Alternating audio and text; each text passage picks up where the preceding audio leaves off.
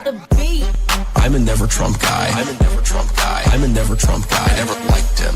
I'm a never Trump guy. I'm a never Trump guy. I'm a never Trump guy. I never. I'm a never Trump guy. I never. I'm a never Trump guy. I never.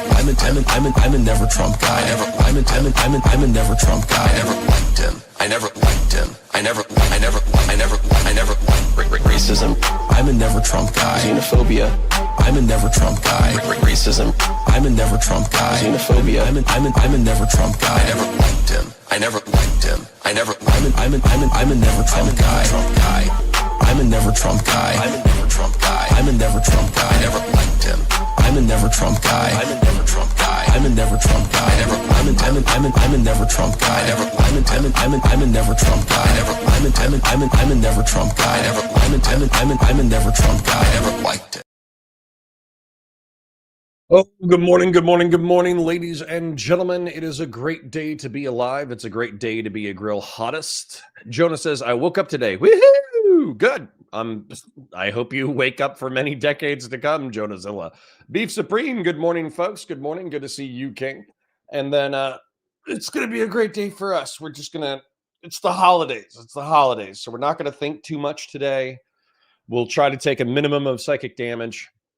We're probably going to do a Valor Reacts later with Mr. Dan Pace. After that, I will be getting a haircut. So I'll be keeping the top long and the back long, but I'm going to clear up these sides and make them look sane by comparison. So that'll be good, and probably clean up the beard. So I'll be looking extra fresh for my trip to South Florida this weekend. Not to share too much drama, but Steven and I think we're still on good terms. As far as I know, we still have a firearms shooting range date on Saturday. There was a little bit of drama behind the scenes that I'm not gonna share any details of, but basically there was just some old goon stuff that came to light that somebody told me about, and I was like, hey man, you're an idiot. So that's kind of that's something that happened in the background. Is if you're wondering, you're like, dang, Steven seems to have done a lot of silly things, and yet Connor still hangs out with him. When is too far? Has Connor even talked to Steven about his silliness? And the answer is yes. The answer is yes. I said, hey, stop gooning, or substantively reduce your gooning. And he's like, I did. I promise I reduced my gooning. And I'm like, did you though? Well, QC says, good morning, Grill Hottest. May your grill stay hot. May your beer stay cold. And may you keep all your fingers while blowing stuff up. True. Hedonic Samuel says, hey, ayo to you.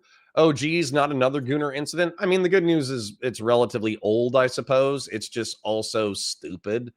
So yeah. Tiny gooning drama must be a day ending in Y. Exactly, Patriarch. Exactly. That's kind of how I felt about it as well. It'll either, it doesn't really matter. But I think it fits into what you would predictably believe. So effectively it's relatively old stuff. It's silly stuff. It's not anything super duper serious, but it's dramatic and it's fraught, and it's just like, hey man, this is why I'm telling you to stop. So Christian Blair says, damn, we still watching the lack of pseudoephedrine, dude? Maybe pseudoephedrine, dude. I don't know what you mean, Christian Blair. Do you mean that Rob's media is what he doesn't have enough meth? Like, what is this? So Sudafed or cold medicine. There's three things that I know in reference to cold medicine. I think some cold medicine you can use in order to synthesize the precursors for methamphetamine. I don't know if that's what you're talking about. Then there's also robotripping, where you can take Robitussin to the point that you kind of trip balls. Then there's also, what is it, like lean, where you can use certain cough medicine to enhance alcohol mixed with Skittles in order to make a drink. So yeah, like I don't, Yeah, Destiny needs to call the smiling friends. I agree. Shapingro says, good morning, all. Christian Blair says, Rob sounds like he has nasal congestion. Oh, okay. I got you. Well, dude, sometimes some people have small nasal passages. What are you going to do? If they're good, and by the way, I feel a little stuffy right now that you think of it. But, if somebody is talented at research and they're talented at building a narrative and they're talented at editing, I don't think they should be precluded from creating drama essay content just because they have a nasally voice.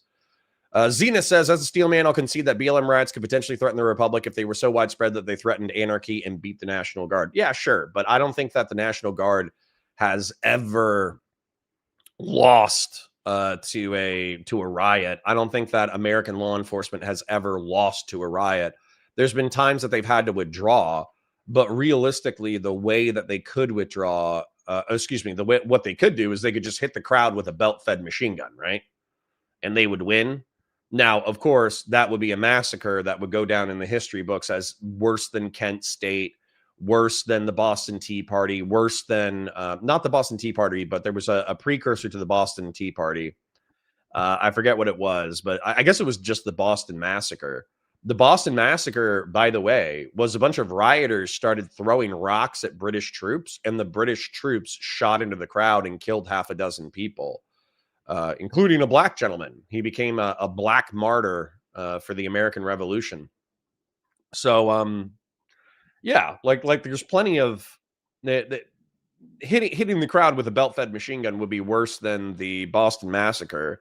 It would be worse than Kent State, but like still on like a technical who would win the gunfight, I think government forces would oftentimes win the gunfight. I don't think, and by the way, just to add a little bit of nuance to this conversation, I think that American insurgents could outlast the American federal government and state governments, similar to the way the Taliban outlasted the federal government of the United States. But I don't think that they would win individual tactical engagements. But like, I think that the American government could call in drones. I think the American government could call in airstrikes. I think the American government could call in all sorts of things in order to take out insurgents overseas or insurgents local. I also think that it's probably going to get even more hectic with like robot gun dogs and Palantir AI and social media credit scoring and all that kind of stuff. I think it'll get even crazier in the next like half decade to decade. That doesn't mean that insurgents couldn't figure out how to avoid the Palantir AI, how to avoid data mining, and then still put up a competent insurgency for long enough that they won whatever they wanted to win.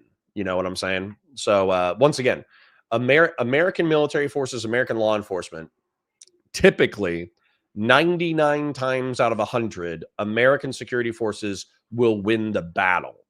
The question is whether or not they'll win the war. So Daniel says you should try Datura.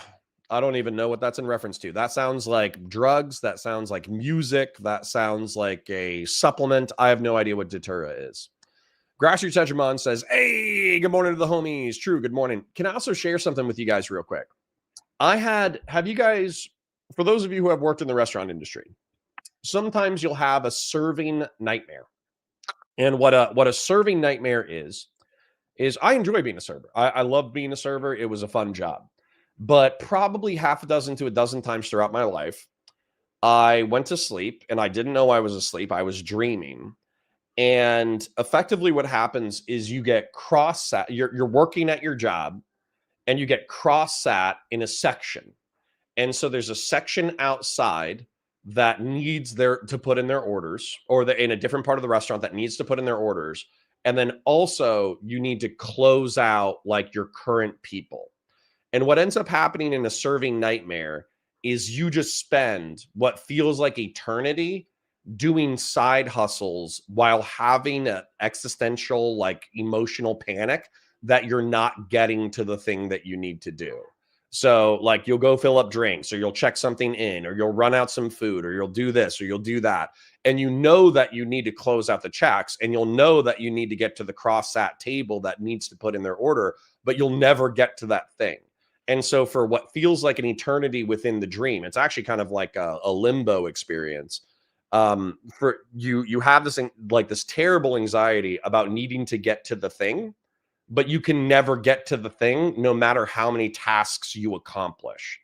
And that's like a serving nightmare. Well, that happened to me in reference to streaming last night. It's the first streaming related dream I've ever had, but it was actually kind of funny. Like, I was even laughing about it as I was still stuck in the dream. So the dream was I was at my old job and I was working, and my old job was like a phone call job, an email job, where it was basically my job to harass people about whether or not insurance paperwork had been processed. I was actually in construction admin. So we worked for contractors. We would create estimates for jobs. We would send it into insurance companies, and then we would harass insurance companies until they approved the job. That was my old job.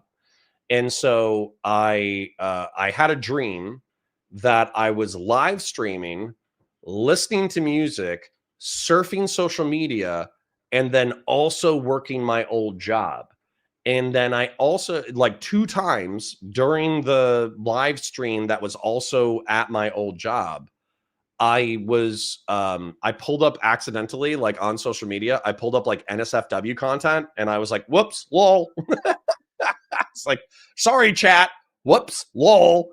And then also, I couldn't get back to the stream. I kept getting distracted by the main job. And I was like, dang, I got like 88 people waiting for me to get back to stream. I'm sure my numbers are dropping right now. But I have to finish this work thing before I can get back to the stream. And then I could just never get back to the stream. And so it was basically a serving nightmare, which serving nightmares are terrible, but they can be funny.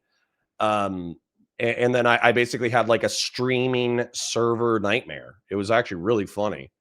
Like, it was fucked up. It was fucked up that I was stuck inside it. But it was all in all, it was pretty funny. Christian Blair says Connor's cop brain instantly goes to manufacturing illegal drugs. I mean, also my teenage punk brain went to manufacturing drugs. I robo tripped once before. Zena says, I'm in Canada. I visited my relatives in Sudan when I was 10 years old. Got you. Okay, cool. I think I asked that question yesterday where I was like, you said the way that Sudan was similar to Warhammer 40K. And I was like, oh shit, are you still in Warhammer, or are you still in Sudan? Are you still in Warhammer 40K? Grassroots says people with small nasal passages are lucky your boy would snort a spice rack from 50 paces. Good God. You got some nostrils, huh? Patriarch says having narrowed nasal passages is highly correlated with not having space lasers. Dang, bro.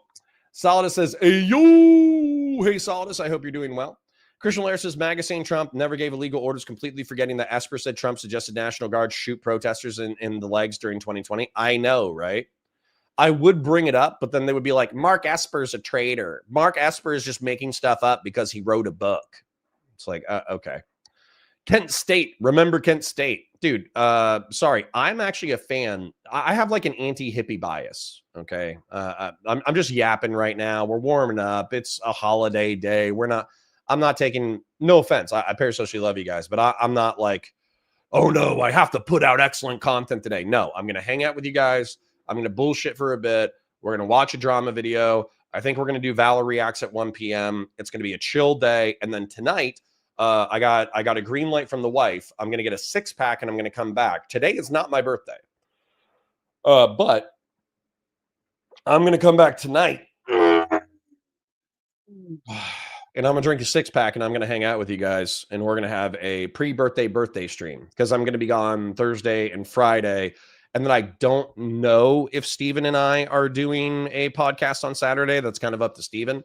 I know what we're going to do is I'm driving to South Florida with my friends to pick up furniture from my mom. We're spending the night at my parents' place. On Saturday, I'm going shooting with Steven. And then depending on the vibes, we might go to Miami in order to shoot a podcast. But that involves like me and my homie like hanging out in the studio for a couple of hours while my homie either participates in the podcast if they got an extra chair and or doesn't participate in the podcast if he doesn't want to participate in the podcast, or Steven doesn't want to participate in the podcast.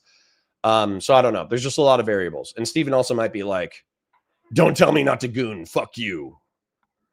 But Christian Lair says that the Boston Massacre was justified and they were defended by Adams. I know, kind of weird to say, right? But then Christian Lair says Kent State was bad 100%, but also don't fuck with my ROTC buildings. Lol. So the funny thing about Kent State is I have an anti-hippie bias. I don't know how I lost that train of thought, but I have an anti-hippie bias where my friends were like hippies during like I was an angry pothead and I hung out with other potheads, and the other potheads were probably angry too, but they also were like not pacifists, but they were kind of like anti-state, anti-war punks. They were like left-wing punks, I guess.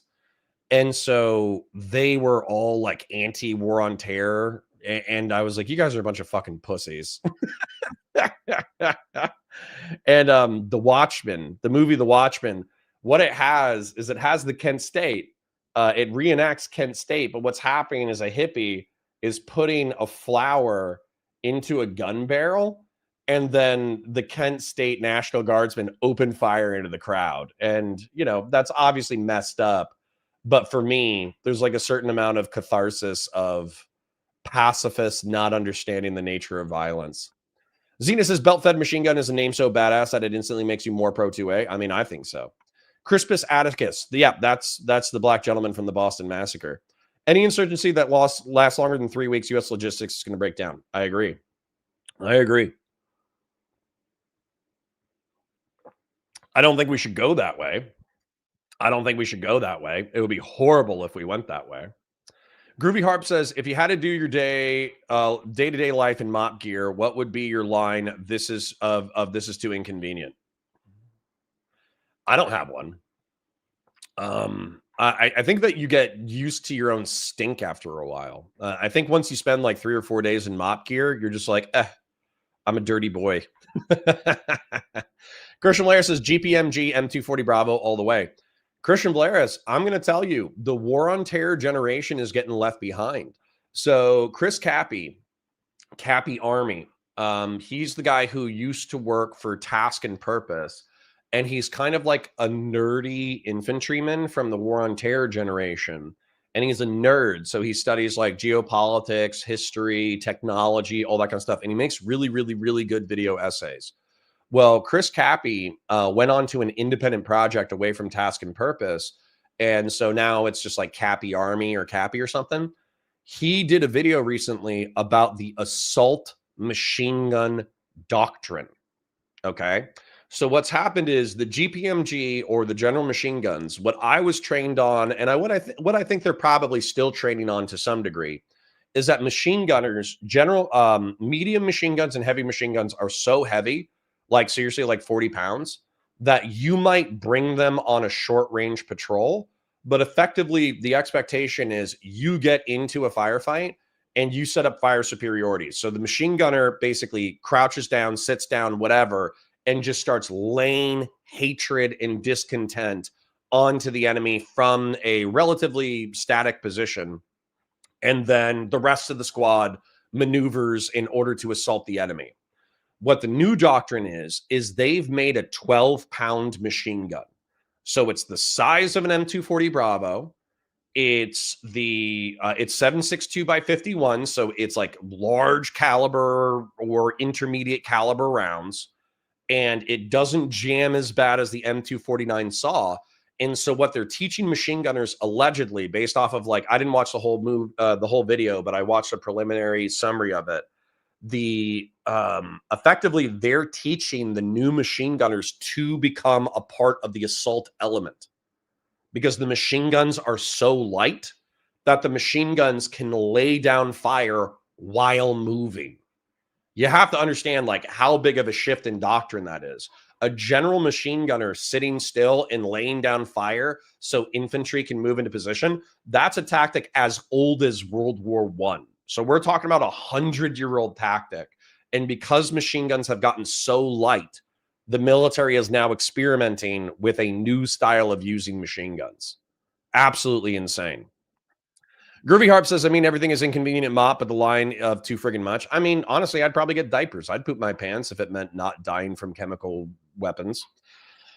I have these, but the chef version all the time. Don't know what we're talking about, but that's okay. Knife Mall says, happy Wednesday, Grill Hottest Brothers. Good to see you, Knife Mall. Christian Blair says, I occasionally have dreams that I'm stuck working at Circle K during college and have to deal with a broken cash register with a fuck ton of disgruntled customers. Yes. Randy Chang says, imagine having anxiety dreams about not being able to catch up to chat. True. Listen, man, I got my 2 monitors. I got my monitor stand. This is the last day of work. So I got tomorrow off, but I'm doing holidays with the family. Friday, I'm traveling. Saturday, I'm doing a podcast. Sunday, I'll be setting up the monitors. I'll be setting up the monitors on Sunday. So Monday, we should have 2 monitors here, 1 monitor here, a 3 monitor stand, a camera, and a teleprompter. We should have the lights here. And then maybe that's the next thing I need to do. I need to do like ceiling mounted lights. I don't have a problem with the light boxes I have. I just wouldn't mind mounting them to the ceiling so they stop collapsing onto my face during the stream. And also so I don't have to like fuck with the angles all the time, because I keep having to move them back and forth, because this one collapses onto my face because my dog is an asshole. And then this one, I have to move back and forth in order to get to the door. So if I could mount them to the ceiling and put them at an angle where they weren't fucking with the door, but it was also the perfect angle to light my face, then that would be super ideal. So I might get a roof mounting kit. And then the other thing we need to do is the other guy, the Crucible guy who came in and donated $150 yesterday.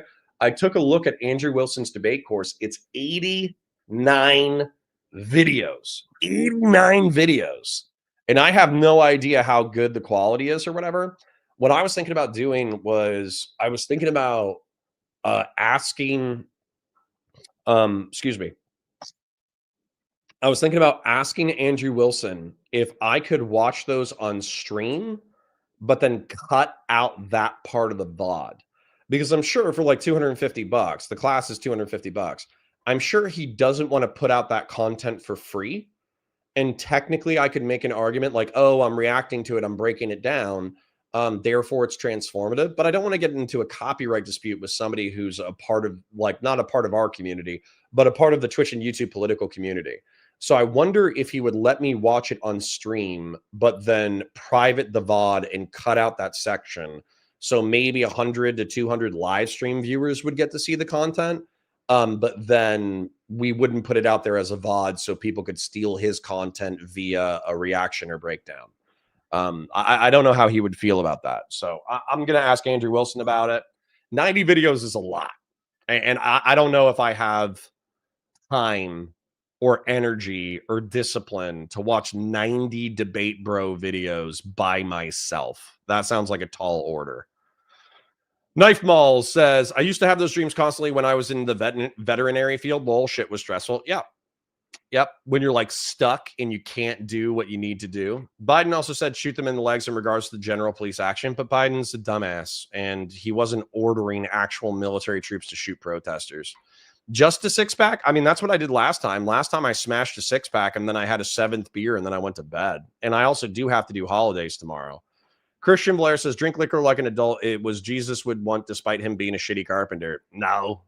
Jesus would not want me to be hungover with my great-grandparents tomorrow. They're my grandparents. They're my kids' great-grandparents. Fell Runner says, may your grill remain clean and hot over the holiday, and may you resist the infinite call of the grill on the anniversary of your birth. True. Yeah, Cappy's cool. I was punk, but had a chud phase. Lol. Yep. I've seen the M250. Yep. Like the stream grill is true. It was chambered in 277 Fury, which was initially supposed to fire 338 Lapua. Yeah. The Fury round is interesting because it's 6.8 by 51 instead of 7.62 by 51. It's not that big of a difference, but apparently it increases like the ballistic performance, but it beats the shit out of the barrel and the internal components. My mom's M60 was like 25 pounds dry and the ammo outweighed the gun. Yes, that's what I'm saying. You don't want to be running. You don't want to be in a combat action with 50-pound rifle. That's not fun. Christian Blair says, would Mrs. Points allow you to make a doggy door for the office? Lol. Yeah, she would. Holy Connor looks like Robert De Niro when he looks up.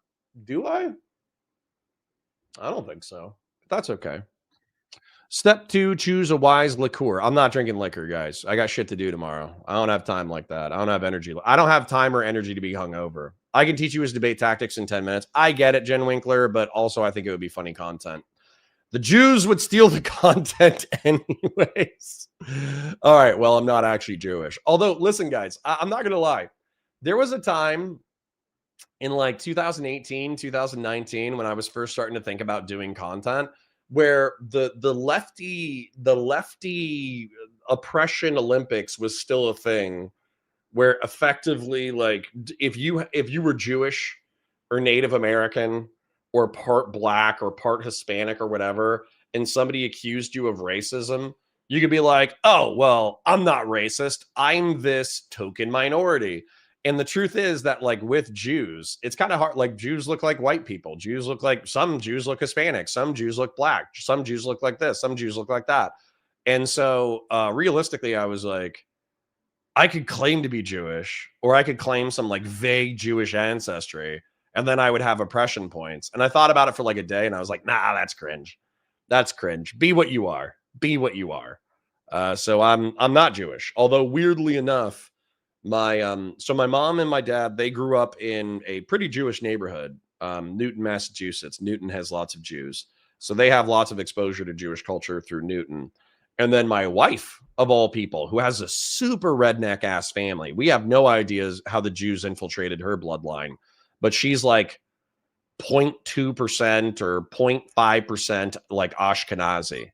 Like somebody in there was stealthing as a Jew in the bloodline. So I don't know how she got partial Jewish ancestry, but it's seriously it's like 0.5%. It's enough for 23andMe to pick it up, but I seriously think it's less than a percentage, or it's either less than 2% or it's less than 1%. I forget what it is, but it's so small. She had no idea. She's never practiced Judaism. Nobody in her family practices Judaism. We have no idea how she got like a very fractional percentage of Ashkenazi. Patriarch says, Andrew isn't Jewish and you're not a woman and you're probably fine reacting. Thanks. Holding your cigarettes like a wise chat. Yeah, how many episodes are about cigarettes? Sorry, let me thank Fellrunner real quick. So Fellrunner, I already read his super chat about avoiding the call of the grill to grill yourself to death. But I did want to thank you for the $5. Thank you for kicking off the super chats this morning. Step 8, do not yell bad takes, speak them calmly. Yeah, that's so cringe. Patriarch says you're 6'4", nobody is believing you are Jewish. True. Larry Bashort, say his name. Okay. Lefties anti-Semitism is just them playing the long game so whites can't claim Jewish identity. Yeah. Well, your wife is 0.2% cooler than you, I guess. But also look him up, arrested for a month over speech memes. But the guy, Eben Larry Bushort, is that the guy who he pointed the Donald Trump "you have to get over it" meme immediately after a shooting, and then the local cops took it as he was threatening to do a mass shooting because it was in reference to an elementary school that would, like, the name of the elementary school shooting that Donald Trump was talking about was the same as an elementary school in his community. Listen, man, number one, that case is going to get thrown out. 100% that case is getting thrown out. Number two, he might be able to sue the city or the state for a few $100,000 to a few $1,000,000 for false incarceration. Number three, I think that he could probably do a GoFundMe and he would probably do super well. So he should do a GoFundMe. Why make a coaching point when an insult can do? True. When you stare into the grill stares back at you. It really doesn't for me. I like staring into fire, and I have no desire to be consumed by fire. Whenever I stare into the fire, I have the opposite of wanting to be consumed by fire. I want to appreciate the beauty of the fire without being consumed by it. First T News says, is the role of the wife, caretaker of the children, not inherently more dignified and sacred than the commerce, which is the husband's? Oh, yeah. Of course. I think so. Now, I'll tell you, being pregnant is not dignified. So carrying a 8 to 10 pound creature inside your stomach and then shooting it out of your hoo-ha and having blood and poop and torn flesh and all that stuff, that is not dignified. But I mean, I think because the process is so important to the species, we give it honor. It's an honorable process. In many ways, it's not a dignified process. But anyways, you guys want to watch some drama? Well, once again, it's not anything big. But it's just something to chill in. It's something to hang out in. It's nothing, you know. What? No, nobody is going to be that much smarter as a result of today's stream. What we're going to do is we're going to have fun hanging out with each other. We're going to have fun talking. We're going to have fun yapping. Maybe we'll make a mind map or two. But we're not going to, like, you know, nobody is going to be like, oh man, this stream revolutionized my life. That's not happening today. We are just hanging out before a holiday. That's all that's happening. Rob's Media. We're gonna go to the. I do not need the. Okay, we're on the Keffel. So let me. All right, here we go. All right. Hi, guys. Welcome to Counterpoints. My name's Connor. I'm a science fiction, politics, and philosophy nerd, a Marine Corps and law enforcement veteran, and I would argue a real Republican. I got a little drama treat for you today. We're continuing. This is part 2. There's something called Breadtube. And Breadtube is a bunch of lefty creators who vaguely are socialist or left-leaning, and they dominated the internet space for a while. They dominated live streaming. They dominated, video essays. But what ended up happening is a lot of prominent characters either mismanaged their finances, mismanaged their public reputation, and as a result, this genre has taken a substantive hit in the past few years. It's kind of funny. It's kind of messed up.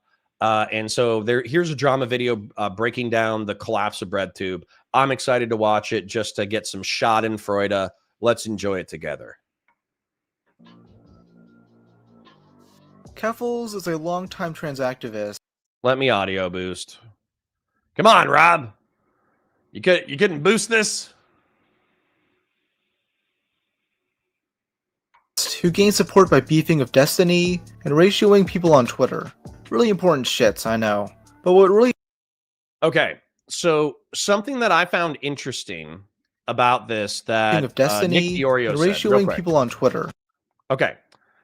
Nick Diorio said that he thinks that Keffels was botted, like heavily. And the reason why I didn't care to figure out whether or not she was botting people was the fact that I figured, like, number one, botting sometimes gets caught, where if you get caught by social media, then you'll typically get a ban because it's effectively artificially inflating participation in a social media platform. So typically you get a ban. And then what's interesting about it, though, is that I do think that to some degree there was a actual lefty community that had gathered around Clara Sorrenti, aka Keffels. Like, when she ratioed people, the numbers popped off to, you can see right here, 11,000 likes, 13,000 likes for not anything particular. Rip bozo ratio. I've always wanted to ratio prolific child abuser Ben Shapiro. This ratio set you back decades, unfortunately.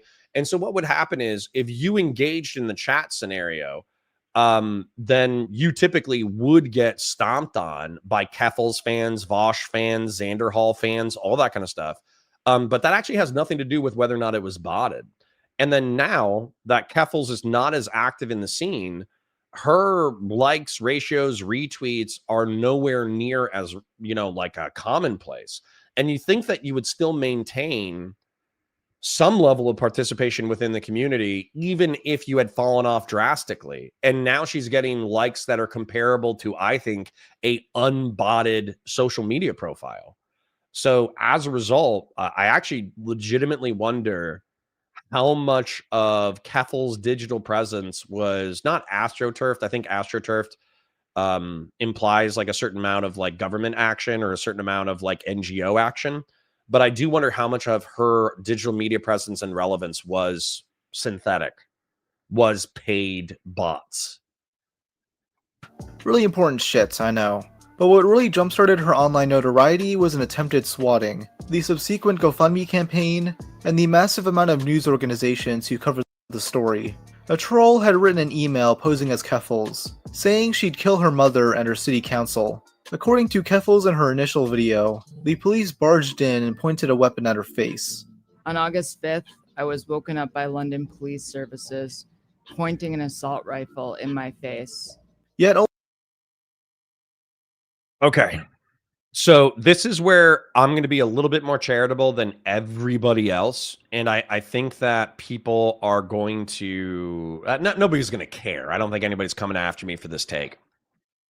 But I think that colloquially, if I say, oh yeah, my wife woke me up, a few days ago and she jammed the coffee in my face and then we had to get going or whatever. Does it really matter if she actually, I open my eyes and then she actually hands me a mug of coffee immediately? Or does it matter if my wife grabs me by the shoulders and wakes me up and then I walk out and she's like, here's a coffee, and then we hit the door? None of those details are relevant to the narrativization. Keffals has lied about things before. Keffals is credibly accused of fraud. Keffals has been hyperbolic before, and if she bots, then to some degree she's probably good with a certain amount of white lies in reference to her story. But the reason why I'm being charitable to this narrativization of London police woke me up with a rifle pointed in my face is because what allegedly happened once we get the 3 or 4 stories that Keffals went through is that the swatting happens. Somebody emails law enforcement and they say, hey, I just murdered my mom and I'm going to go shoot up the city council. Fuck you. Come get me. And then I don't know how Canadian police does it, but I'll tell you, with the police department that I worked for, we would go lights and sirens, rifles, plates. We're going lights and sirens, regardless of whether or not the information is credible, because you do not want to get into a gunfight and be unprepared for a gunfight. We'll have our trauma kits ready to go. We'll have our plates ready to go. We'll have our rifles ready to go. We're not going to let that slide, right? And so according to London, Ontario police, what they did is they did what's called a call out. And so they banged on the door, and I think that Keffals' roommate / lover answered the door. And then they called out Clara Sorrenti, and they, at least based off of the details that I heard, they stayed on the outside of the house, but they had their guns kind of at a low ready, and they called Keffals out from the bedroom. So Keffals, not knowing what's going on, according to her, she was in the nude. She hears cops calling for her. So she throws on pajamas and walks into the hallway, and then she sees a half dozen cops with rifles. Now, is that substantially different from a rifle 3 inches from your face? Of course. But can you shit your pants and have PTSD and freak the fuck out because there's 6 dudes with rifles standing 10 to 20 feet away from you, calling you out from your bedroom when you're just waking up and you have no idea what the hell is going on? Absolutely. So just to reiterate this one more time before we move on, Keffals has lied about things. Keffals is credibly accused of defrauding her GoFundMe.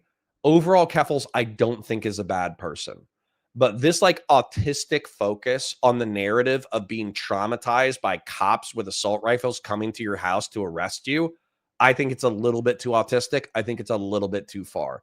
And Nick DiOrio and Rob's Media and a few other drama channels, I think because they don't have experience with security related affairs, they don't have that extra charity of how terrifying it can be to have armed men confronting you with loaded weapons with the intent to kill you if you fuck up.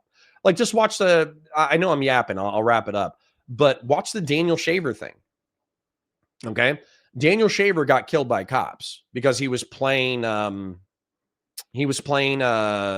Says with the cops, basically, and he fucked up and he got killed because he was drunk.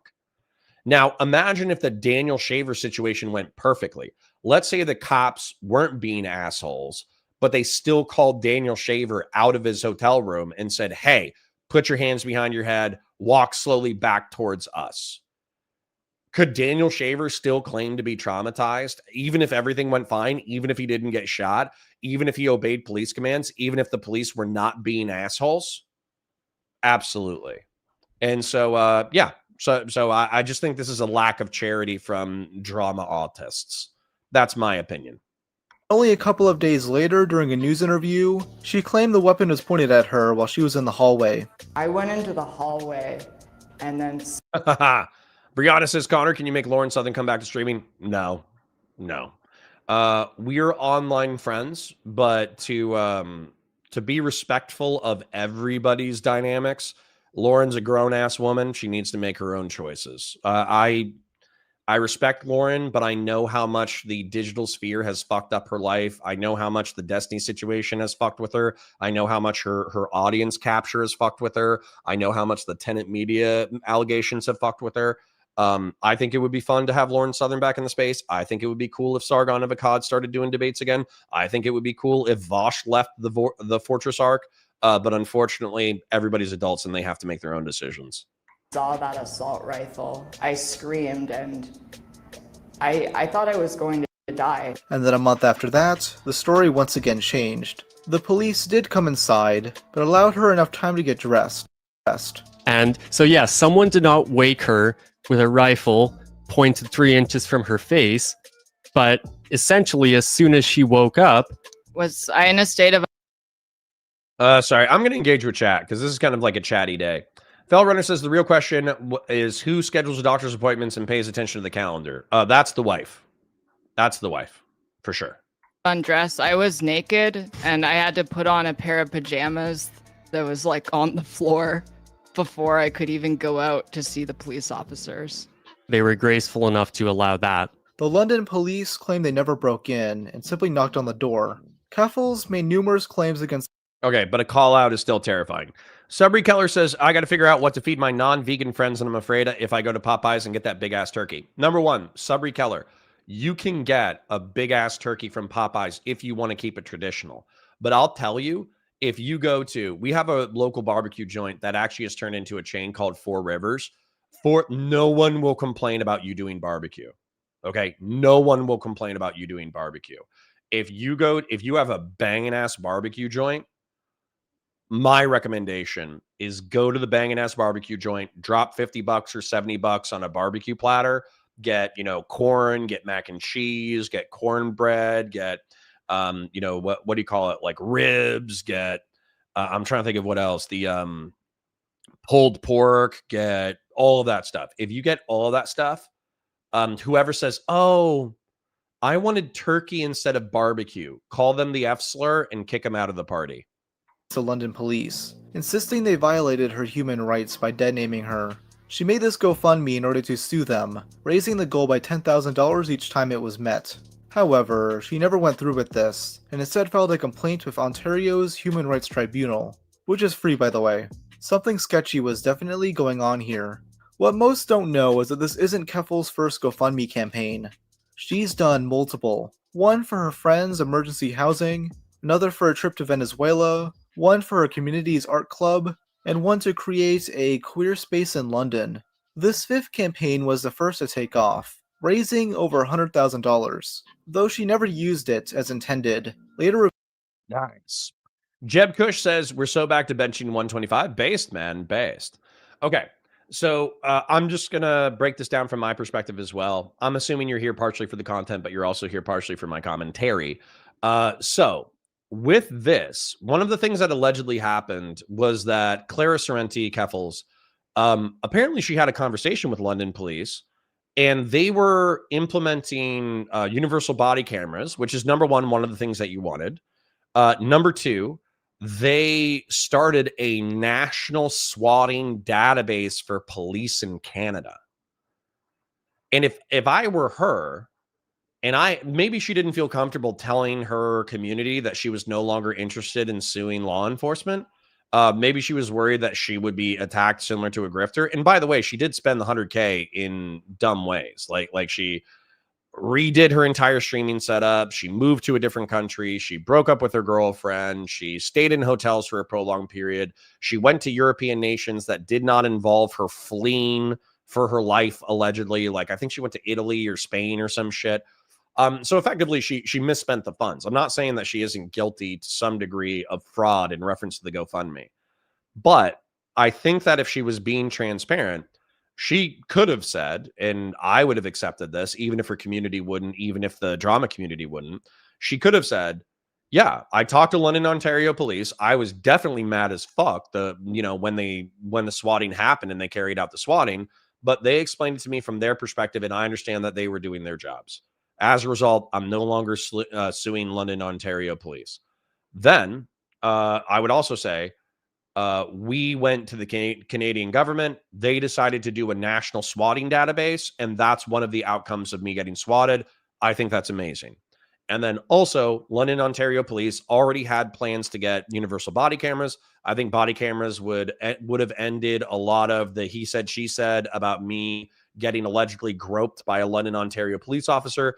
As a result, I think the law enforcement is doing what they need to do. So I'm not going to follow through on the lawsuit. I will donate 10 or 20 grand to some trans charity, but realistically, the rest of the expenses I need for therapy and I need for living expenses. And I think that that level of transparency would have saved her effectively getting hounded off of the internet. But I think because Clara Sorrenti, aka Keffels, has lied before and has lied about small details, and knew that she was spending the money in a shady way and wasn't being transparent in her community for fear of getting attacked because she was being too nice to police, and wasn't transparent with the drama community because she knew that they would attack her pretty much no matter what because the drama community hates her. I think she backed herself into a corner and totally screwed herself over. So once again, there is fraud. There are lies, white lies and bad lies. There is bad shit. But if she was more transparent, she probably could have saved herself all of this grief, and she could probably still be a creator. So, yeah. If anyone ever finds out how I spent the GoFundMe, I'm definitely getting canceled. Lol. I mean, I could see myself, like, if I had the same thing happen to me, I could see how you could make that joke. But I think the reason why this joke isn't really hitting as a joke is because, number one, she admitted that, what is it? She prepaid her rent for a year. She's paying for her own psychologist. She paid for a bunch of travel. She went to Ireland, but I think she also went to like Spain and Italy. So that was a vacation that she did with the GoFundMe money. Replacing furniture. Why did you need to replace furniture? And why would that be a part of the GoFundMe? Helping my friends out, that wasn't a part of the GoFundMe, and buying new streaming gear and clothes, that wasn't part of the GoFundMe either. So again, she was reckless, stupid, borderline fraudulent with the GoFundMe. But I think transparency would have gone a long way to not hurting herself. So anyways, Keffels is a dumbass. What else did you need to know? Revealing that the money was used for her to go on vacation, buy shit for her. Sorry, real quick. Fast and Bulba says, it's your birthday and you're not drinking in the AM. Number one, it's not technically my birthday today, although it is my birthday in the next couple of days. Number two, I got family commitments tomorrow. Number three, we got shit to do. I got a family, bro. Friends, and upgrade her streaming gear. Suing the police and demonstrating my trans rights? Nah, fuck that. I'm gonna get some new headphones. Also, some suspect that she used the money for her opioid addiction, which I don't exactly. Oh, also, yeah, the drug addiction might have cut into the GoFundMe funds. She said that she got like depressed and like drug relapsed halfway through this thing, and then she just started buying drugs off of the dark web and trying to kill herself with drugs. Yeah, that probably cut into the GoFundMe amount a little bit. Doubt.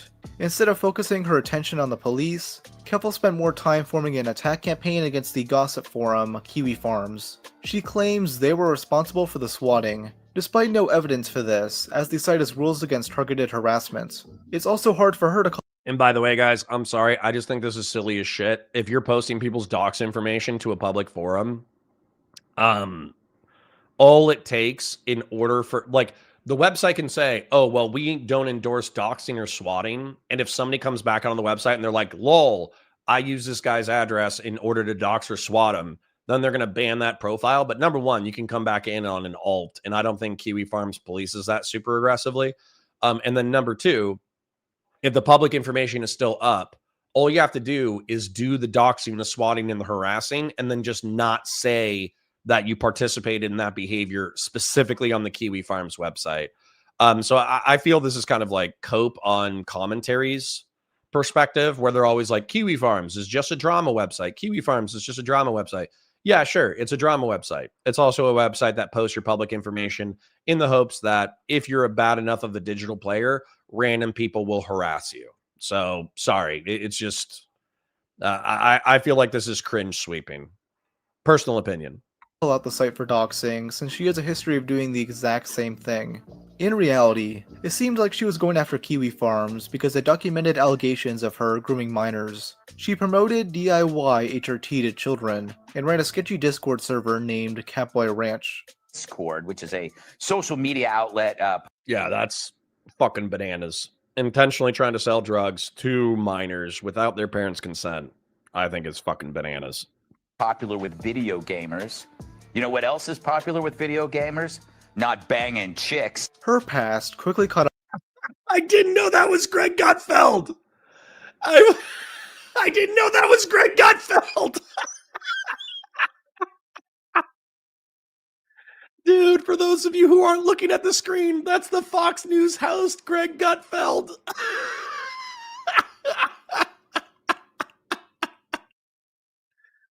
That's awesome. That's an awesome clip. HRT to children, and ran a sketchy Discord server named Catboy Ranch. Discord, which is a social media outlet popular with video gamers. You know what else is popular with video gamers? Not banging chicks. Her past. I didn't know that was a Fox News host. Damn, that's a great clip. Good find, Rob. Good find. Quickly caught up with her, though, with a very True. Sorry, real quick. Well, QC John says, like the stream, subscribe to the channel, memberships and super chats if you got them. Engage in the chat. There's lots of fun, cool, interesting people in the chat. True. Like the stream, share it with your friends, engage with chat. There's lots of cool, interesting people in there. Super chats if you got them, memberships if you got them. My parasocially love you. Thank you for being here. various exposed videos coming out about her in 2024. Her only response was to call Mudahar's thumbnail transphobic, and to cry on stream about how she doesn't want to engage in the drama anymore. I'm not planning on making any sort of response because I don't think I owe anyone a response. Aw, Sabri says, I love y'all, but I have no I am no chatter, Stacy. I'm just an auntie out here trying to feel comfortable because I'm far away from blood and y'all are family, so I get that good feeling. Good, Sabri. I don't want you guys to use our digital community as a total replacement for IRL community. But obviously, like if you're working and you're bored and you want to hang out and you get that vibe where you enjoy having fun with the same people every single day bullshitting, yeah, of course I want you to have that feeling. So thank you, Sabri. That warms my heart.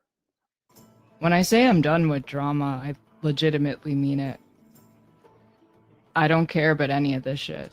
2 months later, she announced her intent to leave the internet, writing out this pretentious speech about how her online persona shouldn't define her. Thank you for calling me by my actual name. Keffels was a persona, a brand, not a person. I am Clara Sorrenti. Hey Clara, you still stole 100 grand. You can paint lipstick on a pig, but it's still a pig.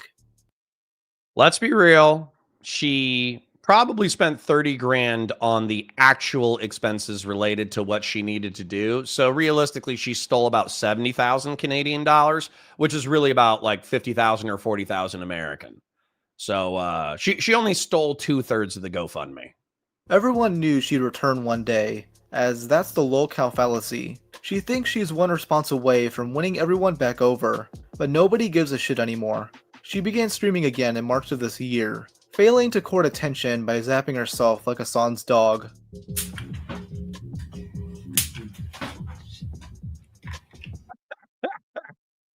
Like, a lot of people gave her flack for this, and I think she was drunk or doing drugs or whatever, and she was playing a video game, and every time she got jump scared, she got electroshocked. Actually, like, man, I don't know. To some degree, that does sound funny to me, where maybe if you did like a dog collar, or you had to take a shot of hot sauce, or you had to take a shot of booze, or you had to take a swig of beer or something like that. I'm not going to lie. Maybe I wouldn't do this, and maybe this is specifically cringe, but like getting with the boys. Let's say I'm a team deathmatch guy.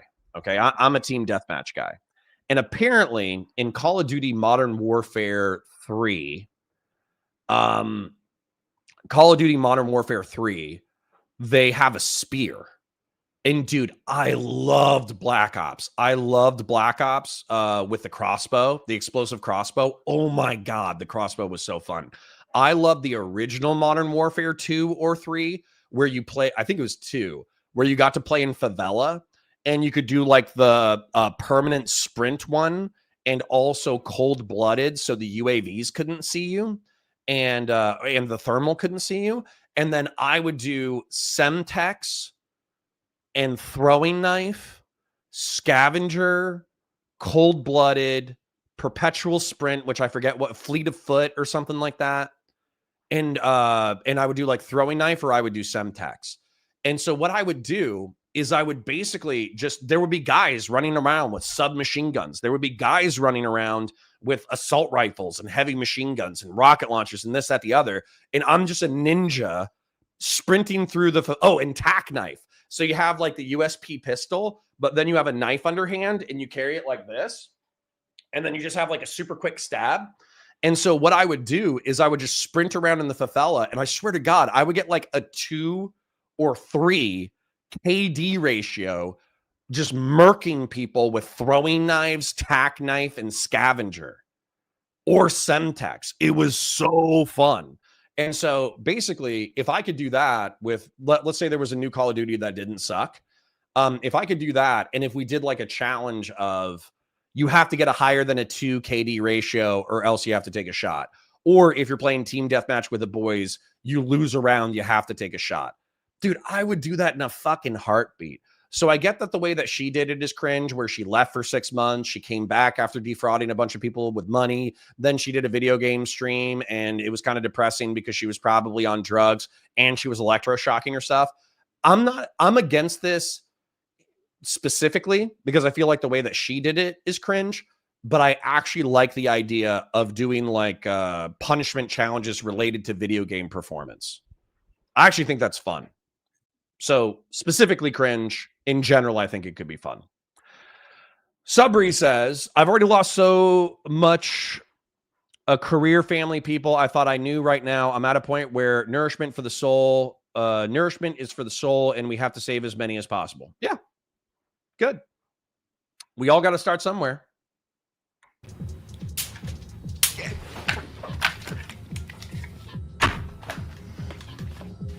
All right, we go. This Damn, Dr. Zayas, that was spicy. stream went on for 2.5 hours, with around 50 concurrent viewers. Like, come on, Kristen Ark gets more viewers than that. Keffels became incredibly insecure about this fact, so she threatened to ban anyone. Jung Arnark says, I watched a stream by Rhetorically Defective, and the whole time it was just slandering you. He kept on fixating on your point that America is a constitutional republic. It's a constitutional republic. Also, Rhetorically Defective, he got into my replies on Twitter, and he was so fucking annoying as a reply guy. I think I blocked him, and I don't think he made like any coherent, substantive points. Listen, man, there's just going to be some schizos who are just going to hate you because they think that hating you is going to, like, you know, get you algorithmically relevant. Like, I'm watching these people because these people are easy to hate. Who is it? We watched Xanderhall and Vosh last time, and this time we're doing Keffels, DJ Mule, and maybe Noah Samson. I mean, I'm trying to be as charitable as I can, but it's not illegal to hate on people. You simply brought it up. I used to like obsess over view count, but since I've gone back, I have not turned. Don't fucking. If you tell me, I will ban you. Okay? Don't do this to me. I have not turned view count on once, and I will never turn it on again because I do not want to know. I don't care. As long as the chat is moving, I'm fine. She was still somehow making money, with her white knight, Tipster, donating $50. While I was working on this video, Keffels returned to Twitter once. I love that we have Peter in chat. I haven't banned him. Maybe some mods got to him and they gave him a timeout. But I love that I'm just like scrolling through chat, watching a drama video half-assed, just responding to random shit in chat. And then I just see Peter, because Peter's done this like 3 or 4 times now, guys, where he's like, Charlie Kirk wearing skin prosthetics, holding tubes for blood spatter over the left neck and shoulder. Look under the necklace. Skin looks plastic. So Peter thinks that Charlie Kirk faked his own death. Ah, classic. Peter never changed. Keep being as schizo as you want to be. It's fun. more. And yep, I'm still blocked by her after mocking her drug addiction. She made this cringe post complaining about so-called drama slop, acting as if she's any better. I love that I don't have to pretend to care about drama slop anymore.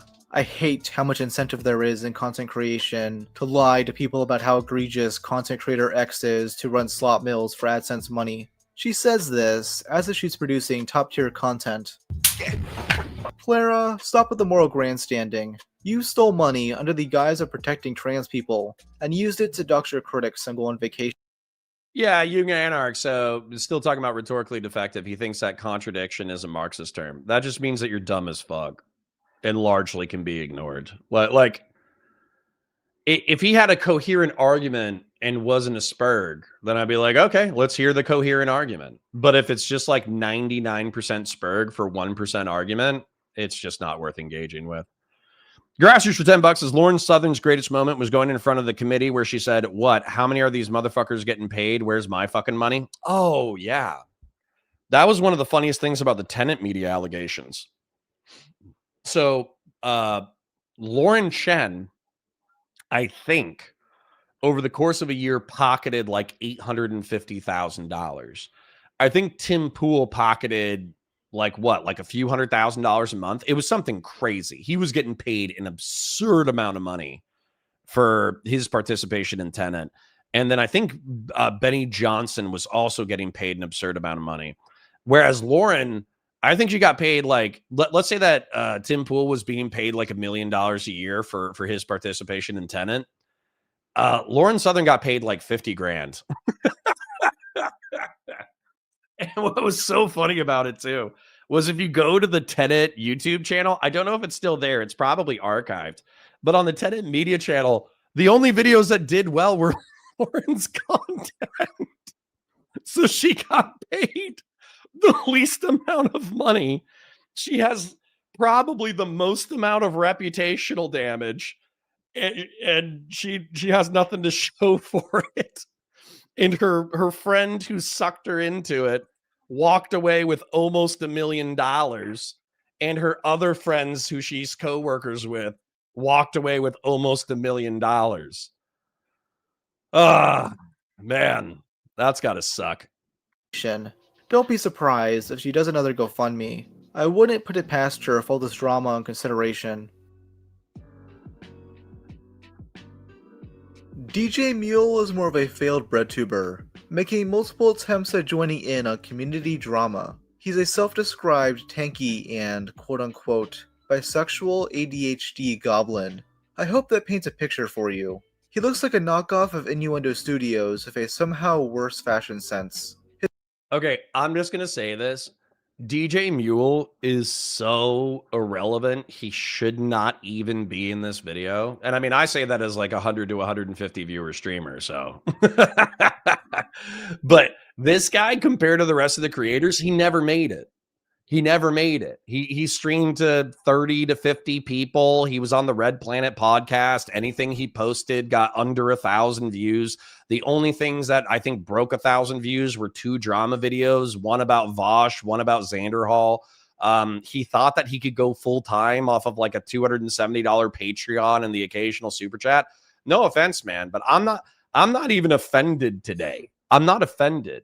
Well, QC John donated 20, Grassroots donated 10, Fell Runner donated 5. That's already more than the average DJ Mule stream. And yesterday, you guys were going fudging baloney bucks. You guys were going hard yesterday. So, dude, if I made $35 today, I would be ecstatic because you guys are so generous every other day. So whatever. But the whole point is that, like, this guy should not be a part of this video. The only reason why he's a part of this video is because what he did is so fucking funny. That's the only reason why he's a part of this video. His first big video is a takedown of Vosh and his debate bro tactics, which should have been a slam dunk for him, but instead of attacking him over the multitude of crazy shit he said over the years, he went after Vosh for the Professor Flowers debate. For some background information, Professor Flowers is Beef Supreme, I'm not giving her the benefit of the doubt. I'm not the legal system her ass is guilty as fuck. I'm not giving her the benefit of the doubt. I'm not. So for instance, like the benefit of the doubt would be giving her latitude in reference to defrauding or misappropriating the GoFundMe money. I think she misappropriated probably 2/3 of the GoFundMe money. Two-thirds of it. Out of 110K Canadian dollars, which is like 70K American, out of the 70K American that she raised, I think she probably misappropriated, borderline fraud, 50,000 out of the 70,000. I think for 20K, she could have easily traveled during the interim period where she was getting harassed, stayed in hotels, organized her move to Ireland, prepaid her rent for a little bit, maybe a quarter, and gotten the therapy necessary related to the trauma of the swatting. And I would view those as real expenses. In reference to the remaining $50,000, unless she has specific accounting, she probably spent it on her friends, spent it on clothing, spent it on new streaming gear, which was not a part of the original GoFundMe, and she still had her old streaming gear. She traveled to other countries besides the country that she was moving to, and she dropped the legal fees and she wasn't transparent about it. I'm not giving her any charity in reference to that. What I'm saying is, if she had told people what she was doing, and if she had communicated with people the actual reforms that were being done by London, Ontario police and the state of Canada itself, and if she had not spent it on drugs, she could have been perfectly valid in some of the other claims, like being traumatized. Once again, like, guys, I'm just telling you, this is the one thing that I want you to take away from this conversation. You don't have to agree with me on anything else. If half a dozen cops knocked on your door as you were waking up and you go to open the door, or somebody already opened the door and they're standing there with assault rifles, and it seems they are poised because they think that you're a mass shooter due to a swatting incident, they are poised to shoot you if you fuck up, that can be traumatic. Okay? That's all I'm saying. As a guy who's had guns pointed at me, I will say having a gun pointed at you can be traumatic. That's it. I don't think it's that hard of a take. I don't think it's that crazy of a take. I don't feel like it's a huge concession. It's a sane, rational, normal take. Some people just don't like it because you think it gives Clara too much wiggle room to lie about shit. That's why you don't like it. It's not because it's not true. And then, by the way, this was hysterical. You have to understand how far off the deep end the left wing went. They were sweeping for Professor Flowers, who was saying that in colonized societies, like in Africa, the Africans, the Zimbabweans, and the South Africans, they could consider genocide and or ethnic cleansing, and white people, because they're colonizers, they did not have the moral grounds to object to ethnic cleansing or genocide. Like it's purely up to the colonized people to decide what they're going to do with their colonizers, and you can't complain about it. That was Professor Flowers' position. And then when Vosh, of all people, was like, hey, it kind of sounds like you're making excuses for genocide and ethnic cleansing, even if it's against white people. And Professor Flowers was like, well, I still think it would be bad, but I don't think that it's your place to judge what colonized people do. Totally psychotic. Absolutely fucking psychotic. And DJ Mule was sweeping for that perspective. Plenty of far left-wingers were sweeping for that perspective. Absolutely batshit time in online politics. Is a radical black nationalist who believes all white people are colonizers and thinks they should be mass deported. Vosh argues that she's basically advocating for a form of genocide, which she tiptoes around. You don't have to agree with these things, but you can talk about that sentiment without calling it the same thing as white nationalism. That's my point of the two videos. But I've talked to white nationalists, and they kind of talk exactly like how you talk. Most of them aren't bold enough to say, yeah, I want to genocide or deport all the non-white people. Usually it's like, yeah, we want to restrict immigration from X countries, and we want to pay people to leave, and we want to incentivize white power in our country. Because at the end of the day, I mean, it seems like the underlying logic here is the same, right? DJ Mule is friends with Professor Flowers, so of course he had to white knight for her. He claims Vosh and his fans only ever attack trans people and women of color, with his proof for this being that they've never attacked him. These people do not harass cis white men. Cis het white men. The reason I say cis white men first is because I have called Vosh out on Twitter multiple times, and I know I'm not a huge creator. I know I'm not like someone who is gonna be directly in his eyes, but it just goes to show that his fans actually will not harass me or anything like that when it comes to if I'm calling him out on Twitter or on social media at all. In fact, I guarantee if Vosh actually sees this fucking video and his fans end up in my comments, there won't be any harassment either. It just won't happen. It won't nearly be on the scale of what trans women and women of color get when it comes to him spitting his dummy out and getting mad that he was incorrect about everything. Bro thinks he's him. Bro thinks he's Vosh's biggest op. You are not, little man. Vosh's biggest op is age of consent laws. You have barely enough followers for people like Vosh to be concerned about you. Quit yapping. This might have been a decent point from DJ Mule if Vosh didn't have a massive drama of Noah Samson that exact same month. Drama he's well aware of because he references him in this video. DJ Well, QC John for 20 bucks says 24 hours from now, my counter will be covered in platters of turkey, deer meat, and baskets of bluegill and crappie fish. I shall leave the veggies to the women and the kids. I wish not to eat the food of my food I wish not to eat the food my food eats. Grill shala. You are one of the truest grillers. Well, QC John, you are one of the truest grillers, and I would say Bud123 is one of the truest lifters. And I am honored to have you in the community. Mule would try to replicate this formula with future videos, including a hit piece on our good friend, Xanderhall. It's an hour-and-a-half long snooze fest where he calls out Xanderhall for not being leftist enough for his liking, accusing him of ableism for using the term schizo.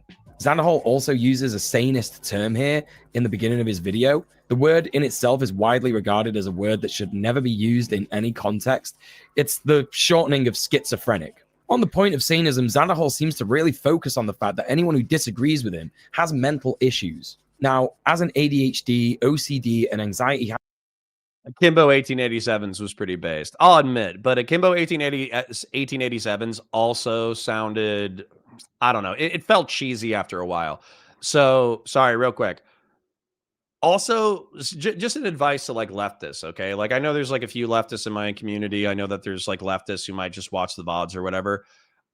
Stop using your mental illness as like a virtuous identifier. It's fucking cringe, okay?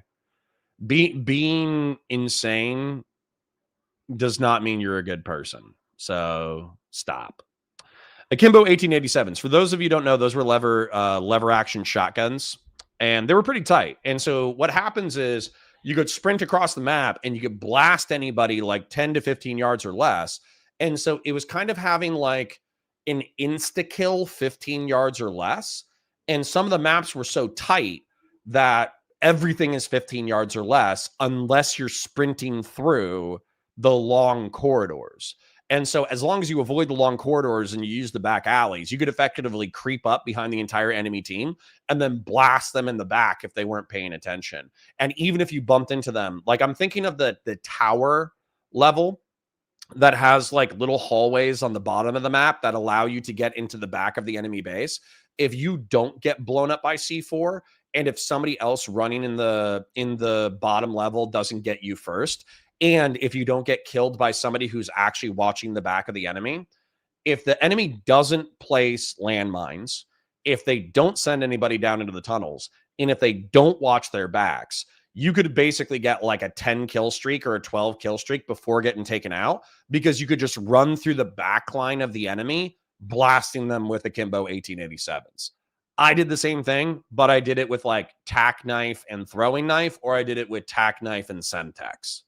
Having boy and big advocate for mental health awareness, what I like to try and remind people as often as I can is that pretty much everybody has mental health issues. It's kind of part and parcel of living under capitalism. It's all capitalism's fault, guys. The worms inside DJ Mule's head were put there due to socioeconomic factors. The reason why DJ Mule made this video was to white knight for another friend of his, Sophie from Mars. She's another Breadtube creator who appears with him on the Red Planet pod. God, I love this. I think that there's just like throwaway lines about this, but Kira Chats has to be one of like the funniest streamers to never have interacted with. Legitimately like hysterical lore. Started out as like the most chuddy, vile, repulsive, racist, sexist, misogynist, misandrist, messed up, like financial domination girl on Twitch and YouTube politics, doing extreme things for attention. And then she was like, I think I could fake being a leftist and dominate the scene. And then I don't know if she faked, but she became like an extremist leftist for like 2 years. And then she got banned off of Twitch. Like an actual legendary live stream run, despite her being a despicable human being. Cast alongside Kira Chats, who used to go by Bad Bunny. $5 a month! Sophie from Mars is controversial in her own right, as allegations have come out about her from multiple different people. They all claim she's abusive and controlling, with one accuser stating Sophie would burn cigarettes on their skin. Oh, yeah, fuck This yeah. is like a little lemon foster. Sophie's channel also hasn't been doing well in recent years, so both her and DJ Mule have resorted to e-begging on their podcast. I'm making no secret that I have been struggling a lot in the last few months, really worried about being able to keep my home, being able to afford my rent, being able to afford HRT and food and bills. So please check out my Patreon or give me money directly through. You guys should probably try making content. Like, I mean, it's just a recommendation, because one of the things that I saw on a different drama breakdown of this, besides Rob's, is that Sophie from Mars has a Patreon that made like, I don't know, $2,000, $3,000. Like, it was enough to live like a very cheap life in a rough side of town, paying your bills. But she only put out like 2 long form videos over the course of like a year. It's like, what are you doing 40 hours a week? What are you doing 40 hours a week? Like, do something, anything. Like, say what you want about Keffels, but at least she had the stones to go on live stream and hit herself with a taser. Good God. Linktree. Would appreciate either of those. If you want to help me out, I would really appreciate it. Friends are helping me buy groceries and HRT at the moment, and my birthday is also coming up. That would be nice. Despite clearly being broke, DJ Mule made the stupid decision to not monetize some of his videos, instead insisting people donate to him directly. Don't forget to stop by my Patreon. This is my full-time job alongside streaming on Dude, I'm sorry, but $125 a month is not enough to be a full-time content creator, bro. Side hustle it until you get bigger. Good God. Twitch, and you can either support me on Patreon, where you get a bunch of different benefits. There's a link in the description and a link at the end of the video if you're on YouTube. I'm okay with him being timed out. Sorry, Patriarch, and sorry to everybody who's arguing about whether or not we should time out Peter. Listen, the thing with schizos and Beef Supreme, you do not need to apologize. So the thing with schizos is, like, I don't have a problem keeping them in the community as a oddity, but the problem with schizos is when they get stuck on one track. Like, so for instance, like Peter, like I said, he's mentioned 3 or 4 times that like Charlie Kirk faked his own death. Schizos need to be able to shift topics, or else they spin their wheels on the same topic over and over and over again. And they're looking to be validated in their schizophrenia. And they're going to keep going until somebody validates them. And being challenged on their schizo theory is a form of validation. And so realistically, it's like, yeah, it's funny. It's funny the second time. It's funny the 5th time. It's funny the 6th time. But once you hit like 10 or 20, you're like, damn, you actually need like medication and help. And it stops being funny. So, you know, if you time him out and we're trying to communicate to him, hey, you're schizophrenic, you need medication, you need to go see a therapist, and he's not willing to actually go do it, we don't have any it's actually probably a moral wrong for us to argue with him, because we're validating his schizophrenia without forcing him to go get help. Christian Valera super chatted $50. Thank you, King. I parasocially love you. And then also just sharing tonight. So we're gonna finish the drama video or whatever. Maybe we'll watch something else while we're hanging out. But around 1 p.m., I'll be hanging out with Mr. Dan Pace, and we'll be doing a Valor Reacts probably for 90 minutes or so, where we'll be watching Black Hawk Down over on Twitch. But then tonight, the wife gave me a green light. So she gets off of work at like 9 p.m., 10 p.m. So I'm going to go get a 6-pack at some point. I'm going to stick it in the fridge. And then I'll be back tonight at 9 to 10 p.m. I'll drink a 6-pack on stream. We'll hang out. We'll swap war stories. We'll bullshit. And I'll kind of be like the birthday stream. So no offense. I don't care if you like, I want you to be there. But if you got family stuff, if you're prepping for the holidays, if you got logistics shit to take care of, if you can't make it, it's no big deal. I just wanted to vibe with the community, drink a 6-pack, trade war stories, hang out, respond to chat. So once again, like this is a vibes day. This isn't like a Connor grinding day. We're rolling into a holiday. We're rolling into a holiday. So we're working, but we're not going to freak out. YouTube, or you can support me on Twitch and just go directly to my PayPal and donate to me there. But either or, please consider paying for the content. I will be trying to keep this content as ad-free as humanly possible. His Patreon isn't making a lot of money either. He makes less than minimum wage on there. This is utterly shocking to me. I mean, who wouldn't want to subscribe to it? There's a $3 Goblin tier, a $7.50 Possum tier, a $14.50 Enlightened Socialist tier, and the prestigious $43 Anti-Fascist Super Soldier tier. Supporting this guy should be a no-brainer. He's uploading 3 whole videos in a year. Justin says, Keffels is still relevant, laugh my ass off. She's not. So what ended up happening was she went on a drama bridge burn spree, I think in the winter of 24. It was either winter of 24 or 23. I think it was winter of 23, actually. And so she was like talking shit about Hassan's community. She was talking shit about Demon Mama. She was talking shit about Xander Hall. She was talking shit about Vosh to some degree. She got into like little spats with President Sunday. She was doing all that shit. Damn, rip to a fallen soldier. President Sunday, huh? President Sunday was doing okay. And then I think he got taken out financially. I think somebody reported his channel until it got taken out. I haven't heard about Sunday in a while. I think he still like hangs out in the Discord sometimes and talks shit about people randomly, but I actually legitimately have not heard about President Sunday in a hot minute. But in 24, I think it was end of 24, she burnt out, and I think she went to rehab, and she probably spent the rest of her money on rehab. And then she came back like a year later and she did that taser stream. But right now, if we look at Keffels' channel, I'm pretty sure everything that we find, I don't even know if that stream is still listed. Everything that we're going to find is going to be like greater than a year. And that's kind of like why I like this video, I suppose, is that these people felt so dominant for so long, and yet they are totally falling apart and they're gone, dude. They destroyed their digital careers.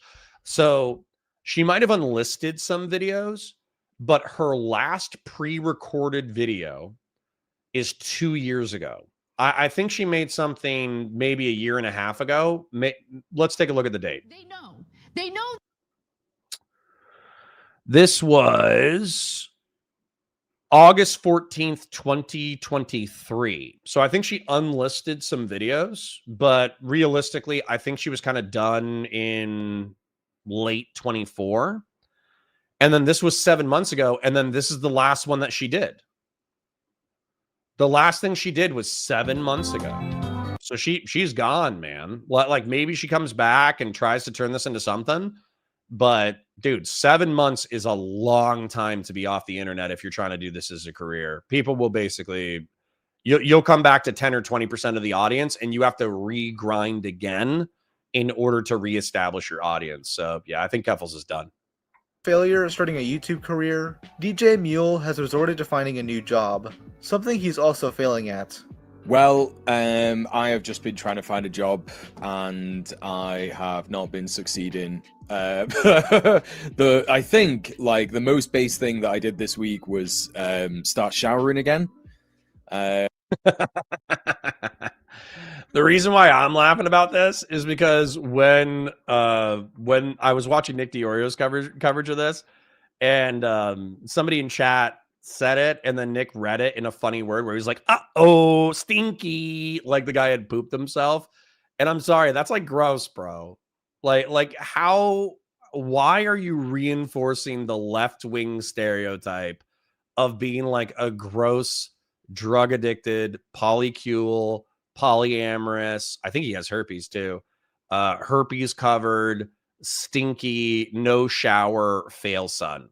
Why are you reinforcing that stereotype? What a brutal thing to say on a live stream. You know, do my best to be a big boy, not cry. It's officially the trash week. It's just officially the trash episode where we all feel like shit. I have never felt this bad in my entire life. You just know this guy cries in the shower about how capitalism. I didn't know this was the clip. I listened to this video. I didn't watch it. No, why? For those of you who cannot look at your telephones or look at your desktop, I forget what cartoon this is from, but it's somebody with a very unfortunate body type. It's a cartoon. They have like gray, green skin. They have a stupid haircut and they're crying in the shower. I think it's the TV show where a raccoon and a blue jay are friends. I don't know what the cartoon is, but I think it's the one where the raccoon and the blue jay are friends and they're constantly getting into misadventures. Oh, it's a horror show. It's a horror show, but it's very funny. Ruined his life. Instead of, you know, putting out videos consistently and not being a whiny baby. And I'm not being hyperbolic here. Oh, yeah. Jonah says, I heard somewhere that Professor Flowers was adopted by a white family. I don't know if that's true, but there is this thing.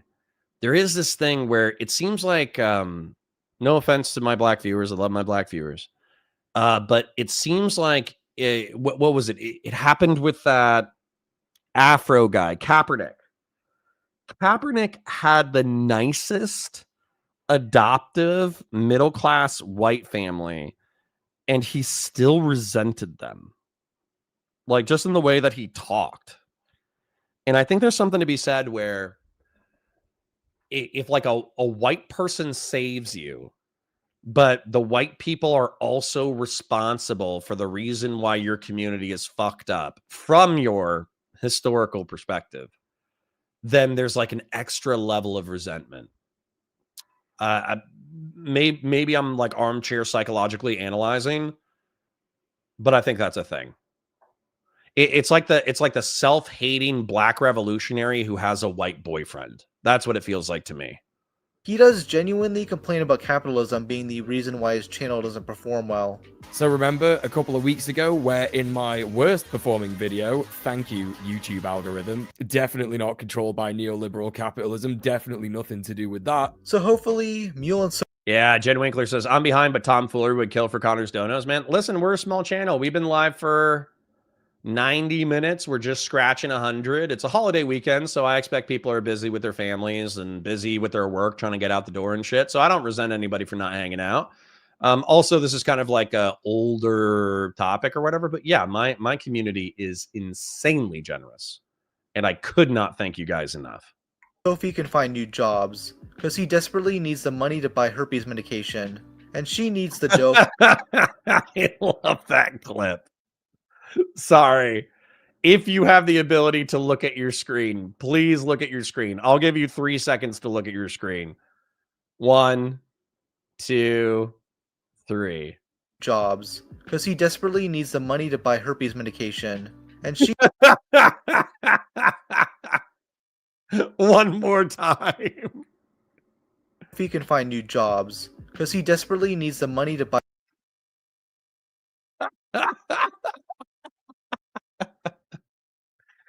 I have no idea if somebody took a video of DJ Mule dancing. I don't even know if this is DJ Mule, but if this is DJ Mule, I don't know if somebody took a TikTok. Oh, it is DJ Mule. Look, there's his tag in the top left corner.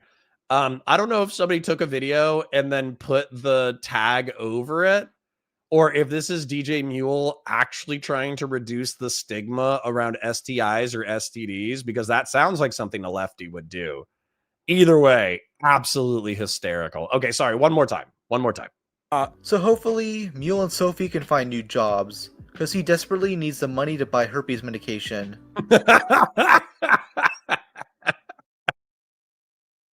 That's an awesome TikTok. And she needs the dough for more cigarettes. Will that actually happen? Nah. DJ Mule will latch onto what's left of his internet career, while spending his free time smoking weed and ordering Uber Eats. Though Bong and stuff says my TBI gives me superpowers. I feel similar about my brain damage. maybe he'll finally take up his true passion of doing sex work, where you get to see his DJ hole for $5 a month. Noah Samson was clearly upset by my original Breadtube video, making not one, not two, but 5 response videos. He didn't bring up any good opposing points, but instead... I honestly think that next to Xander Hall, Noah Samson is the biggest midwit in LeftTube. I genuinely do not think he is a smart person. I think he is average to slightly below average IQ, but I think that he can read and he can regurgitate those arguments, and he's an okay looking guy. Like, no, I'm really not trying to be too gay here, okay? I actually don't like this guy. I think he's a bad person. Noah Samson, YouTuber. I think he makes all sorts of excuses for Hassan Piker. I think he's a huge piece of shit. Also, what was it? I think Doobie is psyoping us, guys. I think Doobie is psyoping us. I think Doobie is pretending to like Hassan Piker to piss me off. I think he's fucking with me. Okay. So anyways, I think the pedo stash is cringe. I think the hair with the split down the middle is cringe. I think this is like the most pedophile aesthetic that you could pick. But look at this picture where he's playing lacrosse. That's a Chad, bro. He's got a thick neck. He's got a decent jawline. He's got nice poofy hair. Like he could be a Chad. I think the pedo stash and the hairstyle actually ruins his aesthetic. Whereas he could have been a jock. He could have been a Chad. He could have been a Chud. But he's like, you know what would be more fun is instead of, beating my girlfriend because I took too much testosterone when I started my amateur MMA career, he's like, instead I'll try to look like a pedophile as much as possible. He's like, there's not a lot of Chads in LeftTube, so I'll adopt the pedophile aesthetic. I'll make soy faces and I'll do lefty video essays. And he's probably made tens of thousands or hundreds of thousands of dollars as a result. So realistically, like the soy face, the pedophile aesthetic, the leftist essays, he made a good business decision. But at what cost? Okay, at what cost? Could have been a Chad, could have been an amateur MMA fighter, and yet now he's adopted the pedo aesthetic and become a leftist video essayist. At what cost did Noah Samson achieve what he achieved?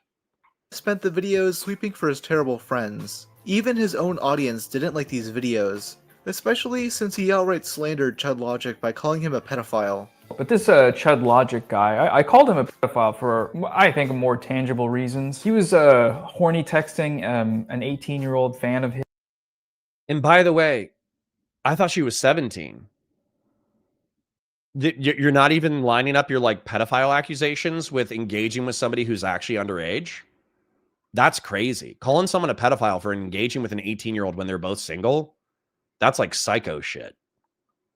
In his Discord. This led to him making a sort of apology video. See, Bud123 came in. I am sore from leg day yesterday. I did a 185-pound squat for 15 reps for my best set yesterday, but it took me a lot of lightweight sets to warm up and not feel stiff. Dude, well, QC John has the grill lit up. You are lifting weights. Between 3 of us, we are almost a complete man. Now we just need to find somebody who isn't emotionally stunted.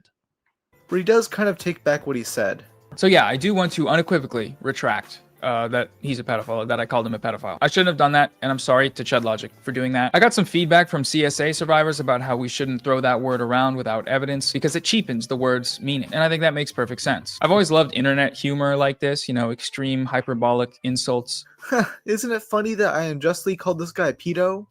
I mean, to be fair, I did say that Noah Samson adopted the pedophile aesthetic. So, I'm not saying he's a pedophile. I don't think Noah Samson has any interest in kids. I'm just saying that if a news report came out saying that this guy was trying to kidnap children from the local park and he had that mustache and that haircut, I would be like, all right, that makes sense. Only stopped this sort of behavior because it led to him getting banned on Twitter, and now he was getting crapped on for it by his own audience, which is rare to see in echo chambers like this. Oh, and shout out to this thumbnail he made, where he blatantly stole Lazy Shell's art and put me next to Vosh, Destiny, and Mutahar. Truly a nightmare blunt rotation. Noah would soon follow in the footsteps of other pussy commentary channels who get into one bad controversy, and claim they're done with drama content for good. To him, it's now a waste of time, as he could be focused on discussing geopolitics. I'm going to have to defend Noah Samson in a moment, and I really don't want to. Grassroots for $20 says, the schizos in chat are a problem. Just imagine if some psychopath came in here every day and advocated for putting literally everyone in prison every day. Right. Right. Imagine if they advocated for that, but they didn't even super chat. That would be crazy. You know, whether it's one big video or chapters, I'd be wasting their time regardless. The content itself is a waste of time. I am sorry though if you feel like your time was wasted. Some of my viewers felt the same way and just sat the series out or unsubscribed, which is totally cool. I get it. I just let the market decide, and the market told me to stop making them. 2 months later, in January 2025, Noah would unlist all of his drama videos and slowly put them back up after both me and Think Before You Sleep called him out for being a pussy. Yet some of his response videos to me are still unlisted, probably because Noah himself knows they suck. I don't think he solely did it. Oh, you guys are saying President Sunday is still around? The original channel got demonetized, right? Little bit of left-wing ban evasion. Well, that's cool. Sunday. Is it like President Sunday Dark or something? What is it? We're back 11/26/25. Support this channel by becoming a patron at patreon.com/whatever. Okay, cool. Listen, this guy, you know, President Sunday, no offense, is a little bit of a schizophrenic. Why nobody understands Deleuze. The Secret Philosophy of Bloodborne 9 days ago. The left doesn't need mercenaries, actually, 4 weeks ago. Okay, he's still grinding. And then in the lives, we got one scheduled for 11/26. That's today. And then it looks like 2 weeks ago, 2 weeks ago, 2 weeks ago, 2 weeks ago, 2 weeks ago, 2 weeks ago, 2 weeks ago. Okay. All right, he's still in the game. I'll subscribe. Welcome back, Mr. Sunday. Because of me, but I'm gonna pretend like it was. In reality, his beef with me was seemingly his final straw after a long string of drama that made him look like a coward. He got owned by Vosh, the horse-fucking pedophile. He privated his video. I'm sorry. Like, listen, I always do like whenever I hear somebody just say like Vosh, the horse effing pedophile, like lots of people say that stuff. I laugh because I always have like a long drawn out description of Vosh. I'm like, listen, Vosh is a bad guy. He's done bad things, but I still think he's rhetorically gifted and charismatic. The debate space would be better if he was in it, but also this, and this, and this are bad. And then Rob's media is just like, yeah, he's a horse fucking pedophile. I love the, you know, why say many word when few word do better? Oh shit, I love that. On Patient Xena, he got destroyed 3 separate times by TBYS, and now he had to apologize for outright slandering someone in order to defend his queen, Lex Updog. Following this, Noah would seemingly go on hiatus for several months, which is mostly— Well, QC John says, am I breaking the tenets of girl hotism by saying that Anna Kasparian is attractive? No. Even my wife said, I like Anna Kasparian. And I was like, she's kind of a schizo. And it's like, yeah, but she's pretty. You know, even my wife said that Anna Kasparian is pretty. Anonymous Chatter for 5 says, 6-pack fund, I'll be there in spirit. Thank you, King. Thank you. due to his laziness. This guy has announced a shit ton of projects he never bothered making, such as a 6 response video to me. Anyways, that's it for today. We will continue with this series later, but in the meantime, look out for some actually good videos, in my opinion. I think they'll be good. A proper response to TBYS's 2-hour takedown video. I'm happy to go into the reasons why I haven't responded to that yet, if that's of interest to people, but also I'm I'm gonna get to it. It's a feature-length film, okay? I'm not a filmmaker. I don't do that shit. What I'm probably gonna end up doing is breaking it up into point-by-point chunks or something like that, as I've done with this other video from that guy Rob. A video defending Eden Riley, formerly known as Ethan is Online. I think that's another crazy creator, Eden, who was dating the Lex Updog, who was a part of the Super Mega Drama. Let me break this down for you real quick. So let me read the super chat, then break it down for you real quick. Anonymous chatter for 20. Thank you, King. To make it an honest six-pack fun, forgot you drink Guinness. Do you know how Guinness Brewery is older than America? No, I figured. It's like a Northern Irish brewery, right? The Guinness Book of World Records. So somebody correct me if this lore is inaccurate. What was happening is, for those of you who have been to bars lots of times, people talk smack about bars. Right? They say, oh, this person did this person did that. And then people will be like, no, they didn't. This person did it better. This person did it better.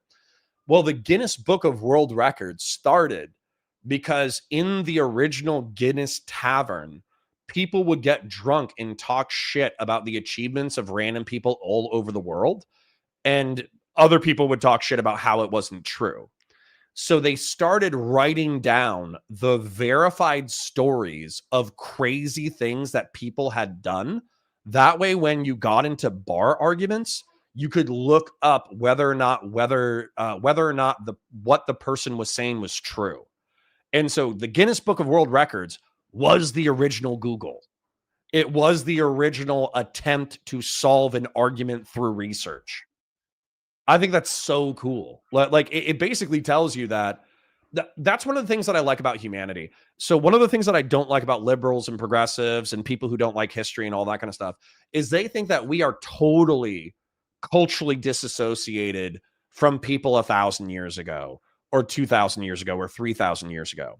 But then you find like Roman rocks that are used by slingers. So guys who throw slings, they throw rocks at like 100 miles an hour that crack people's skulls.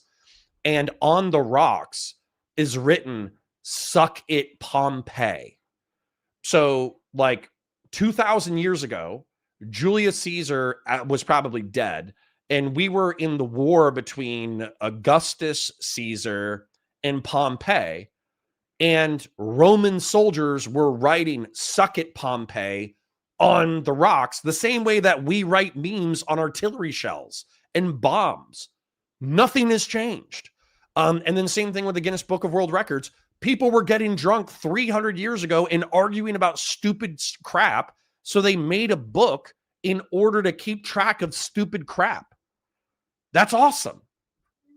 That's awesome. It means that you're a part of a long chain of human beings doing crazy shit. I felt like there was something else I wanted to say, but I totally forgot it. I'm not even going to pretend to try to get it back in my brain. Moving on. Probably do a separate video called "In Defense of Ethan is Online," because regardless of what you personally think of a guy, I feel like the amount of backlash he's received is very much not proportional to the crimes in question, at least from what I've seen, such as examples such as this. And Noah still hasn't released a single episode of the Touchgrass podcast, which he filmed over a year ago at VidCon 2024. A Cheeto, who was supposed to be a guest on the show, even confronted him about it on stream, to which he said he was still putting it together. You see, all these projects were beneath him now. Noah is done with the drama. That's why he's now focused on drama videos. This is where I have to defend Noah Sampson. Well, QC John gifted 5 Valor Media Network memberships. Thank you, King. I'm caught up to this donation, and then Grassroots gifted 5. So Grassroots, thank you for the 5 gifted. Well, QC John, thank you for the 5 gifted. Thank you to Anonymous Chatter for the 20. Thank you, Anonymous Chatter, for the 5. Thank you, Grassroots, for the 20. Thank you, Christian Valeris, for the 50. Thank you, Well QC John, for the 20. Thank you, Grassroots, for the 10. Thank you, Fell Runner, for the 5. Seriously, guys, like we're such a small community, and you guys are so generous. Thank you, thank you, thank you, thank you. I cannot thank you enough. Just preemptively, while we're at it, just preemptively defending Noah Sampson. I told you guys this when this channel first started. Like the stream, share it with your friends, engage with chat, super chats if you got them, memberships if you got them. I told you that. But the other thing that I told you is that Eleanor Roosevelt has this great quote, which is, great minds talk about ideas, average minds talk about events, and small minds talk about people. But the truth is that most people, and even I to some degree, love drama. If we love large ideas, we love large ideas contextualized in the battle of personalities. If we love current events, we love current events contextualized within the battle of personalities. And then we probably just love the battle of personalities. And I think everybody does to some degree. So I think that Rob is being overly critical, where he's saying like, oh, you thought you were too good for drama content, and yet you're trying to root complex geopolitical events and ideas into drama for additional viewership. Guess what?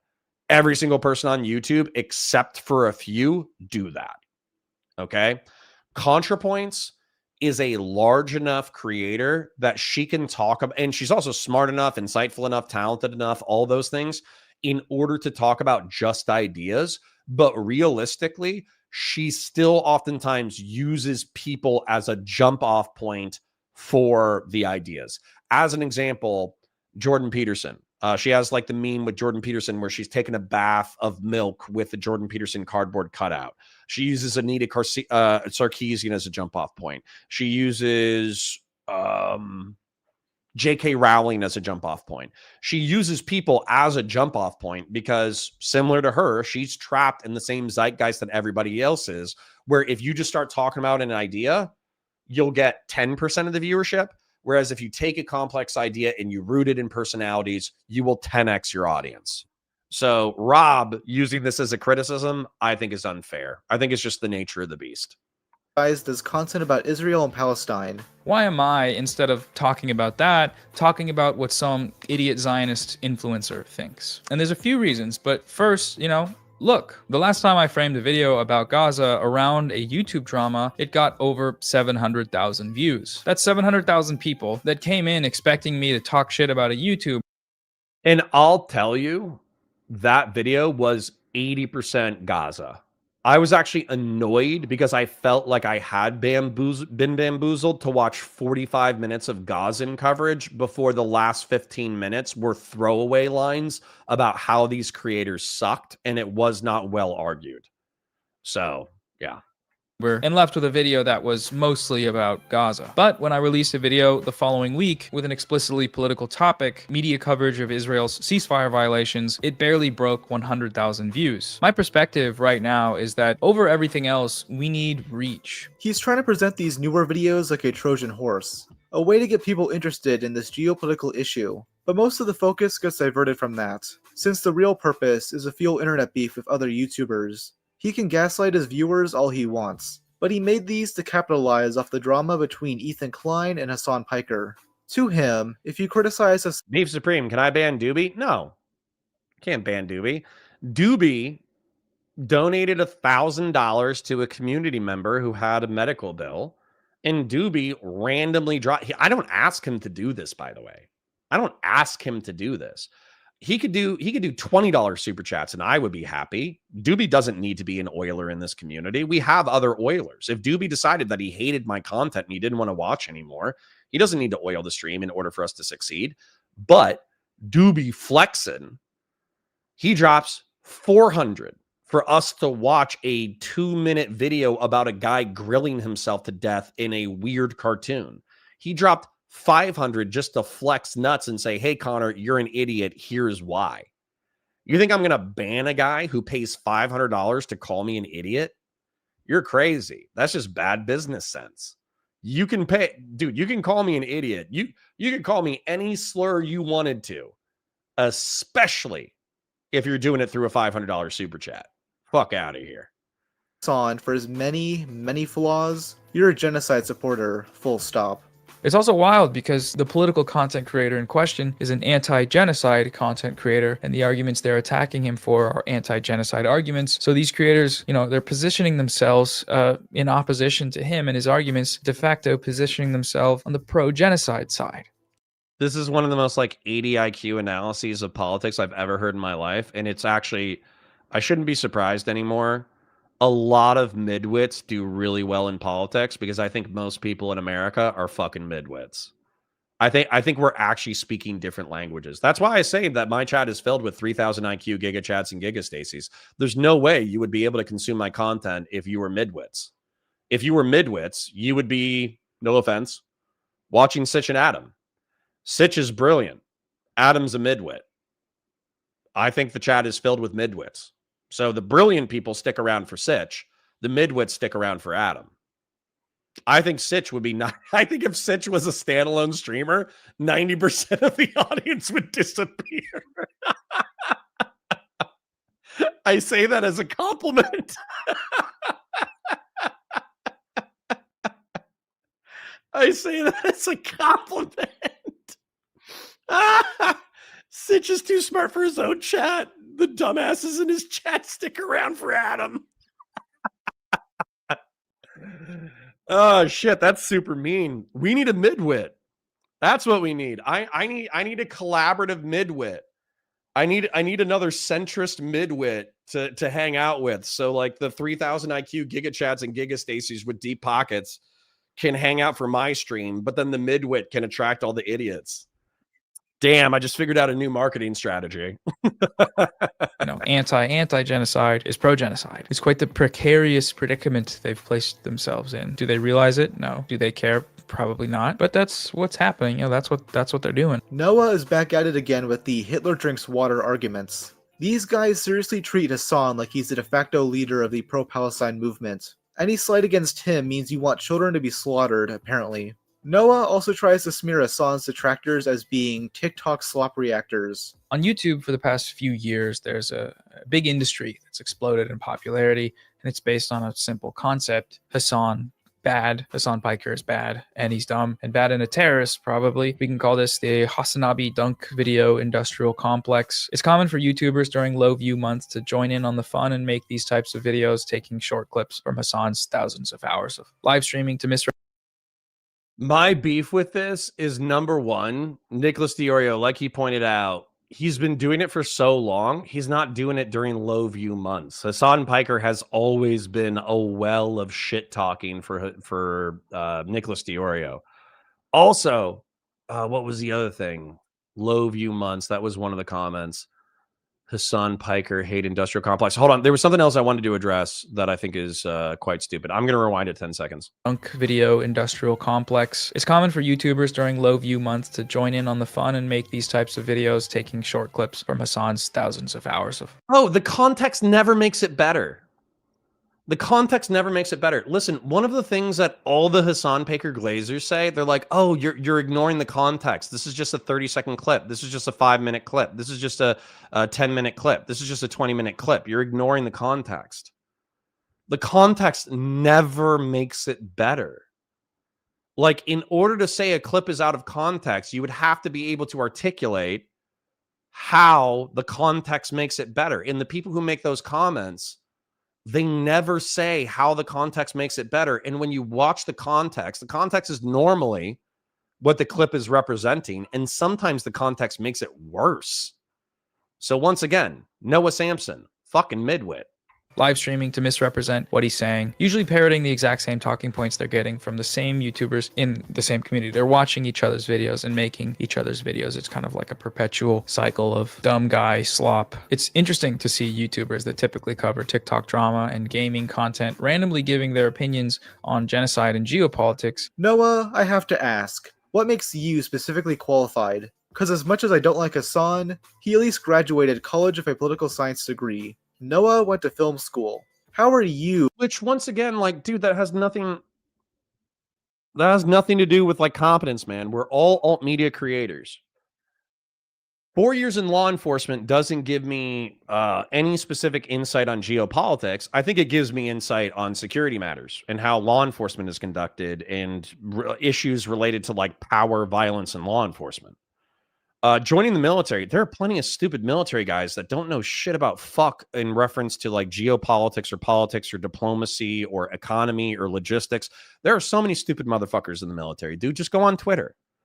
Half of it are veterans who can't find countries on a map who feel perfectly equipped to give geopolitical analyses. That's like half of Vet Bro Twitter. So once again, we're all amateur dickheads with some degree of credentials, some better than others, but even credentialed people are very often pridefully incorrect about topics. The question is whether or not like you can root your arguments in something substantial. If you want to say that Noah Samson doesn't root his arguments in anything substantial, I think that's a decent critique. But I don't think you need to go after his credentials for that. What is Destiny's credentials? Destiny actually has no credentials. Destiny reads. Destiny reads books. I don't think Destiny passed college. I think he dropped out of college. I think he has maybe an associate's. He might not even have an associate's. Steven has no formal credentials. And yet some people respect his opinion because he's a voracious reader. He's a decent researcher and he's an excellent debater. That's why people respect him. Sometimes. A lot of people don't respect his personal life, including me. But that's why if Steven made a splash in Twitch and YouTube politics and mainstream politics debates, it's because of what I just said. Who qualified to talk about this stuff and not these guys. You also make TikTok reaction content and get into scuffles of other creators. The only difference here is I guess if the main point of what he's saying is that Noah Samson is criticizing low effort, low IQ content, but he's constantly participating in it, that's fine. That's like a decent appeal to hypocrisy. But at the same time, I don't like the fact that he's ignoring that this is the game. This just is the game. Noah likes to put himself up on a pedestal and morally grandstand. He's essentially using the moral weight of the genocide in Gaza to go after anyone who mocks Daddy Hassan, yet he frames everyone else as being moral grandstanders. I love Slop, dude. I love Slop Tube. I love all the just... Bud123 says, I don't have any company this Thanksgiving, but I got a 10-pound, $10 turkey from Costco, and I plan on cooking it up and making a cranberry, blueberry, applesauce, and making mashed potatoes. Dude, Bud123, make enough mashed potatoes that you have meals for the whole week. Also get King's Hawaiian bread, okay? Maybe you're not a carb guy. I don't know if you can tell. I'm a huge carb guy. I love King's Hawaiian bread. And what you do is you take the turkey, all right, especially all the white meat, you turn the King's Hawaiian rolls into sliders. And for the rest of the week, if you want to add cheese, I would recommend Swiss. But basically, if you don't want cheese, just do King's Hawaiian roll on the bottom because they are little sandwich buns. Pop it open, throw all the turkey meat in there, close it, put the King's Hawaiian roll on top, dip it in some kind of mustard, some kind of honey mustard, something like that. Oh my God, dude. I am not a huge fan of turkeys. I'm not a huge fan of turkey in general, but lightly salted turkey in a King's Hawaiian slider dipped into honey mustard is banging ass food, dude. You could, ooh, I can taste it now. It's like garbage videos that are totally, garbage videos that mean absolutely nothing, just like funnel them straight into my feed. That's fine with me. The problem is like the slop tubers who like all they do is cover this stuff and then they're like, actually, I am an intellectual genius and I'm going to cover all of these topics, even though I've never studied any of them or read anything about them or even know anything about any of these regions. Okay, great. Yeah, prefacing a video with, I'm a dumb, big idiot baby, but here's what I think about it. Really serious, grave, important topic. Yeah, man, don't do that. Just listen to the first thing you said and act accordingly. And then everyone will be okay. He says this as if Hassan doesn't use the same tactic of making himself seem like an idiot. Here's why this is actually an abject failure, and this is not just my perspective on the matter. I'm just a dumb idiot with a Twitch stream who is live reacting to the news and trying to make sense of everything. Ethan and Mudahar. I don't think that is true about Pompeii. I think it's true. Suck it, Pompeii, found on rocks.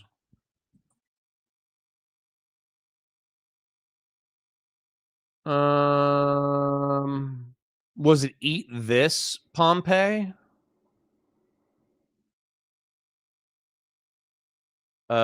Pompeii, eat this rocks.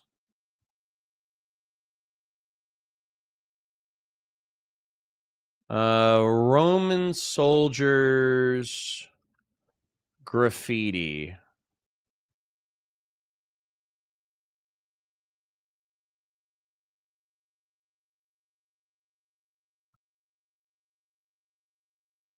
Nestled in the picture of Northumberland countryside, Vindalinda with its fort, blah, blah, blah, blah, blah. Dearest sister. Secundundus, the shitter. Oh, that's funny. They made poop graffiti to label where the toilet was.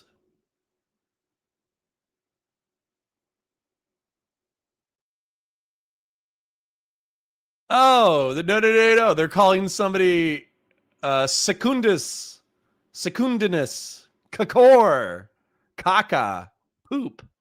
So they were calling some guy in their city a piece of poop. Oh, that's awesome. Hold on. Roman soldier, sling, rock, maybe graffiti? Sling bullets. Okay. Oh, well, hold on. This gets the vibe, okay? So maybe it wasn't catch Pompeii. But some ancient sling bullets excavated from the city of Athens, Greece, were inscribed with the word dexai, which translates to catch. Okay, so it might have been messages on missile slings. Sure, you can track all my shit. In the vicinity of the current city of Perugia, central Italy, in the center itself, numerous missiles up to these little lead nuggets gave us information about what the psychological fight was like in ancient Rome. In 41 BC, Lucius Antony, brother of Mark Antony, together with his brother's wife Fulvia, took refuge in Perugia from the coming army of Gaius Octavian. During the siege, an enormous number of lead shells were ejected from the slingshot. Interestingly, many of them had engraved short information for the enemy. However, this is not unusual since such an element of the psychological game was already used in ancient Greece. Among other things, Greek bullets found inscriptions of "Got you, ouch." In turn, during the War of Rome in 90 to 88 BC, engravings were found for Pompey's backside or take that. Listen, man, I might have screwed up. Here's some other ones. You're done for, Lucius Antonius, you baldy. I seek Octavian's ass. I seek Fulvia's clitoris. So yeah, man, I'm just going to stand by the fact that they engraved slings with insults. I stand by that statement. Who Noah has labeled genocide supporters, are currently trying to sue him for defamation. Now, I'm very iffy on this lawsuit because I feel like it would be very hard to prove that in court, and Noah could argue that it's an opinion of his, but at the same time, I don't have any sympathy for Noah. This dude has spent years lying and spreading false narratives against people he doesn't like, and is clearly calling these guys genocide supporters so he can justify violence against them. People living in the West have the most power over anyone else in the world to stop the genocide. We are living in the belly of the beast. We have direct geographical, physical access to the politicians, the propagandists, the weapons companies, and the supply chains that are facilitating this genocide. Protesting is great. We should keep doing that. But also, I feel like we have to be honest with ourselves. 17 months in, and what is protesting actually accomplished? Raising awareness, sure. Divestment, yeah, in some places. But really, politically, materially, nothing. Israel just killed the most children in its history in a single night with total impunity, with a deafening silence among the Western media. If we want this genocide to stop, it's time to escalate.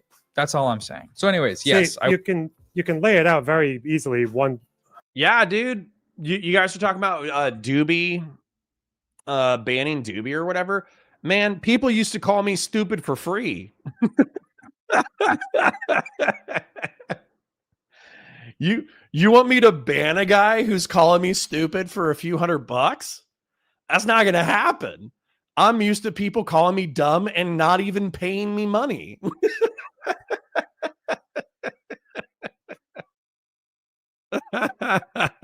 You have to understand how great this is. I used to get called stupid. I still get called stupid. But now I'm getting paid to be called stupid. Sentence at a time.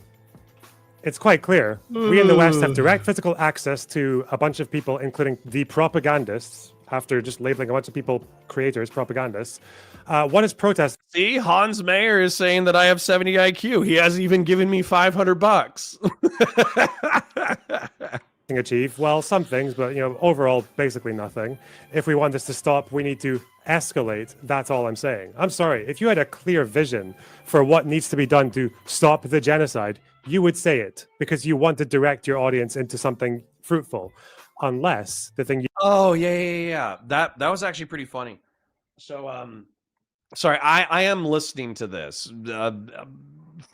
This is the thing where I think you're right to hate Noah Samson. Noah Samson effectively called for terrorism. He said, we have direct physical access to the politicians, military industrial complex, weapons companies, etc., in the United States and the Western world who are participating in the genocide. Therefore, we need to escalate past protests. That at minimum is calling for, like vandalism, physical assault, blowing up buildings, all that kind of stuff. That's at minimum. At maximum, it's actually calling for murder. So Noah Samson calling for his members of his audience to commit like capital crimes, I think is fucking crazy, but that's okay. But Jung Anarch says, not me. I'm 85 IQ, not understanding the breakfast question maxing. Sorry, man. I'm Arsler maxing. It's all good. What was so funny during the debate is somebody was like, how would Connor feel if he didn't have breakfast this morning? And I was like, I actually didn't have breakfast this morning and I was hungry. And then, what was it? Andrew Wilson like put his head in his hands. And I was like, dude, I know what a hypothetical is. Like I'm being sarcastic. Like, chill out, bro. I am capable of understanding hypotheticals and participating in hypotheticals. Okay? Relax. You want your audience to do is against TOS, criminal, violent, etc. He's calling for people to do something that he is too cowardly to say himself. He's calling for people to do dirty work for him. That's what this is. It is unambiguously a call for violence, okay? I'm sorry. And he doesn't want to spoil his cute little life. He doesn't want to fuck his income and ruin the little cushy career that he's got a hold of. He doesn't want to do that. He wants other people to fuck up their lives and get thrown in jail or whatever else for him. He wants other people to be Luigi or fucking, what's his face? Aaron Bushnell or whoever else. This guy is such a pussy, man. He quickly edited that part out of his video, but we can all see what he's trying to do here. He wants his audience to do his dirty work for him, yet hides under plausible deniability when called out for it. Yes, I did know has repeatedly made calls to violence and multiple protesting isn't enough. Bye. No, I'm scared. Oh, I'm scared. YouTube video scared me. No. I think that was like the cringest, lamest possible reaction you had. He's trying to minimize what he did, and he's not actually admitting what he did. Listen, man, if you call for crimes that are arguably capital crimes within a society, you can't say, ooh, woo, it's just a YouTube video, because then that feels disingenuous. Then it feels like you didn't mean it. At least when you said it with your chest and then you took it down because it's a terms of service violation, then we could be like, okay, Noah Samson believes that this is so serious that people should be willing to commit crimes in order to do something moral but illegal. This feels like you're trying to have it both ways, where you originally put out your chest, then you hid that you put out your chest. Now you're pretending that you didn't say what you said. That feels weak. That feels super weak. And I hope he lost. Like, I hope anybody who saw those like series of clips of him calling for terrorism, him taking it down, and then him minimizing what he actually did, I hope they lose respect for the man, because that was crazy. That's crazy. At least say it with your chest. And that sentiment, though, is 1,000% true. Protesting isn't enough. Fell runner. Actually, unironically, Hassan is based and has deep insight, unironically, in a lot of different spaces. And like, Kaya, place. This is why I read my chat. This is why I read my chat. Oftentimes, my chat is more funny than the content we're consuming. Bro, just own up to it, you fucking pansy. Yet apparently I'm supposed to feel bad for this guy when he gets financially butt-fucked in court. Noah seems to think this. Destiny reads Wikipedia and emails. Most people don't even read Wikipedia, Badusai. Most people don't even bother with the Wikipedia. This lawsuit is a bluff, though. Ann has continued to make videos on Ethan. Despite Fatsimo, what's the evidence of Desi being a reader again? When I was at the event in Cincinnati, he did talk to people. He talked a little bit or whatever, but he was distracted. He was prepping for the Israel debate with the guy who called him Mr. Boricelli. And he basically had like a book in his hand at every single individual free moment. He was in a room filled with like 40 people that all wanted to talk to him. And he would talk to them when they walked up and interrupted him. But seriously, he was like staring at the book, speed reading it as quickly as possible. all of the threats from these guys, as I said at the outset, I haven't been sued yet. It's been over 3 weeks since the retraction deadline, and as you may see on my channel, the video is still up. Here's a clip of the last time Ethan even mentioned it, which was over 2 weeks ago. Noah Sampson. Fuck you.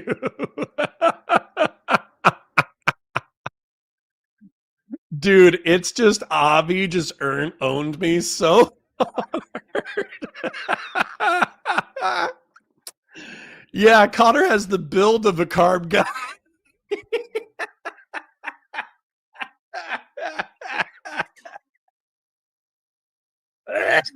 Oh man, if I hadn't said it first, my feelings would be hurt.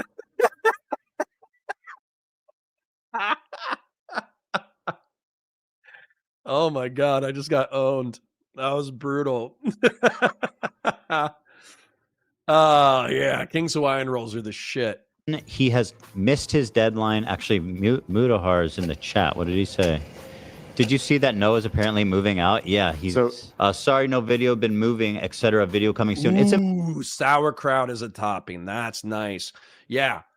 So probably half-inch, quarter-inch slices of white turkey meat, sauerkraut on top, slider bread, eat it quickly so the top part of the roll doesn't get like wet. That would be good. You know, it'd be good too. Pickled onions. Pickled onions, man. If you did bottom layer, bread, turkey, Swiss, pickled onions, top layer of bread dipped in the honey mustard, that shit would slap. Patriarch says, I never understood the American fascination with turkey. Number one, we only eat it on occasion. We really seriously only eat turkeys once a year. Sometimes we eat turkeys as like a routine meal, but it's not very common. It's a common like a deli meat, but it's very bland. So a lot of people don't like turkey meat. Oftentimes you have to season turkey meat to make it any level of good. The reason why we're obsessed with it with Thanksgiving is because that's what our colonists were eating when they first came over. And also, weirdly enough, chickens are great and they taste great, but the turkey is just a giant chicken. So in my opinion, the meat quality is not as good, but it obviously produces more meat. amazing how nobody wants to respond to me. Everybody goes cold feet. If you're going to level an attack against me, the least you could do is respond. God, I love this, man. Why won't you play with me? Why does no one want to play with me? The most likely reason this guy hasn't been served is because Ethan has been busy with other lawsuits, and because Noah... Ooh, sorry, I'm interrupting the show for Turkey Talk. Anonymous Chatter says, if you want the next level of gluttony, make the Thanksgiving Manhattan. Roll on bottom, layer mashed potatoes, turkey, covered in gravy, eaten with a fork and knife. Nice. I like my pickled onions better, but yeah, that sounds like a banger too. Has been moving. If you're wondering where I've been, there's a few reasons I haven't really been able to post much. I've had some... Isn't Thanksgiving a pretty controversial holiday? Yeah, amongst progressives. No normie American cares about Thanksgiving. No conservative cares about Thanksgiving, okay? Listen, real quick, okay? We're going to do some indigenous people's Holocaust denial. We're going to do some Native American Holocaust denial real quick. Thanksgiving art, okay? So what was going on is that the early pilgrims, the early settlers of the United States of America, they were doing poorly, and Squanto, a Native American who I think had learned English and traveled to the UK prior to him meeting the settlers, he met them and he taught them how to do agriculture in this territory because the locals were starving. They were doing terribly. And so he taught the locals how to do agriculture. And then since he was effectively an interpreter, he invited the local Native American tribe. I don't even know if this is true, but who knows? But he invited the local Native American tribe so the Native Americans and the colonists could have a meal together, a banquet together, and share in the bounty of that year's harvest. And so they did. And then so effectively it's a harvest. It's a harvest festival where you celebrate a bountiful year and the fall turning into the winter. And then it's good for colonist Americans. It's good for colonizing Americans because it's one of the times that we were nice to Native Americans. But I also just want to tell you, if you're unfamiliar with European colonial history in the Americas, we very oftentimes had Native American allies. And that doesn't mean that we treated our allies well. That's not what I'm saying. But oftentimes the Native Americans had beefs with each other and they had beefs with the colonists. So for instance, the French allied with certain Native American tribes in order to fight the English. The English allied with certain Native American tribes in order to fight the French.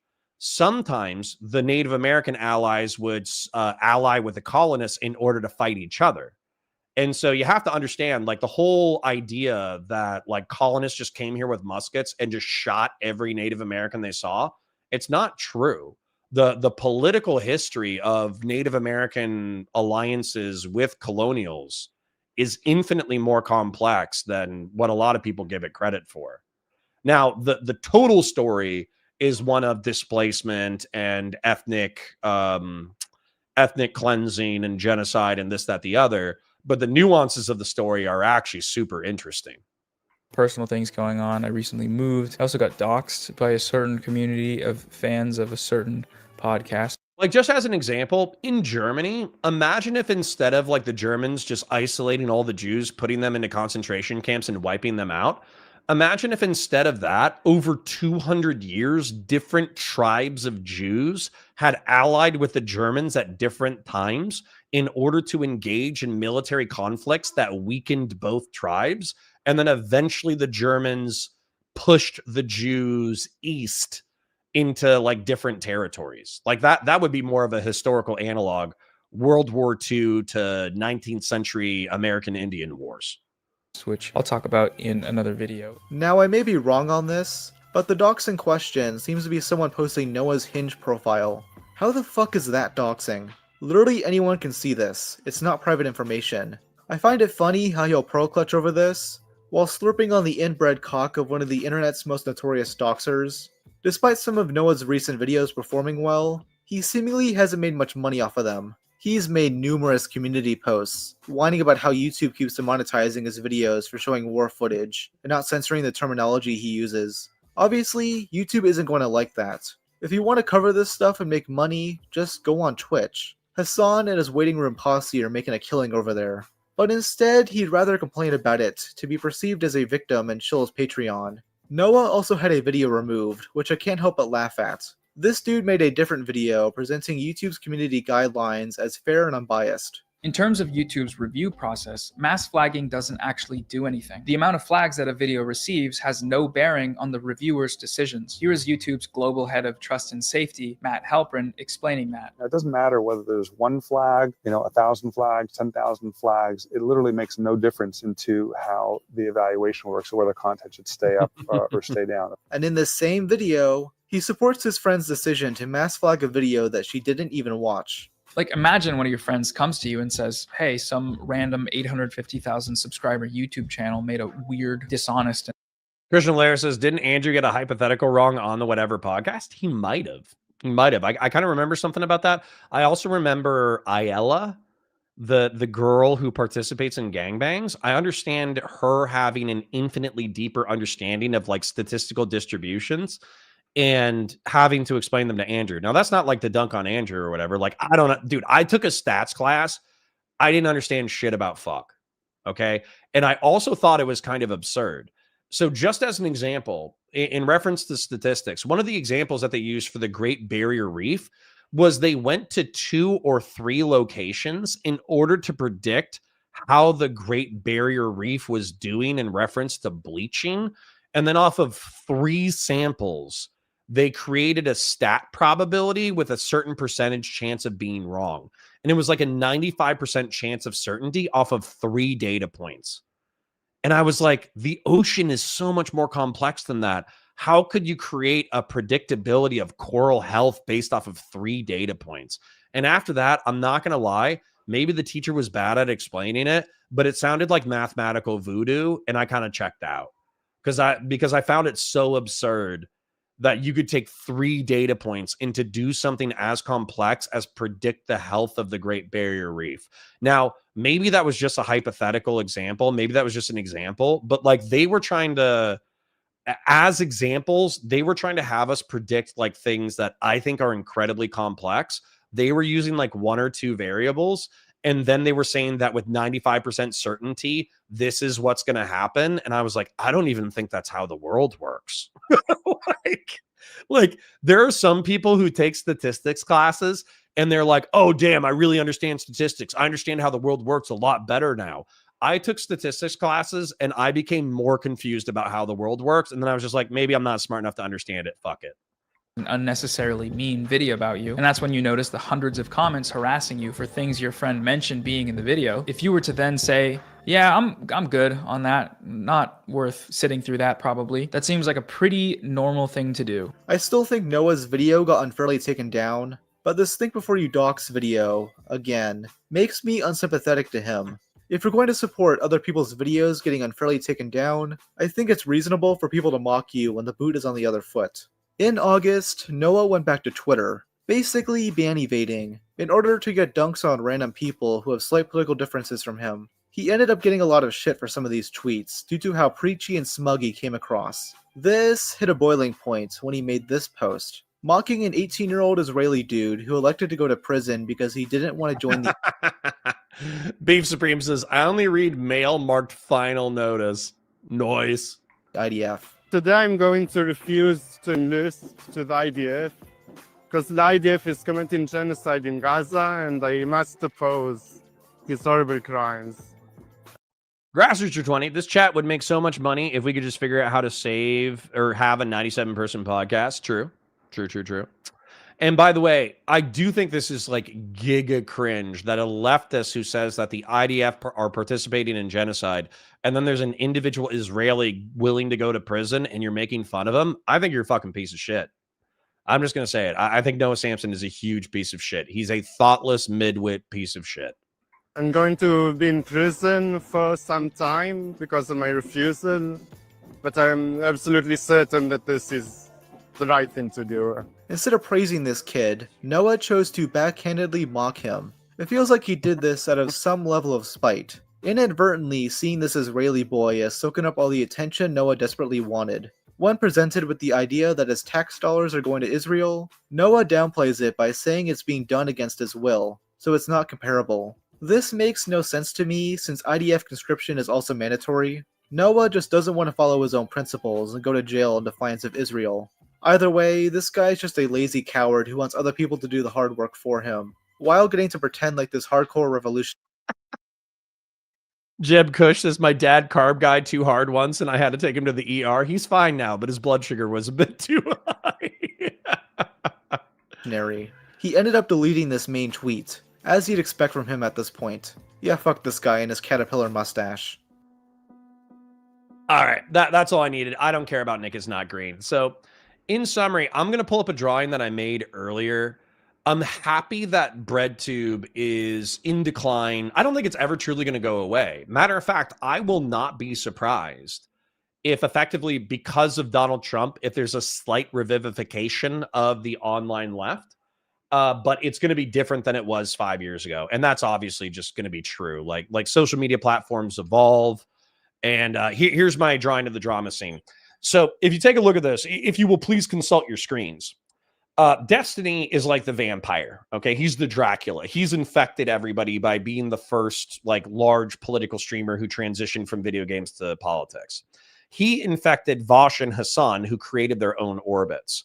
Bad Bunny, Kira Chats, who was mentioned during the DJ Mule thing because she was in the Red Planet podcast, she's a total psycho lunatic. She used to be a chud. She used to say slurs. She used to do this. She used to do that. And then she became a hardcore leftist. And I think she actually got banned from Twitch for advocating for Hezbollah and Hamas and wearing a keffiyeh on stream. Total psycho. But she's banned. I think she's doing OnlyFans and she got a new job and she's not even online anymore. Although she did have a really funny impact on Twitch and YouTube politics for a while. Mike from PA is a Hassan orbiter, used to debate Destiny. That's kind of why I did the line, because he wasn't really a Destiny orbiter. He was like a Destiny heel. He was like a villain. And so he became a Hassan Piker waiting room, as did Frogan, as did Denims. And then Denims and Steven talked about hooking up, but they never hooked up. And she used to be a Destiny orbiter before she became a Hassan Piker orbiter. Hassan Piker being, of course, like the biggest, largest, most garbage left-wing streamer on the planet. Now, Vosh carved off his own orbit as well. And I would say Xander Hall and Demon Mama were his main orbiters. But what happened is Demon Mama, she's a polyamorous trans gal. She had a member of her polycule who engaged in lurid behavior with a teenager. Not anything physical, but just like DMs. And as a result of that drama, and also she never really became that big of a streamer or that big of a content creator. And as a result, she dropped from the scene. I think the last content that I've seen her upload was like a year and a half ago, 2 years ago. She's gone. And then same thing with, same thing with Xander Hall. Xander Hall got in trouble for attacking Shoe on Head. He got in trouble for attacking Keffels. And then ultimately he attacked Vosh, but very tepidly. He just wanted to engage in a debate.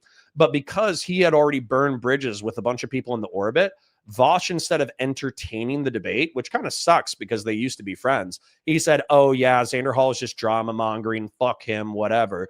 And they burned the bridge. So now Xander Hall is off on an island by himself, barely surviving. Xander Hall, in reference to Cherry is an editor. That was the person that he was arguing with when Cherry messed up his direct deposit for PV checks, and that screwed up his finances. So he freaked out on her, which is part of why people didn't like him within the left-wing orbit. And then Keffels, of course, which we watched today, kind of a Vosh orbiter, but realistically, she did her own thing a majority of the time. And she did stream, and I think she got okay numbers. I think she got 500 to 1,000 at her peak. And she used to do drama streams. She used to do political streams. But what ended up happening was in the political arena and the drama arena, she couldn't stand the heat. So she got out of the kitchen. So she lost 90% of her audience. And then when the GoFundMe stuff came to light, where she had probably misspent 70 to 80% of the GoFundMe funds, there was just no coming back from that. And so she's kind of destroyed, gone, just, and Vosh is the only person who's there. But obviously he's taken substantive reputational damage due to his personal proclivities. I did draw Hunter Avlone on here with kind of like a fractious orbit to Vosh, because Hunter Avlone used to be a conservative creator who did like skit comedy stuff. But what ended up happening was he had a political awakening where he was like, damn, Trump sucks and MAGA sucks and conservatives suck. I'm going to become a lefty now. And he had like 3 or 4 conversations with Vosh where he seemed to jump super far left, and then he jumped back center left. According to somebody in chat, I forget who it was, but they said that he works for Occupy Democrats now, where he's probably employed by Occupy Democrats. And I'm not trying to embarrass Hunter. I like Hunter on a personal level. But one of the craziest dramas that ever happened in Twitch and YouTube politics was Hunter Avlone and his ex-wife have kids, Carissa Avlone. I actually have a debate with her about centrism on this channel. You could literally check like centrist debate. And Layman, a Canadian guy, is hosting it. Carissa Avlone is on the panel. Carissa Avlone and Hunter Avlone were splitting. In order to financially support her split, Carissa Avlone started talking to a amateur porn producer. I forget the guy's name, but it's a black gentleman out of the state of Texas. And she started talking to him, and she started talking about, she created an OnlyFans, which eventually got found out, but she was talking about doing like super hardcore stuff. Since this is a family show, I'm not going to talk about the hardcore stuff, but it is gross. And basically, a lot of people gave Hunter flack around that time because they were like, dude, you went from a conservative to a liberal progressive lefty, and then your wife leaves you for a black pornography producer and your family falls apart. How do you not think these things are correlated? Of course, it's infinitely more complicated than that, but that's what people were saying at the time. Then also Hunter Avalon started dating a new girl. She's super cute. If he doesn't marry her, I think he's an idiot. But the new girl had a jealous ex-boyfriend that almost murdered them both. I'm not kidding. I'm not kidding when I say murder. Hunter Avalon was talking smack to the ex-boyfriend because he was kind of stalkery. Ex-boyfriend shows up with a shotgun. They see him when they're walking out to the parking lot, and he's walking up with a shotgun. The girlfriend puts herself physically in front of the guy. They retreat to a hallway that has a glass door that's lockable. The guy shoots through the door in order to break the glass so he can get into the hallway, and a BB hits her in the leg, like a buckshot BB hits her in the leg, and she starts bleeding. They run back upstairs to, I think, their second-story apartment. They lock the door. They go out onto the balcony, and they're getting ready to jump off the balcony while the guy's trying to kick in the door. Well, the cops show up. They get into a gunfight with the guy, and the guy either dies from cop bullets or he commits suicide. Totally psycho. And also, there's a video of Hunter Avalon and the new girlfriend on the balcony getting ready to jump because they almost just got murdered.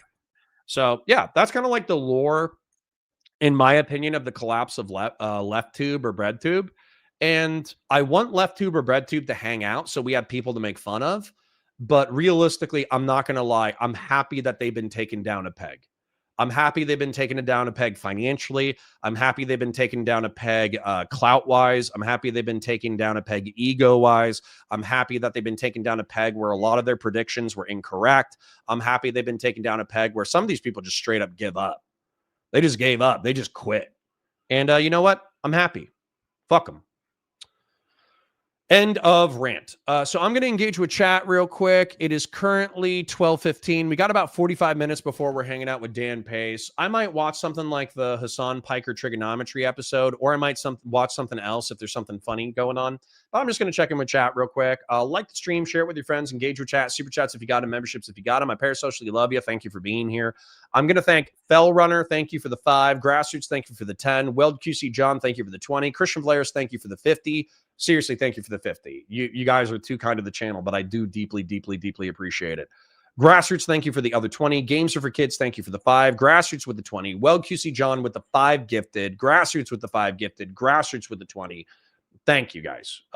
We're a small community. We're only 100 to 150 viewers. I want to grow the community. I need to think about marketing. I need to think about how we get ourselves out there in order to grow the community. But I couldn't do this without you and your guys' constant and reliable financial support is through the roof, blows my mind, and I'm so happy and grateful. Thank you.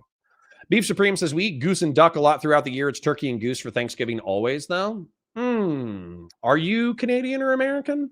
I don't eat a lot of goose. I don't know a lot of people who eat goose. That's kind of weird.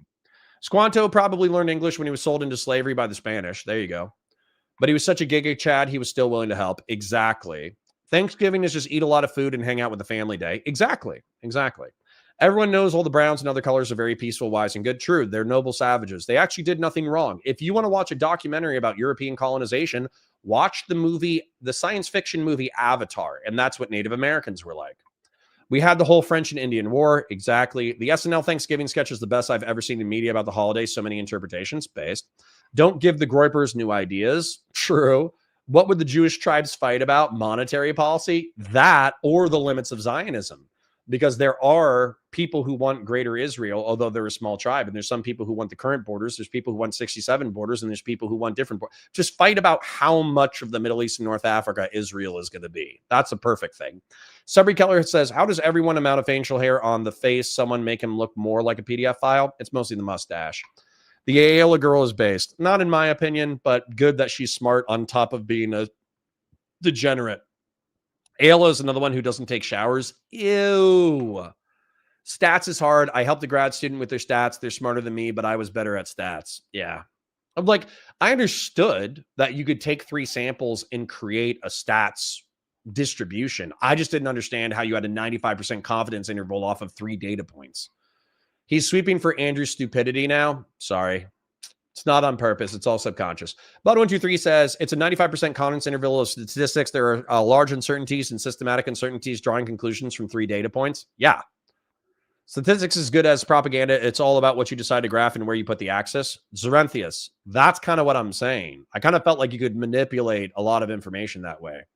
Subry Keller says the 3 data points were used to figure out the rate of bleaching, not the probability of bleaching. They were looking for the change in time, not the health of the whole. La-di-da, you're smarter than me. Oh, my God. All right, I'm going to scroll to the bottom. So if I missed anything you said, my apologies. But there's a lot of activity in chat. I do want to check out what you guys said towards the end, though, because that would have been funny. Soldier in Guinea-Bissau have seized the government, leading to the question of where is Guinea-Bissau? Agreed. Why would you virulently attack Shoe on Head, who think of her what you might? It's just super nice, and then cuddle up the Bosch. Lol. I know. This Jeb Kush says this is Hans of Akir erasure. He had a legendary debate with Demon Mama that made me laugh so hard my sides hurt. True. I do miss Hans as well. I do miss Hans. Layman, a base Canadian. True. Touche. The piss gangbang. You said it, not me. Yo, says the other guy. Hey, what's up, man? You just missed some of the drama content, but we'll move into something else. How many channels does Connor have? 4. 4 right now. I have Counterpoints 40K, Counterpoint Sci-Fi, Counterpoint Star Wars, Counterpoints Politics, and then I also work for Valor Media Network. So yeah. Valor Media Network is like an amalgamation channel that has half a dozen creators, but I stream here 4 days out of the week. Hosbar says Avalon stopped being taken seriously with all the Clarissa stuff, right? Like that's when people stopped listening to him entirely. If you look at his home channel, yeah, his viewership on the home channel dropped by 90 to 95%. I think he had a lot of dead subs because so many of them were like MAGA conservatives. But yeah, I would say 90 to 95% of his audience dipped out after in general, but also probably additionally because of the Carissa stuff. Zaya says, I was always a huge Avalon, Hunter Avalon hater, but that man has had a rough life. The apartment they were living in almost got murdered too. Yeah. Yep. Goose is expensive. I don't think I would ever eat a goose. They're beautiful animals. I would only eat a goose if I was super, super, super hungry. Arabs can keep the desert. I mean, it's the Eastern Mediterranean. So are you going to take the coast? Goose and duck is rather good price in Ohio. I also couldn't eat a duck. I think ducks are super cute. Glad to have so much activity lately that you're having to skip through chat. Yeah. Yeah. Most of the time my chat's popping off because, like I said, I got 3,000 IQ giga chats and giga Stacies. But also they're disproportionately generous and disproportionately smart and employed. Azurai says, Valor, if you could revive 3 debate streamers back into the debate sphere, who would it be? Rose Wrist,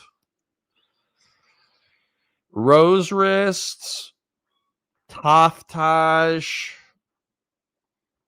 and Vosh. And it's not because I like Vosh, by the way. As a matter of fact, let me answer this more selfishly. Is there anybody big? Is there anybody big who's left that I would want back? Okay, so if I'm thinking purely from a business standpoint, it would be Sargon of Akkad and Vosh. Those are the 2 that I would bring back into the debate sphere. Oh, and Lauren. Yep. Lauren, Vosh, and Sargon, I would revive their careers and put them back into the debate scene.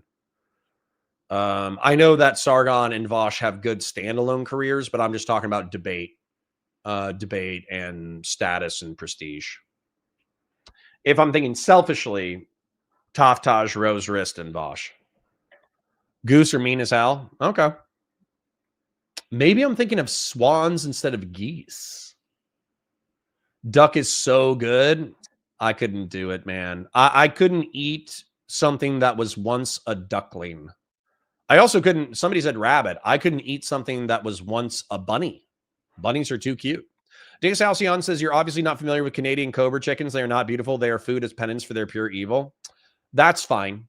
That's fine. I was thinking of swans anyways. I was thinking of swans. I thought you guys were eating swans because I'm an idiot and I don't live up north. And so I don't have a lot of geese and I don't have a lot of swans. We do have a lot of swans. We don't have a lot of geese. Not to derail too hard, but with Trump presidencies becoming more and more lame duck and the splintering of the intellectual monolith beginning, do you see the GOP power players? Not yet. Not yet. It's not fractured enough to know who's going to come out on top.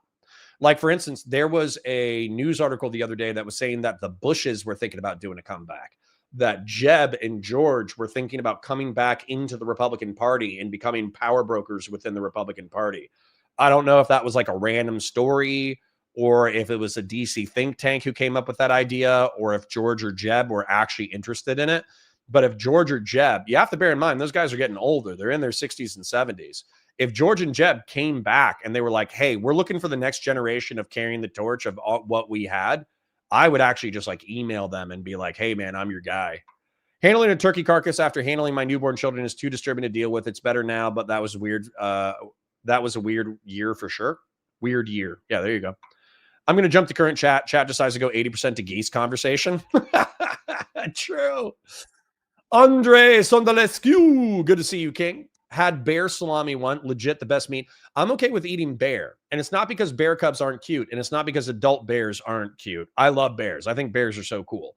But apparently with grizzlies in particular, with brown bear in particular, if you let the males get over 1,000 pounds, they become so powerful that nobody can take them down. No other bear can take down a 1,200 pound bear, except for another 1,200 pound bear.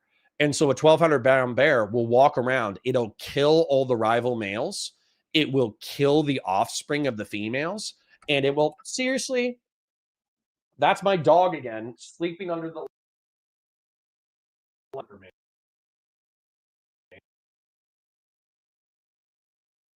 Sorry, I love my dog, but holy shit. Do you have to do it every day? Could you take a break? Smart ass. All right, anyways. Pisco says, let's get him to stay in until 3 and talk to me. Dude, do you have 45 minutes right now? I would talk to you right now. We don't have content, say, in stream. Connor will still want to talk. Yeah. I'll pull up some content. I'm up north. Geese are assholes. Okay, we can eat geese, not swans. Don't kill and eat swans. Kill and eat geese. Did he just ignore my message? No, I just read it. Shut the fuck up. It's your problem. Pisco, you are way too needy. Hey, if I get my stream up and running, you up for a combo? Yes. Come on in. Come on in, Pisco. Matter of fact, let me move my Discord over here so you can call in and I can see you. Yes. You were thinking swan. I was thinking swan. I eat rabbits. I have no doubt that rabbit are delicious. I have no doubt that rabbit are delicious. But it's like a principle thing, like squid. I can't eat. Well, maybe I could eat squid. I can't eat octopi. Octopi are too smart for me to eat. I think it's almost cannibalism. They have like a super high EQ, and there's a part of me that thinks that fried octopus and fried squid is probably delicious, but I can't do it. And same thing with rabbits. Rabbits are too cute. They could be dumb as shit. They could be delicious. I'm sure bunnies are delicious, but I can't eat them. They're too cute. Bears, beats, don't ignore me, Sleepy Connor. I'm not. I just said, call me when you're ready. Call me when you're ready. I'll hang out for 30 to 45 minutes, and then I got to do a Connor Reacts. I love hanging out with Pisco. Pisco, Massa, dog attack. What? Give me 12. I need 12. Okay, that's fine. I can either hang out with chat for 12, or I could just start some content and chat shit, but it won't become a segment. That's fine. Piss points. Piss points. Let's go. True. He's the piss man. I love squid. Would never eat rabbit. Same. So, and I have a feeling I haven't eaten squid. I don't know if squid are as smart as octopi. If squid are dumb, then maybe I would eat squid. Connor has to eat squid to save the Japanese schoolgirls. Let me see how smart squid are. Are squid as smart as octopi? No, octopuses are generally considered more intelligent than squid, largely due to their higher number of neurons and more centralized brain structure. However, both are highly intelligent and possess unique cognitive abilities, such as sophisticated problem solving and complex communication through color and pattern recognition. Okay, so squid aren't as intelligent as octopi, but they are considered highly intelligent animals.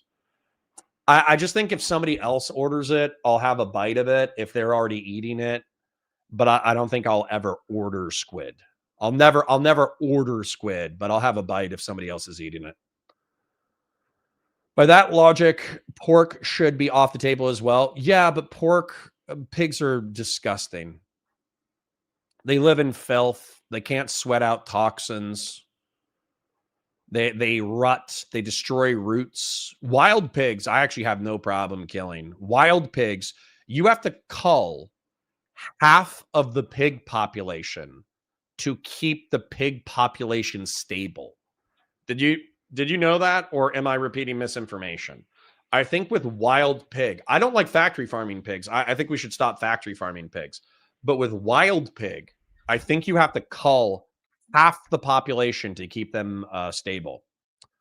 Oh, wait, that's octopi, whatever, long arms, legs, the hentai exists. No, I'm sure there's squid hentai too. Japanese are freaks. The only meat I wouldn't eat is lamb/goat. The aroma is overwhelming. I can't eat lamb. And by the way, I've had lamb. It's delicious. I cannot eat lamb. If it's legitimately a baby animal that they kill, I can't eat babies. I need my animals to be adults before I kill them. It's like murdering a baby animal to eat. Like veal. Veal is like the most horrific shit I've ever heard of. And I understand veal is delicious too. I've never had veal. I'll never order veal. I'll never eat veal. I don't want to support it. I think eating baby animals is fucked up. What the fuck is wrong with y'all? Lamb is goddamn delicious. I have no doubts that it's delicious. I cannot eat a baby animal. I think it's fucked up. Lamb is really good, but also expensive. Yeah, I'm sure. Once again, I'll say it again. I'm not saying it's not delicious. It's probably delicious.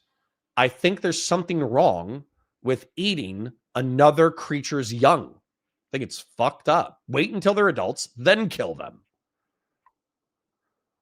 Jesus. Won't eat veal either. Yeah, you guys are fucking monsters. So no Wagyu? Is Wagyu exclusively veal? Oh shit, I think I've had Wagyu. Oh no, is Wagyu veal?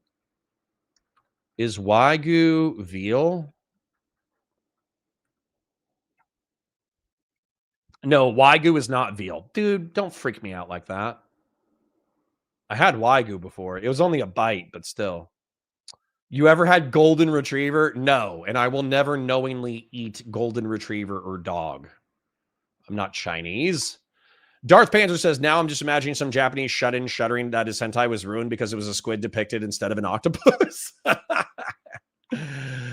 Oh, man. I couldn't do it, man. I couldn't participate in veal, and I couldn't participate in lamb. I couldn't do it, man. Anonymous says, I was 12 when I learned that cute can be tasty too. Yeah, that has nothing to do with it. I just can't, man. Rabbit is amazing, folks. I'm sure it tastes amazing. We're kind of looping on whether or not tiny, innocent baby animals can be delicious. I have no doubts that tiny, innocent animals can be delicious. I'm just saying I can't participate in it. It's not worth it. Yeah. All right. Anyways, let me find something. Pisco said that he needed 12 minutes to get ready, which realistically means that he needs like 20 to get ready. So I'm just going to pull up like Hassan Piker on trigonometry and just call him a fucking idiot for the next 10 to 20 minutes. It's not anything big. I'm not going to turn it into a, I'm not going to turn it into anything big. Although, did PF Young have an interesting conversation recently? I feel like there was one that I saw. Race politics versus class politics, but it's with two creators that I don't recognize. And then he had a dark centrism essay that I haven't checked out yet. Is Ben Shapiro a fascist tomfoolery? I would actually want to do that as a segment. I know that tomfoolery and PF Young's in our space are kind of humegaloli, although PF Young has 33K subscribers. So, I mean, he's arguably definitely doing really good in the subscriber count. And also his lives are doing pretty good too. I normally get like 1 to 2K live. Let me take a look at his pre-records. His pre-records get 5 to 20, which is okay. I typically think that like 10%, your subscribers if in order to have a healthy channel, your post-recorded views should be a minimum of 10% of your subs. And PF Young matches that rule. 5K, 6K, 9K, 15K, 3K, that's a low one, but that's okay.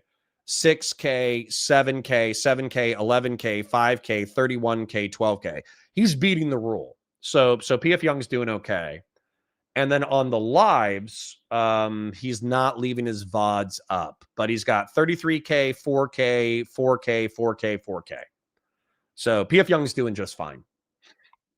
But yeah, I'll just call Hassan an idiot for 20 minutes. It'll prep me for my conversation with. It'll prep me for my conversation with Pisco, where I can be like, the far left are a bunch of stupid assholes. The far left are psychos. They're dumb pieces of shit, and I hate them. LOL. So let's do that. Hi, guys. Welcome to Counterpoints. My name's Connor. I'm a science fiction, politics, and philosophy nerd, a Marine Corps law enforcement veteran, and I would argue a real Republican. We're going to be checking out Hassan Piker being an idiot on the podcast, Trigonometry. We're going to watch it for the next 10 to 20 minutes and just make fun of Hassan Piker because I hate him a lot. And we're going to be doing that while we're waiting for our friend Pisco to show up. So let's do this. Hassan Piker, welcome to Trigonometry. Nice to be here, guys. Why the big sigh? Italy's Mussolini and Adolf Hitler's Nazi Germany were ruthless fascist forms of governance. My fear is that that is where capitalism inevitably leads. There's too much instability. There's too much chaos. We need to restore order. Is there a country that's done socialism the way that you like? I would say China is probably the closest, I would say, to an example that we should follow. Like common. I hope there's additional details there, because if he is saying, I don't like Mussolini because I don't like fascism, dude, there's a really strong argument that China's flexibly authoritarian and political corporatist. There's a really strong argument that modern China is actually the one of the most powerful iterations of fascism ever. So, you know, I get it. They're like communist, but they haven't achieved a moneyless, stateless class of society. So if China ever collapses, all of the communists are going to say, well, China collapsed, but that wasn't real communism. And then socialism, they haven't decommodified basic human need and have workers own the means of production. They're state capitalist. So how the fuck is that not fascism? Basically, Hassan said, I don't like fascism. I like fascism with communist aesthetics. That's relatively speaking what I just heard. I hate this guy with every fiber of my fucking being. I think he's a huge piece of shit. I resent Met Piker for anchor babying Hassan into America. I genuinely do. If I think about Hassan Piker, I have the lower part of my stomach where it meets my intestines. I feel the heartburn coming up. And then if I think about Met Piker, it's kind of like the way that I feel when my dad says something cringe or bad. I genuinely feel like, fuck you a little bit.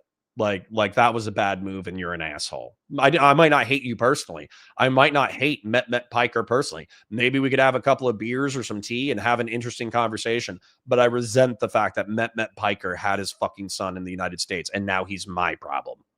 In America. I think that communism would be most likely an international thing. It'd be like the Star Trek universe. You think the Reform Party is I think fascist? Reform Party. Cringe. A moneyless, stateless class of society would be achieved with the post-scarcity of Star Trek. I hate this guy. I'm going to turn it up a little bit. Party, as it stands currently, is a nascent fascist parliamentary group that hasn't reached its full potential yet.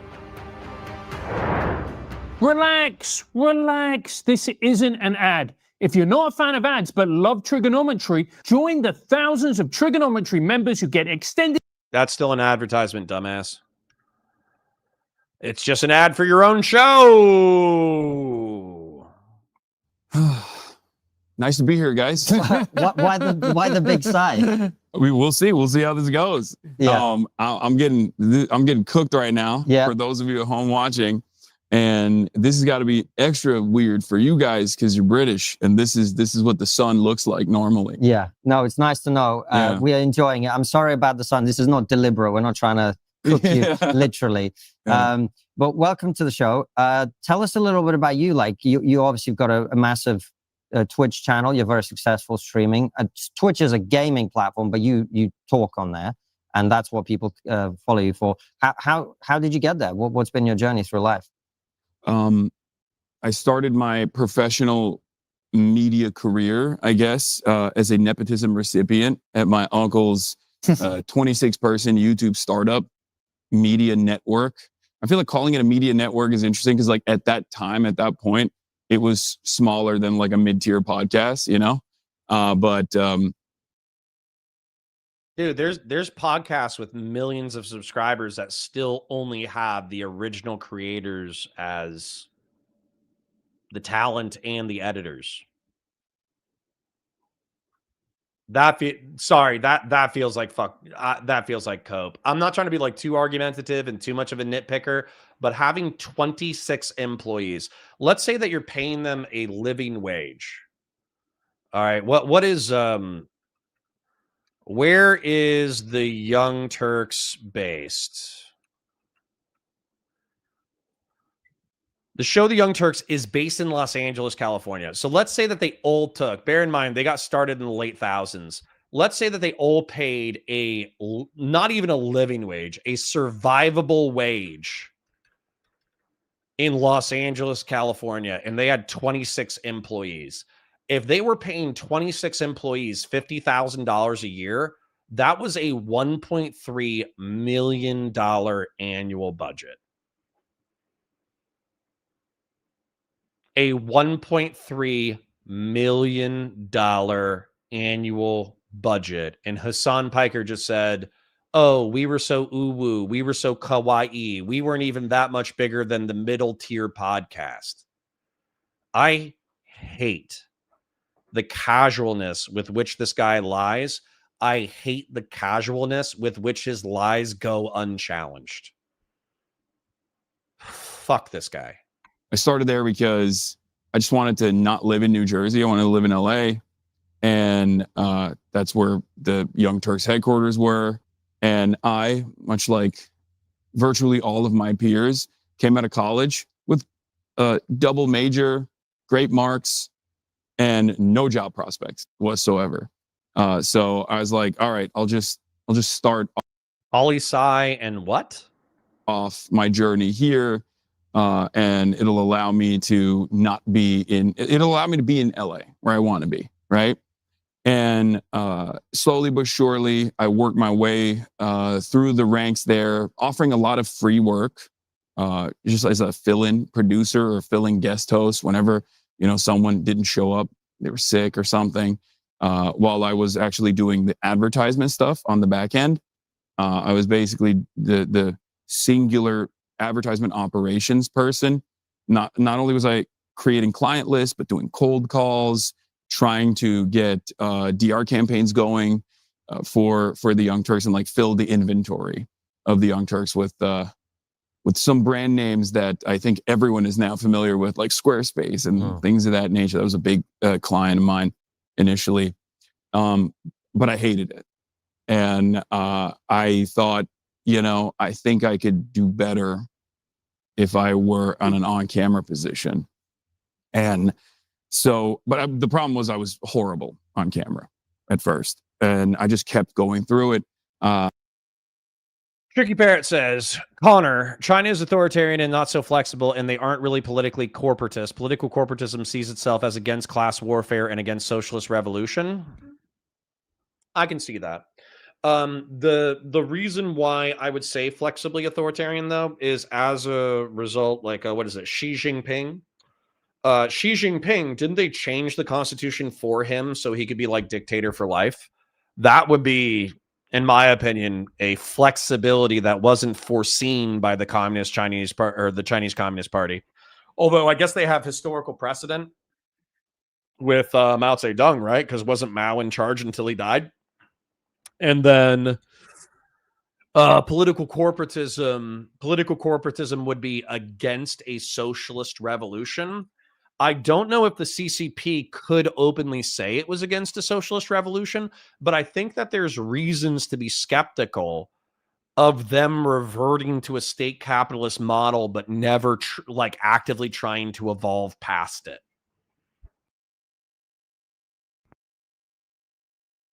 Or excuse me, explicitly fascist, but I think that there's enough parallels that it's worth noting. Let me continue with this. I'm still waiting for Pisco to call in. I might do a drawing. My girlfriend at the time was like a model trying to become an actress. She was like, one of us has to actually work. And she was like, you should keep doing the advertising stuff to make money so that I can be, a model, an actress, whatever. And I was like, okay. And even a bunch of my friends were like, maybe you should stop doing this on camera stuff. You're not very good at it. And I was like, no, I'm going to keep going. I'm going to keep doing it because eventually I'll get better at it. And I guess over the years, I did get somewhat better at it.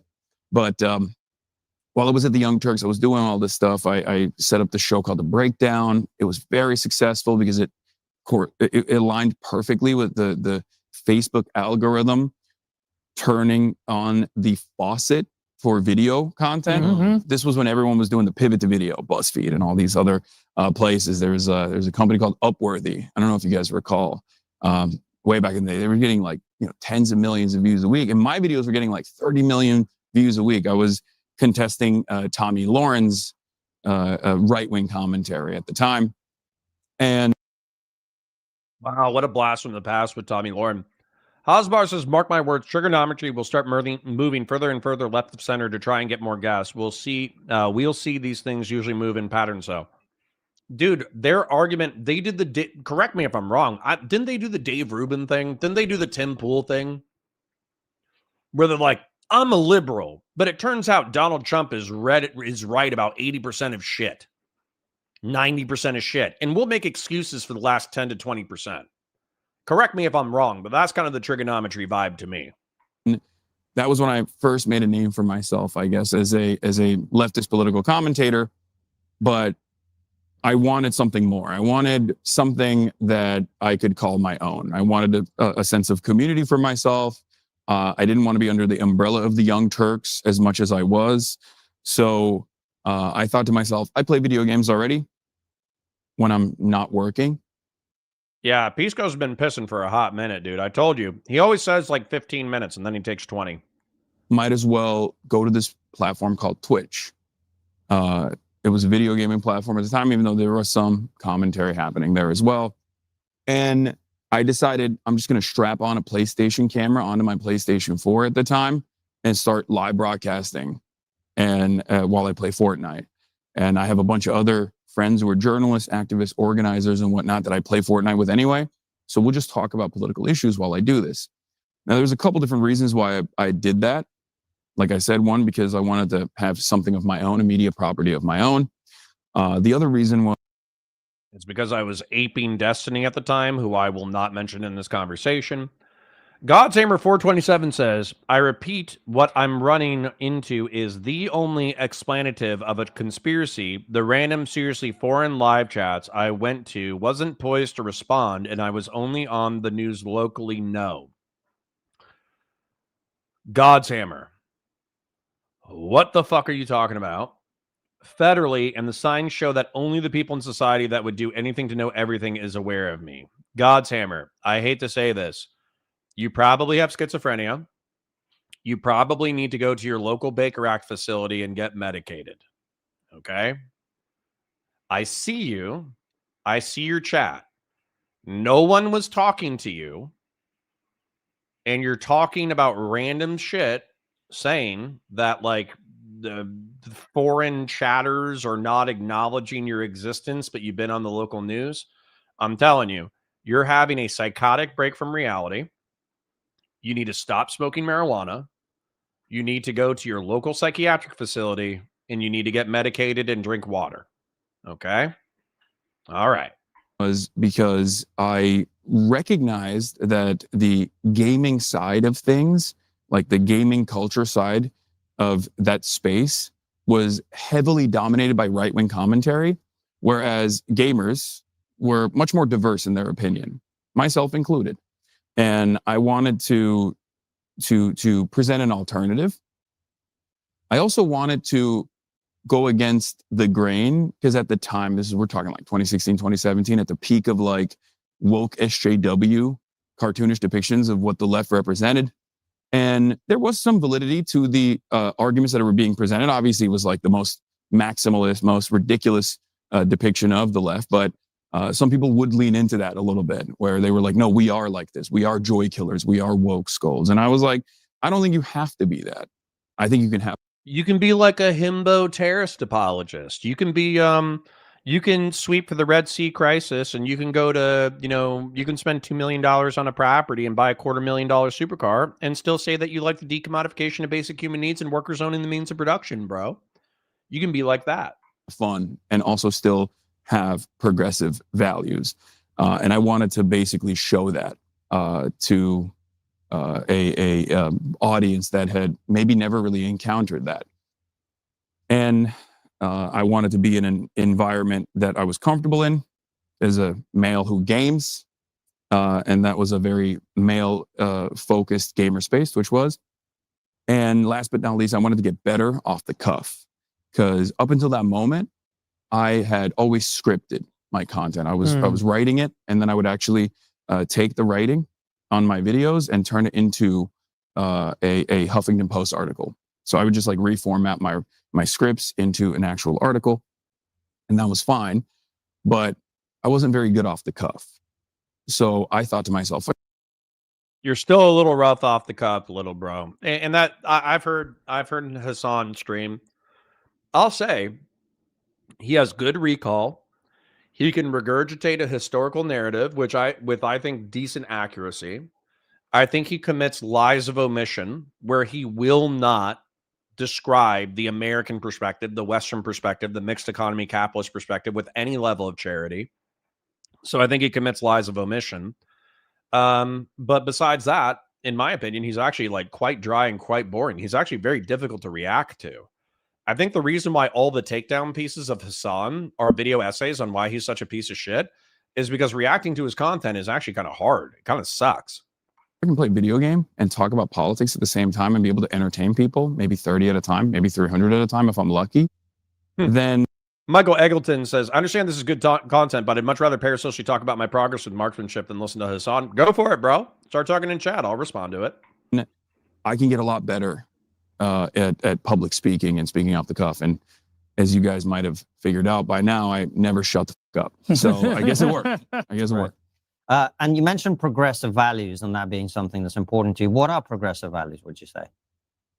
I think progressive values, for me at least, are founded around empathy first and foremost, to try and uplift everyone's material conditions to the best of our ability, and focusing on protecting those who need protection, and simultaneously advancing a cause of the way I think about it, advancing the cause of unlocking the potential of every single person, no matter where they are.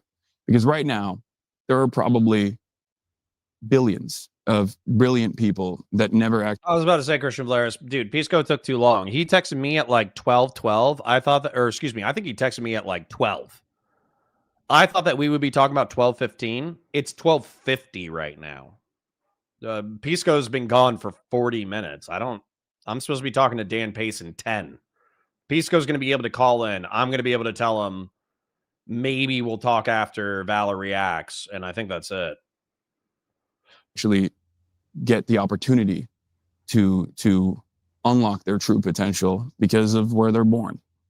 Like, they might be born in Sudan, in a village that is being overtaken by the RSF. They might be born in India to an impoverished neighborhood and are not going to have the access to education, and therefore be able to truly revolutionize whatever sector they might be interested in revolutionizing. And I think that's what I want to do. And what do you think is the way to, because I think that's probably something the left and right actually agree on, in my experience, the center left.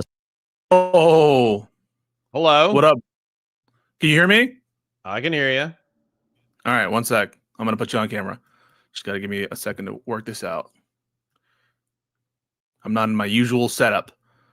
Okay. Well, just to say, you told me that you were going to take 12 minutes to set up around noon, and it is 12:50. That's a lie.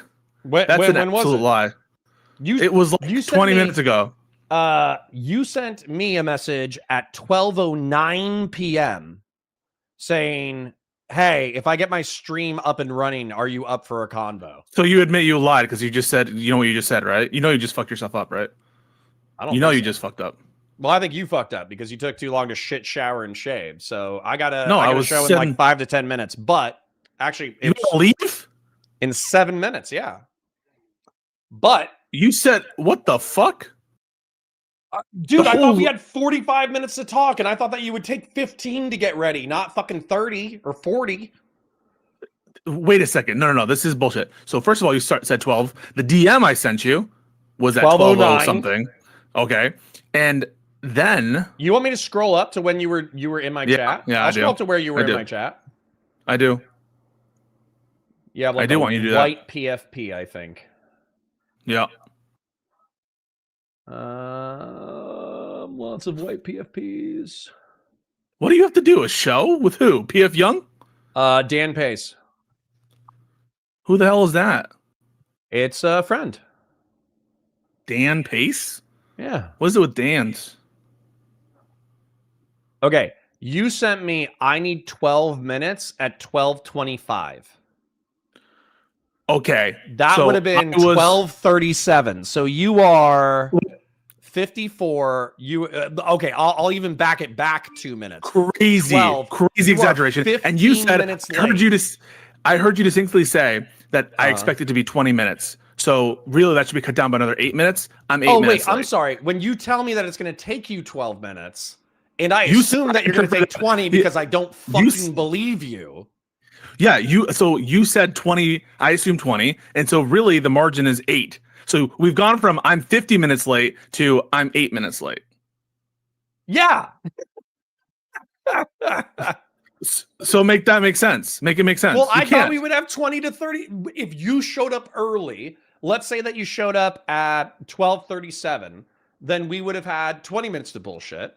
And then if you showed up within 8 minutes, we would have had 10 minutes to bullshit. We're not even on that. We're on your massive exaggeration. You're like, holy shit, you were 50 minutes late. You're trying to make me seem like horrible to my own audience. No, and to my I own don't people. think you're horrible to But- your own audience. As a matter of fact, you didn't plan on streaming until 3 p.m., right? What? When did you plan on start streaming today? When is that even a fucking sentence? When, prior to talking to me, I said when stay did on you until 3. When? Oh, you were going to stay on until 3. I wanted you to stay on until 3. I can also catch you on the flip side. I don't know if that's a phrase. Catch you on the flippity flop. Okay, so catch so you hold the on. after of the Dan Pace. I don't even know who Dan Pace is. What Is he- con- is he what playing, content like- what content did you plan on doing today? I had some serious questions for you.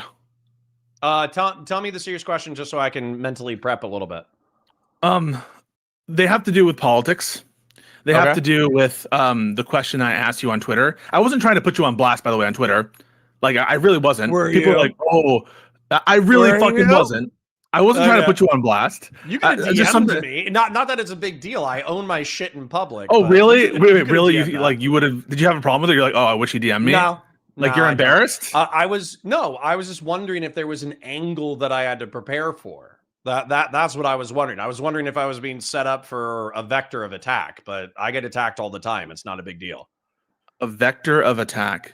Yeah, I was wondering if you were going to be like, you didn't even vote for anybody in the primary, therefore you're a hypocritical piece of shit because you didn't even fight for the Republican who wasn't Trump. Like I thought that's where it was going, and I had I had to recall the timeline because I basically remember.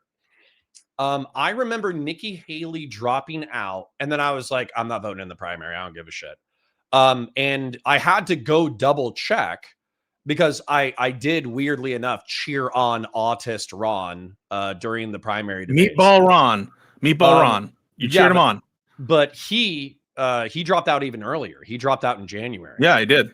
Yeah. He So as soon as DeSantis, like, dude, I don't even know if Chris Christie was still in the race. Even if Chris Christie was still in the race, what are we going to get? Like 6%, 2%? You're not even listening to me. The whole point is I'm not trying to put you on a Monday blast or a Tuesday blast or whenever I did that. Yeah, I didn't that know wasn't if the you point were, of but it. maybe your audience would. Maybe they would What do you- screenshot it. I don't know. What do you think? My whole purpose is just to undermine you. That's like what you think that my motives might actually be, and also. Well, you're trying to make me I a think that- liberal. You're like, you didn't even vote for a Republican. You're practically a liberal anyways. I'm not trying to make you anything. I'm trying to get you to come out of the closet. That's what because this whole thing. See, now you're calling me gay. I'm not saying you're gay. No one's talked about gay anything. I mean, the political closet. From an analogy standpoint, you're saying, hey, you're in the liberal closet. Okay, that's what you're saying. Yeah. Yes, and you're secretly consorting with these elements of liberal. But you have to go to see Dan Pace, right? I might as well talk to Hutch. Let me check with Dan and see what he's up to. Let me see if Dan's feelings are going to be hurt. Okay, let me see if Dan's. Yeah, I mean, if they will be, it's no big deal. I'll message Hutch. Let me ask. I got friends. Yeah. Will your feelings be hurt if I rain check? ? I have an annoying friend who wants to talk to me now. I feel bad. This already not feels available later. Oh, I already feel bad about this. Yeah, good. Feel bad. They never are, man! ! Okay, we can hang out. Wait, really? Okay. Parasocial love. Happy Thanksgiving. Holy crap, Pilgrim. All right. Have you seen the show Wednesday? By the way, you have my undivided attention, but I need you to apologize. Hell yeah! I need you to apologize to Dan Pace. So say sorry, Dan Pace. Dan Pace, I'm really sorry that your friend lied to you, because I am available later, but I am actually sorry for Bushy. God already said that. No, but I do appreciate it. Now would be best. Now would be best for me. This is the best time for me, and so I really do appreciate, Dan, what you had to do and move your schedule around for this kind of stuff. Okay, and I know I'll send him a clip of that so he feels better. All right, then tell me things. Ask me things. Well, first of all, I just want to say I apologize to your audience and stuff for derailing you. The first question that I wanted to ask you, is you identify yourself as a Burkean conservative, right? Yes. And you identify yourself as like a traditional small government guy. I'm more statist than a lot of libertarians, but small compared to what the state is right now. Okay, small compared to what the state is right now. So the first set of questions I have for you is, I want to make sure that if I start like doing this whole talking to you about what's going on in the Conservative Party and talking about how shitty Trump administration is for the next 2-3 years, that you're not going to turn around and go meatball Ron on me. That's what I'm concerned about. I see in my future a meatball Ron Connor future, and that listen, I obviously will talk to people who disagree with me, but I just want to make sure. You seem a little cagey when I bring up meatball Ron. I think you like him when you bring up meatball Ron. Okay, and I'm assuming you're just talking about Ron DeSantis, him being an autist, him being a Trump skinwalker, him being like a anti-DEI, anti-CRT, anti-this, anti-that, or whatever. But what are your objections? Actually, that's the best question. What are your objections to Ron DeSantis? First off, he's a liar, so he'll lie with reckless abandon, and maybe that's true of a lot of politicians, but this guy has a knack for it. B, he does all of the Trump sycophancy that makes us sick and that we should be against, where he's like basically defending the administration on most things, except for the one areas in which he's like able to criticize the administration is when they're not being quote unquote effective enough, like on not being good enough at the bad shit that they're doing. So why do you like this guy? Is it because you live in Florida and it's like one of those checklists for Florida conservatives to be like, yeah, we love Governor DeSantis. He's sick because he won that massive election and because it just seems cool to like him? Or is there something principally ideologically that you appeal to? And if so, how do you reconcile that with your support for Haley during the 2024 election? Yeah, I think Haley sold her soul. But let's go one step at a time. Let's go with Ron DeSantis, okay? Oh, I meant Harris. Sorry, Harris. Yeah. So let's just start with Ron DeSantis and let's start there, okay? So Ron DeSantis has done some things that I think are cringe. As an example, he took down the Pulse nightclub memorial, which is 20 minutes away from my house, because he didn't want a rainbow flag on a state road. I think that's insulting to the gay community. I think it's insulting to the victims of jihadist terrorist attack. That's cringe. Another thing that he did that I think is cringe is he tried to, but the state of Florida got so fucking mad at him. Like the entire state got so mad at him. I think they shelved the project. he tried to sell a bunch of public lands for development. And effectively, they were talking about like tens of thousands, maybe hundreds of thousands of state land acres that were going to be sold and developed for like pickleball courts and condominiums and all this bullshit. And what ended up happening was we basically found out that he was in the pockets of some pretty large developers, but that got shelved because the public outcry against selling state lands was so high that they shelved the project, similar to the Trump administration, by the way. So those are the two cringe things that I can think of. Also the CRT DEI thing, they took any childhood book, middle school, high school, elementary school, that was even vaguely progressive, and they threw it out. So that again is kind of like fucking with the First Amendment in spirit, if not in the letter of the law. The Disney stuff too, I would put in that category potentially. Yeah. So even if it's technically illegal. But the thing that I think is interesting that actually kind of speaks to the conservatarian. You're under my feet. You're about to knock out the cables. Can you not knock out my cables? Thank you. I love you. Don't talk to your son like that. That's my dog. All right. So anyways, okay. So talking about things that Ron DeSantis or whatever might have done, that was correct. Okay. When it came to COVID, you might even remember some of these arguments that there was a utilitarian balance within COVID, which was effectively how open do we keep our society versus how fatal the disease is.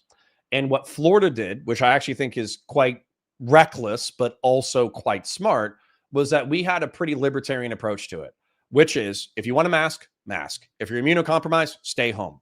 If your business is offering work from home, work from home. And if your business is not offering work from home, quit. It was like a very free market style thing.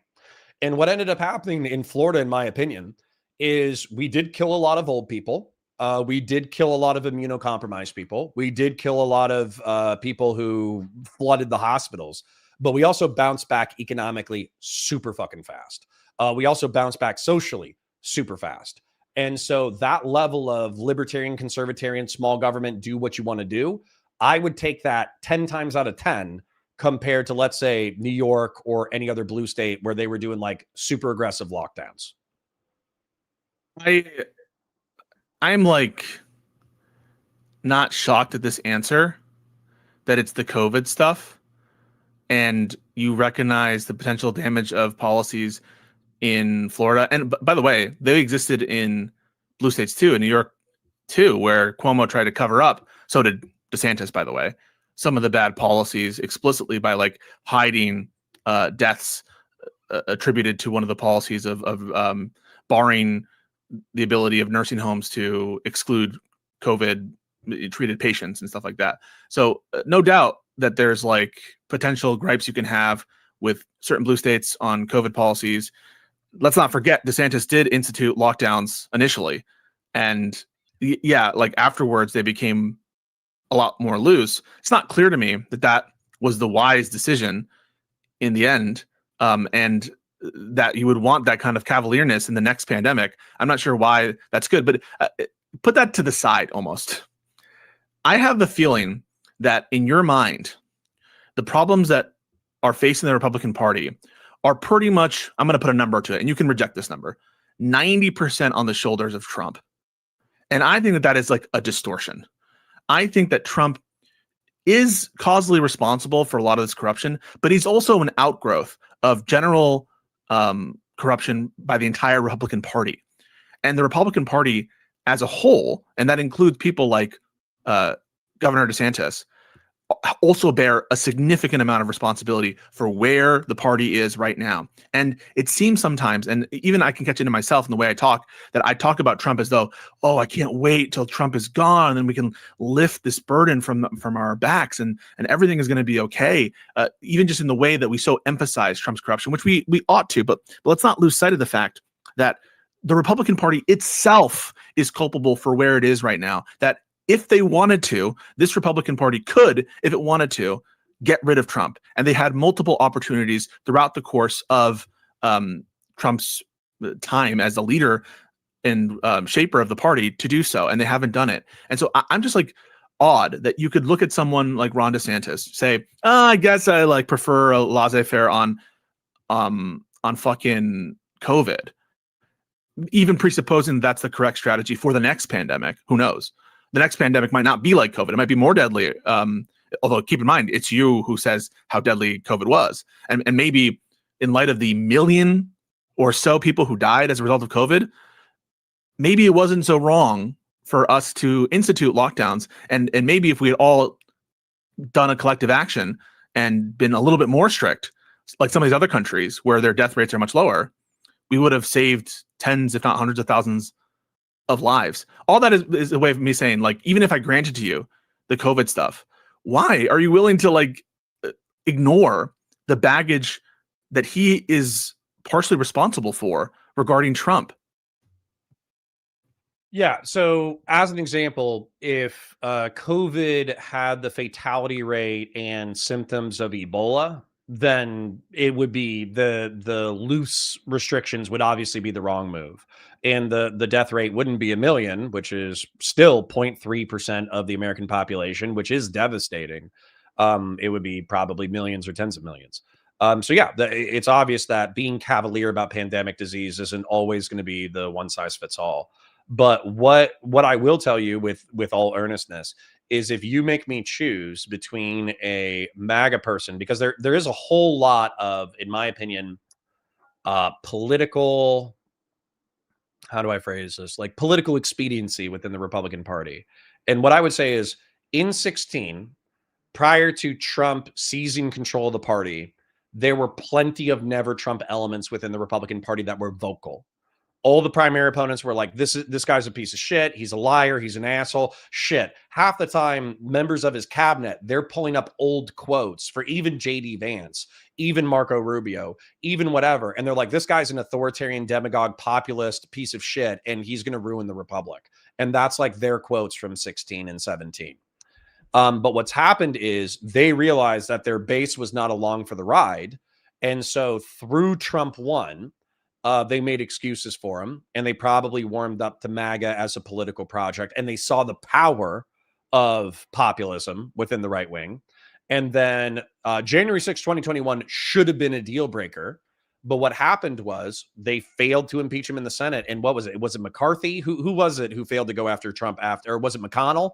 Both of them. McConnell said that he thought it was unconstitutional to convict someone who's impeached after they're in office, which of course is a ridiculous thing to say, because it gives you an entire window of misconduct for which you can't, like, basically anytime close to where the term is ending or transitioning, the president effectively can't be impeached and given the punishment of disqualification from office. And there was probably, I think I even heard of a split within the Republican Party where they were saying this was so embarrassing, we don't have to run Trump again. And this is awesome. This is like the best of both worlds, because not only did Trump lose, but also we don't have to run him again because January 6, 2021 was so embarrassing. But I think what ended up happening, I forget if it was McCarthy or McConnell. I think it was McCarthy. McCarthy went to Mar-a-Lago 2 or 3 weeks after January 6, 2021. And then I think that even the never Trumpers within the party were like, oh, fuck.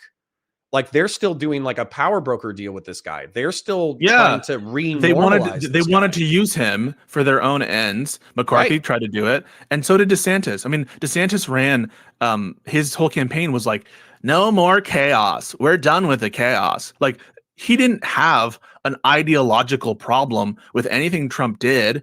He called all the, I think, totally based in fact and law indictments against Trump like lawfare. He condemned that shit. He was along for the ride, and that all shows that he has bad character. Now, you could say something like the following. You could say that, well, in order to win a primary in the Republican Party, you have to be crazy or something like that. But really, if you're so weak and if you have no conviction whatsoever that you're willing to tell blatant lies and sanction officially with your like open position the like tremendous amounts of violations of the Constitution and of his oath, that is Trump's oath, and just because of public pressure, what good are you? Why do we need public servants like this? Why would you support a public servant who would do such things and basically try to put under the, sweep under the rug all of the horrible shit that Trump did? That and it's not going to get you, I think, what you want, which is this return to normalcy. I could at least see if you're going to listen. I don't like the Bushes at all. I don't like these neocon types. I think that they, a lot of them were far too quiet. I prefer them to the MAGA people right now. And I could understand, though, if Liz Cheney, if Chris Christie, if George Conway, look, George Conway is now, I think, going to run as a Democrat. That should give you some indication of some of these never Trumpers, bulwark people, they're moving to the Democratic Party. I can understand you like saying, okay, I'll accept this, I'll accept that. And maybe even, although I would think it's too far, Nikki Haley, but Ron DeSantis, Ron DeSanctimonious, that's a bridge too far. And I don't think that you have written him off. I think that if he were in the primary and he won, I think you would vote for him in the general against Gavin Newsom.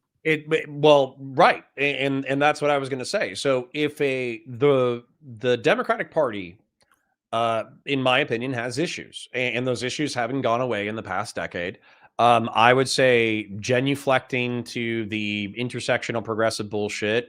Happily, that wave has crested and fallen. That's gone. But people remember, man. People remember how crazy 20 was. People remember how crazy the online politics of the left were. People remember how dismissive the left wing was of effectively what happened with social media, man. And I'm really not trying to be a F-slur about this, but like, you have to understand that when I was having arguments in 20 and 21 on Twitch with you, with left-wing creators, and I said, hey, what is happening right now is you are not permitting moderate conservatives onto Twitter and onto Twitch. And so as a result, they're building their own parallel media apparatus, their own parallel financial apparatus. You're not going to be able to ban them, and they are going to be even more radicalized because they're in their silos. And I wasn't fighting you on that. Just to be clear, to the extent that you were saying that, I was never fighting you on. Yeah, okay. You might not have, but plenty of people said, skill issue, shut the fuck up, loser. It's a private platform. They can do what they want, blah, blah, blah, blah, blah, blah. I heard endless excuses. Well, wait, I said that. Wait. I said that they have the right to do what they want, but you would say that. But you're just basically saying something that's true but I think my is like wrong. They have the legal right to do so. No, I know, because people were saying crazy shit. This Because is they were saying, "Oh, you're violating the First bad Amendment for the Republic." That's what I said at the time. But because people were making the extra argument, they weren't just saying this is bad policy. They were saying this is bad policy and it's illegal, and Trump should sue them all, and they should be forced to platform these individuals by the government. Well, I think that's what they were saying. Yeah, but that was like lecture fan, and no offense, I think that I think that Dylan Not just Burns, them. Not just them. Okay, I mean, they filed maybe lawsuits over this. Gibbs and Rob Knorr, okay, but the they were all saying it. They're all like, they can't do this. They take away their Section 3 protections. Well, and okay, this is but crazy violation of the First Amendment. They get all these subsidies from the government, therefore they are equivalent to the government, so they can't censor. Okay, then I am right now, I am probably guilty of something that I think I'm constantly guilty of, is I feel like I'm making a sane, rational argument, but I'm lost in the sauce because I'm stuck between two political tribes. That's what I feel like. And so I agree with you. MAGA's insane. MAGA was making a whole bunch of arguments that legalistically didn't make sense. They were appealing to legality instead of morality. They were doing things that weren't descriptively accurate. I agree with you 100%.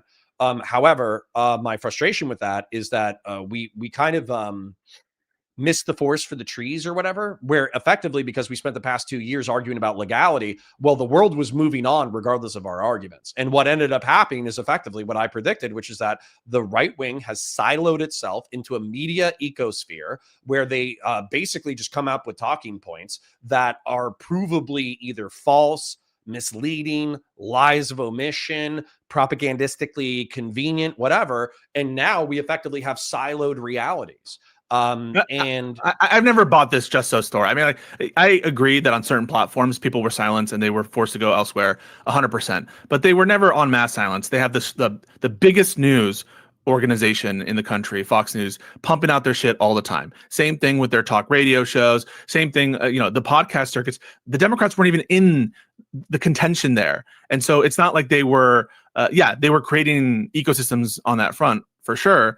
And maybe some of it had to do with them being pushed off those platforms. We don't necessarily have to spend this entire conversation litigating the past. But sure.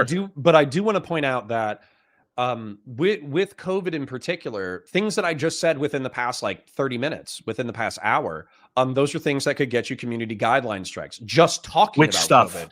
Wait. Which Specifically stuff? saying that I think that a libertarian opened the whatever thing, blah blah blah blah blah. Yes, because No. Steven got COVID community guideline strikes because he For was what? watching COVID content and then he was responding to it, effectively saying, no, this is what's actually true. Factually responding to COVID misinformation got Steven community guideline strikes. That went away. Wait. But that went away when. Chud Logic didn't even talk about COVID, but when he mentioned COVID, he had to keep saying like, consult your doctor, whatever, because he got a community guideline strike about COVID. So, and he's not even listen, he's not even an open the I'm not sure economy guy. I'm not sure the particulars. I had plenty of debates about COVID on Twitch. Never had an issue for people saying there should not be criminal penalties. There should not be Twitch, this. to be fair. What's that? I think it was, Well, Twitch, I I think it was understand. YouTube more than Twitch, to be fair. Okay, I mean, I remember these conversations happening. Maybe it's the case that there were some community flags of false positives and that kind of thing, but I never heard of permanent bans or anything like that. And Steven didn't get banned ultimately from Twitch because of what happened with COVID or let alone YouTube. I think Crowder is one of the I think Steven Crowder is one of the biggest lying, disingenuous pieces of shit in online politics. I really think he is. But I do think that he was probably getting real demonetization and real community guideline strikes, both for COVID misinformation and election misinformation, and that's why he moved to Rumble. No, but that's not what you're describing. What you're describing is taking a libertarian position on lockdowns and advocating that they should be ended. I think during COVID, if I had discussed COVID as I just discussed it now, I would not be surprised by getting a community guideline. And holy shit, I was seeing that particularly within the everywhere. first 6 months to a year of COVID. I was seeing that on Twitter. I was seeing that on Facebook. I was seeing that on YouTube. I was seeing that on Twitch. And we were having these conversations. Misinformation or what were you talking about policy disagreements about what should be done. I'll admit that policy disagreements weren't as likely to trigger a community guidelines thing as far as like actually talk about lethality or the vaccines or vaccine skepticism or whatever. I'll admit that policy disagreements happened. I want to take your invitation to not, let's spend not so much time litigate the past. Let's not spend all our time there. I don't even necessarily agree with those measures. I in fact never was in favor of like this mass banning and stuff because for one, I happen to think that it's really, unless you have a more tailored guideline policy, it can lead to people feeling unfair with those platforms. It can lead to people feel, and I like to hear different opinions. So in general, I'm not in favor of that kind of content restriction stuff. I think the shadow banning stuff also, I'm not in favor of that. And I know that some people were like, fuck around and find out. That was never my attitude on that stuff. I wasn't in support of it. And certainly not on like the woke stuff where you couldn't say anything. There were certain topics that you had to be very careful about with respect to like, I don't know, race and gender ideology, that kind of stuff. That stuff I recognize. But just take bigger... The thrust of what you're saying is, or what I think the thrust is what you're saying is that the Republican Party sold its soul to Donald Trump and the MAGA movement. And it would be shameful, I think you're saying, if they change their tune even moderately to instantly go, oh, all is forgiven. Let's move past this. I'm going to start voting for you along political lines. Kind of, because basically I think that the premise of your attitude here, which isn't, I'm not saying that you're so pro DeSantis, you just love the guy. I'm not saying that, but like I am seeing a kind of like, I'm going to see how things play out kind of analysis here. And you're right. I'm going to see how things play out. Yeah, I know. And the reason I'm saying that is I think that the underlying premise to that attitude is this notion that Trump is like the vast majority responsible for where you're at as a party, since you still identify as a Republican. When I think the Republican Party but they're culpable actors. They're not just going along for the ride. And in some ways, like, yeah, they were supplanted from the powers of the ultimate authority. But Lindsey Graham is still chummy with Trump, and they're getting their favors, and they are getting stuff as part of this bargain. And even to this day, they're using their power to the extent that it still exists, and it does still exist, to marshal support for the president. So can I that's show all you right now. Can I use the Department of Education as an example for how Republicans have cynically used Trump? Yeah, go for it. Okay. So within education has largely been complained about within Republican spheres for a long time because they think that the outcomes suck. They think that public education sucks. They don't like their kids being, unless they want to shill out tens of thousands of dollars for private school. They don't like that their kids are compelled in order to learn a federal education. They also think it's like too liberal, too gay, too progressive, too this, too standardized, et cetera, et cetera. And so there was a push, which actually originates from, I think, fascist thinking, by the way, which is effectively there's like two things that you can do with a political thing. Within economy of energy, you can either reform an institution or you can leave an institution. And what Republicans decided is that they were going to leave the institution. So they're either going to homeschool, they're going to private school, they're going to do something else, and they're going to gut the existing institution so it's as ineffective as possible in order to fuck over Democrats. That's what Republicans largely decided to do. Now, there's reasons for why they think what they think. I think they made a political mistake. But within the DOE, there are people who genuinely believe that the federal government is teaching their kids to be gay, trans, ignore science, whatever talking point you want to come up. Those people, which is insane, right? I mean, it is literally insane. Regardless of whether or not it's insane or delusional, they genuinely, earnestly believe that the world is better off if the DOE is gutted. And so for them, what the Trump administration is a huge victory. Number one, probably because of the repeal of Roe versus Wade. Number two, because of the destruction of the Department of Education. And so as a result, while maybe Trump's an ephebophilic sex trafficking rapist, maybe Donald Trump has killed hundreds of thousands of African people. These people can't even conceptualize Africans as people. They don't even really mathematically, oh, there's human beings who are dying all over the world because of my actions. It does not compute. I've talked to these people about what's happened. It does not compute to them. They're not Americans. I don't care. That's their entire attitude. And so to them, gutting the DOE and repealing Roe versus Wade, they already have the two largest conservative cultural victories in decades. That's how they feel about Trump. And if they have to go around with they'll ignore the ephebophilic sex trafficking ring. But let's say that Donald Trump is an ephebophilic sex trafficker. They'll come up with a way to sweep that out of their mind as well.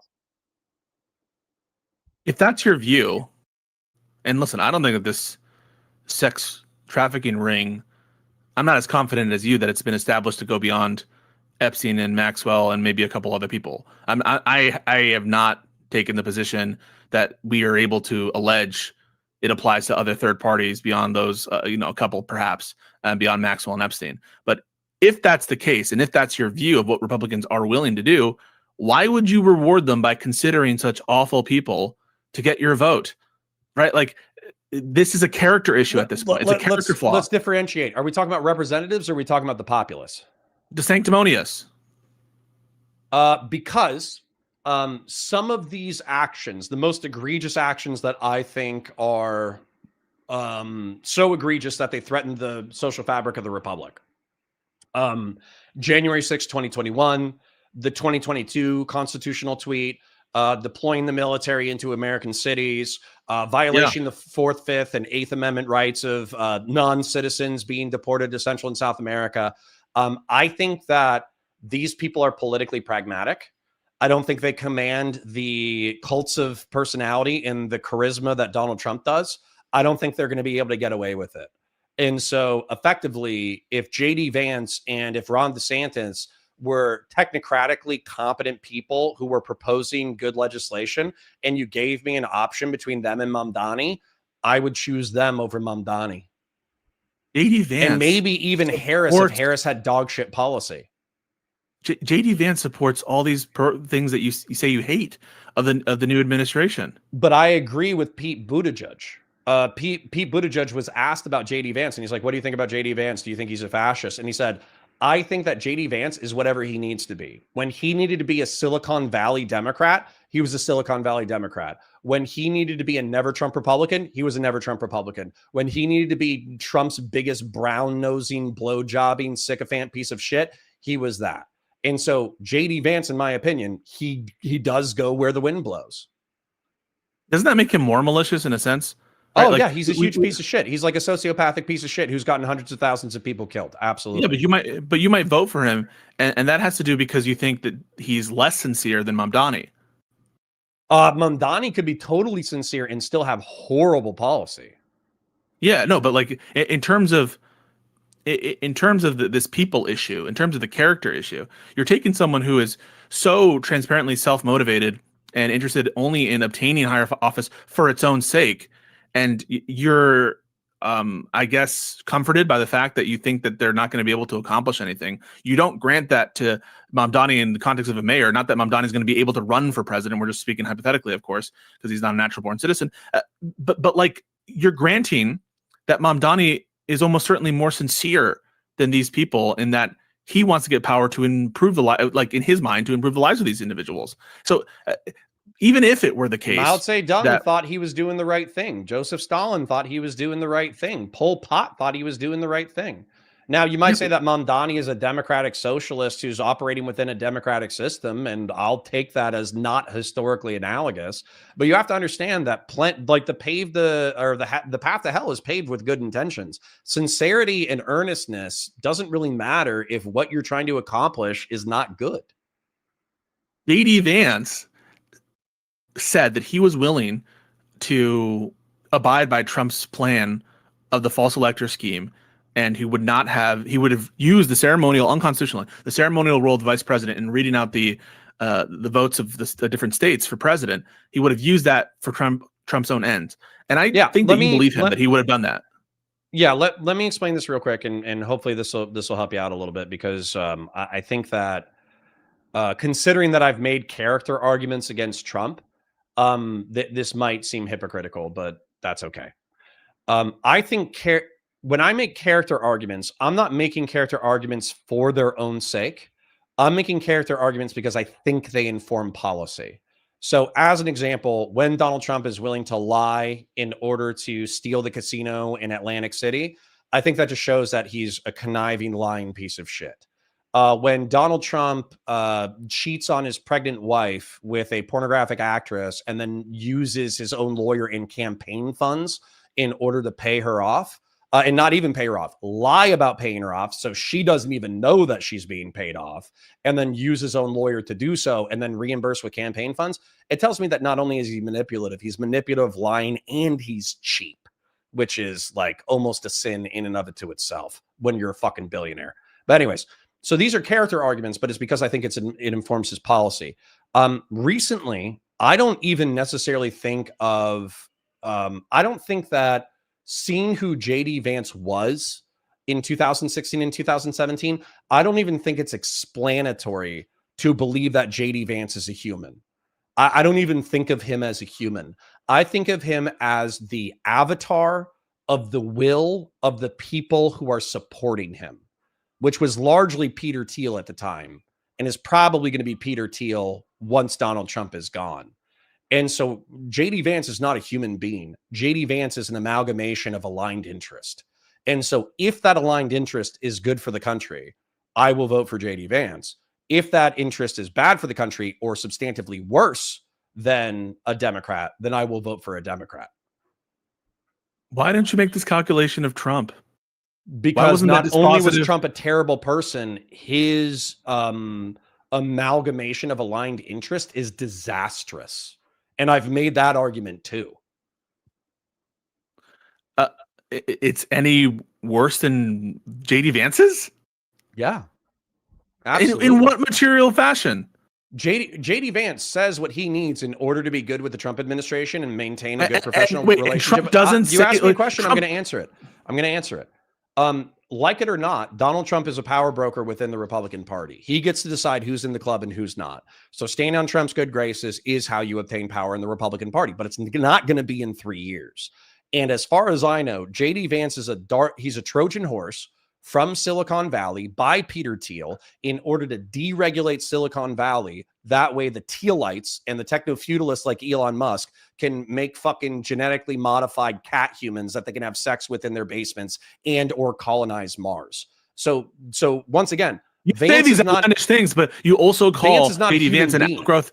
Okay, I get it. No, the point I'm making though is you said I made a calculation that Trump maybe is worse as a person, but also his amalgamated interests are like worse than JD Vance's. But like, let me just address that. I don't see why you would have that inference. I don't know in what material way Trump's amalgamated interests are different in nature than Trump, so as to make them less appealing than JD Vance's. If anything, right?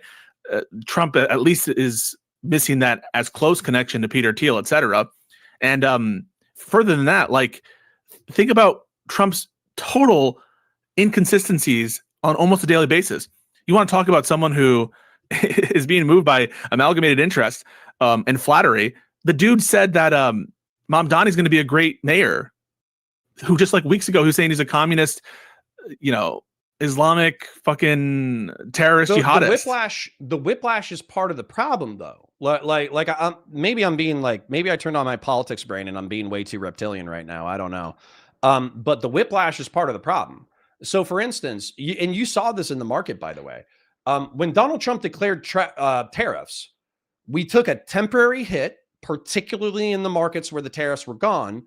And then we saw a rally as people said, okay, I can still make money this way. But then Donald Trump would come out 2 days later because he had a conversation with somebody and he would change the tariffs. And then the market would hit and then it would recover. And then he did it again and again and again and again and again. The unpredictability is part of the problem. But that's what you're saying is characteristic of JD Vance. Would not be like that. How not? How not? You're saying that JD Vance will do whatever he needs to. JD Vance commands a charismatic cult of personality and a lack of ideological vision that he would whiplash his own policies back and forth repeatedly? Lack of ideological vision, that's your assessment of JD Vance, not mine. That's your assessment of JD Vance. I think that there's power brokers who are going to step in once Trump is gone, who will provide a coherent vision to JD Vance that he will try to lead. He'll use MAGA rhetoric, but the policy execution is going to be totally different. And the individuals who have identified are Peter Thiel and Peter Thiel, Elon Musk, that wing of the MAGA movement. They'll use the rhetoric of the MAGA movement. They'll use the rhetoric of Trump in order to seize power, but it's largely going to be like techno libertarian shit. These are disgusting, out of touch degenerates who have like these visions of grandeur, delusions of grandeur, of colonizing Mars. Never going to happen, and like spreading their seed to as many different. What's that? I said, damn, you lack vision, son. You think we can't colonize Mars with some robots? Not in the next 1,000 years. I think we could do it in the next century, but that's okay. Continue. You're delusional. Why? Do you want to go? Do you want to talk about politics, or do you want to talk about colonizing Mars? Because I'm down. You're not going to be able to terraform Mars in the next century. It's a delusional idea that like we need to. Terraform. We can't terraform. Okay, what would you do? How would you colonize it? How would you make it livable for people? Biodome it, and what the effects of gravity over a long period of time, the lack of any protection from these ultra gamma whatever radiation spikes all the time, the fact that like the air there's no fucking air to breathe, it's there's no like a significant atmosphere. This is not an easy project. A biodome, give me a break. Why to what end? Why are we doing this if we can't make it a hospitable place for more people? We're spending all these resources. It's a childish fantasy, and we should start, if we're going to start at all, by terraforming.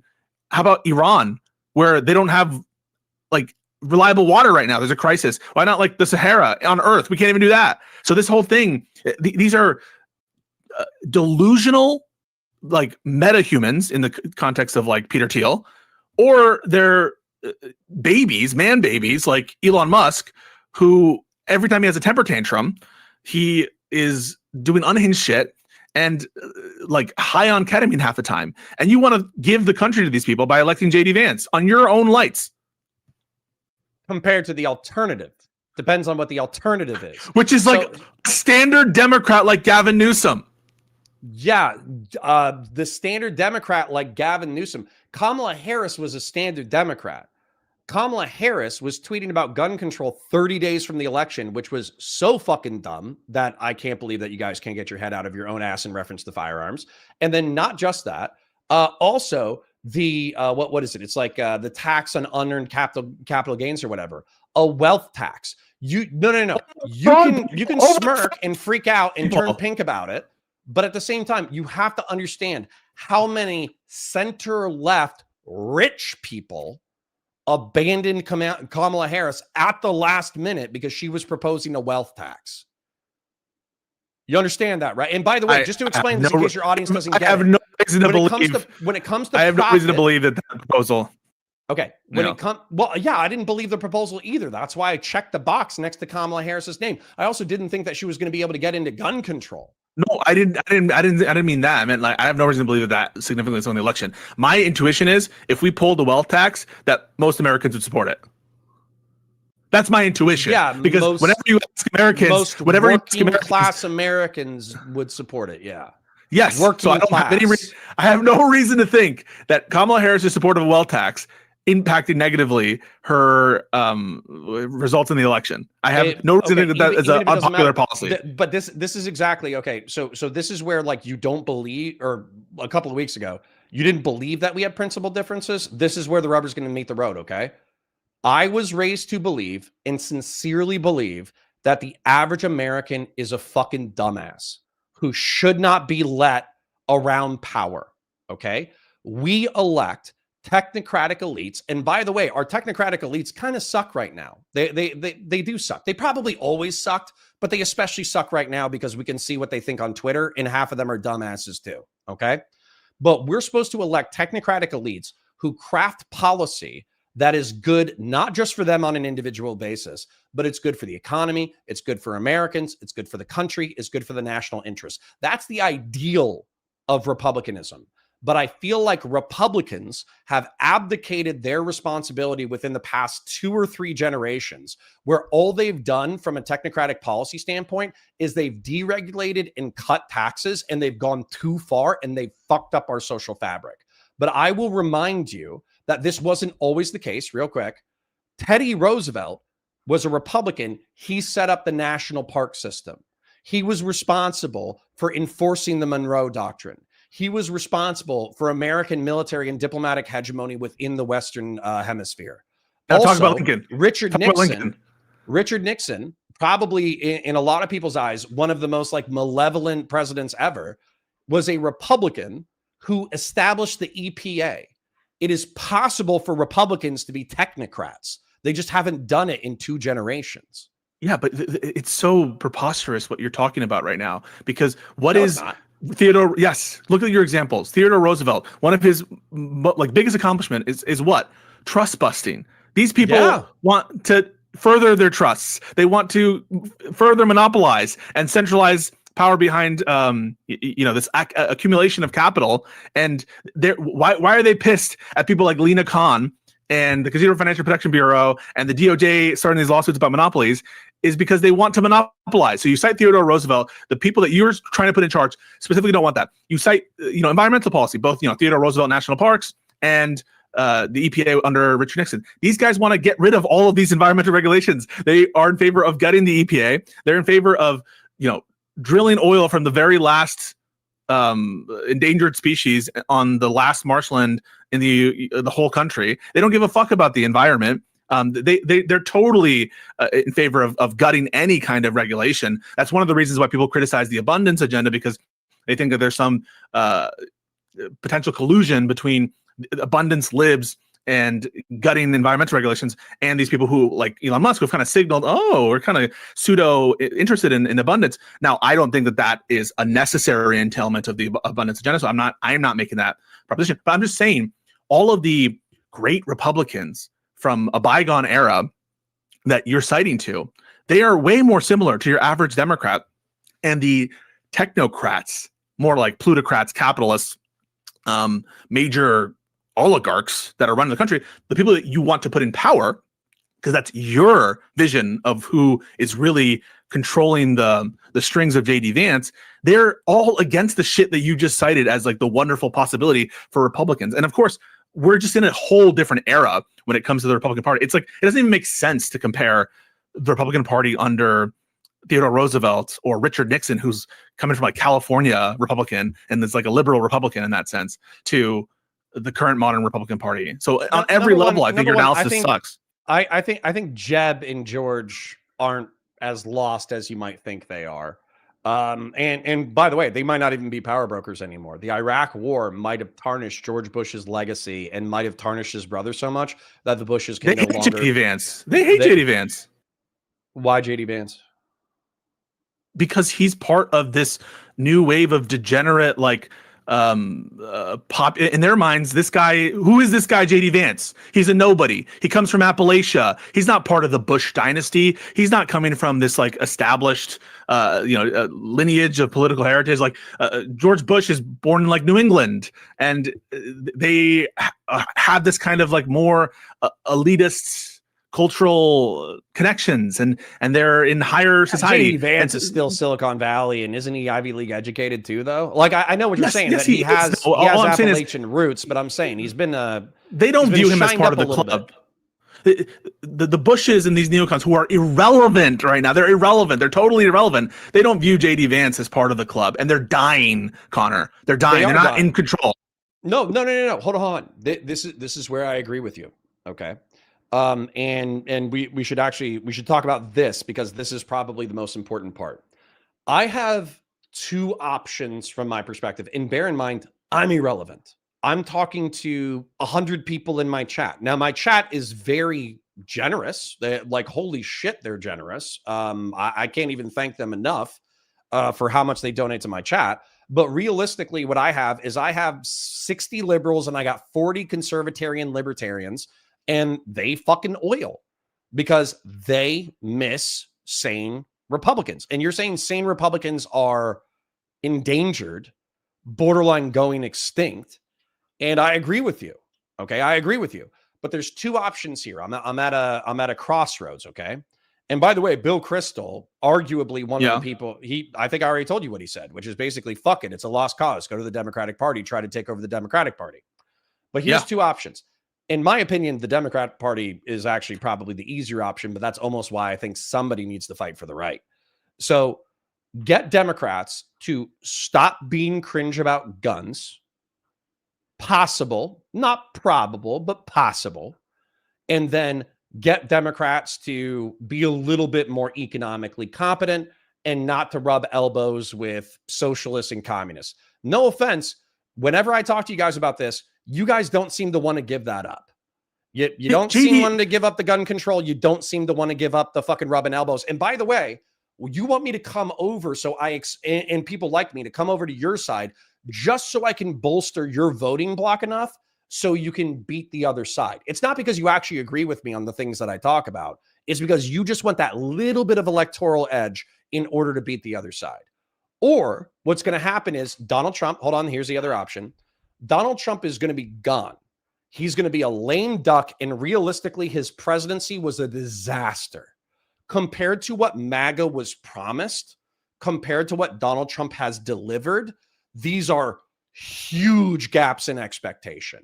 And so what's going to happen is, in my opinion, even within Republicans, especially if he's proven to be an ephebophilic sex trafficking rapist, the Donald Trump label and power broker thing is going to be extremely damaged. And that's going to be a power vacuum. That power vacuum is going to be filled by the people who have the right policy, the right balls, the right funding, the right vision for the Republican Party. But that ain't JD Vance. But if you concede it to JD Vance, he automatically wins. Why would you auto concede? I'm not conceding to JD Yes, Vance. you are. You're saying come over and be a Democrat. Wait. No, that's not conceding JD Vance. That's fighting JD Vance. That's fighting. Happy birthday. Wait, is your birthday, Connor? It's my birthday in a few days. Oh, happy almost birthday. I'm not conceding to JD Vance. What I'm telling you, You're conceding I'm the just Republican Party to JD Vance because you're saying that people like me shouldn't stay in the party and fight him. It's lost, right?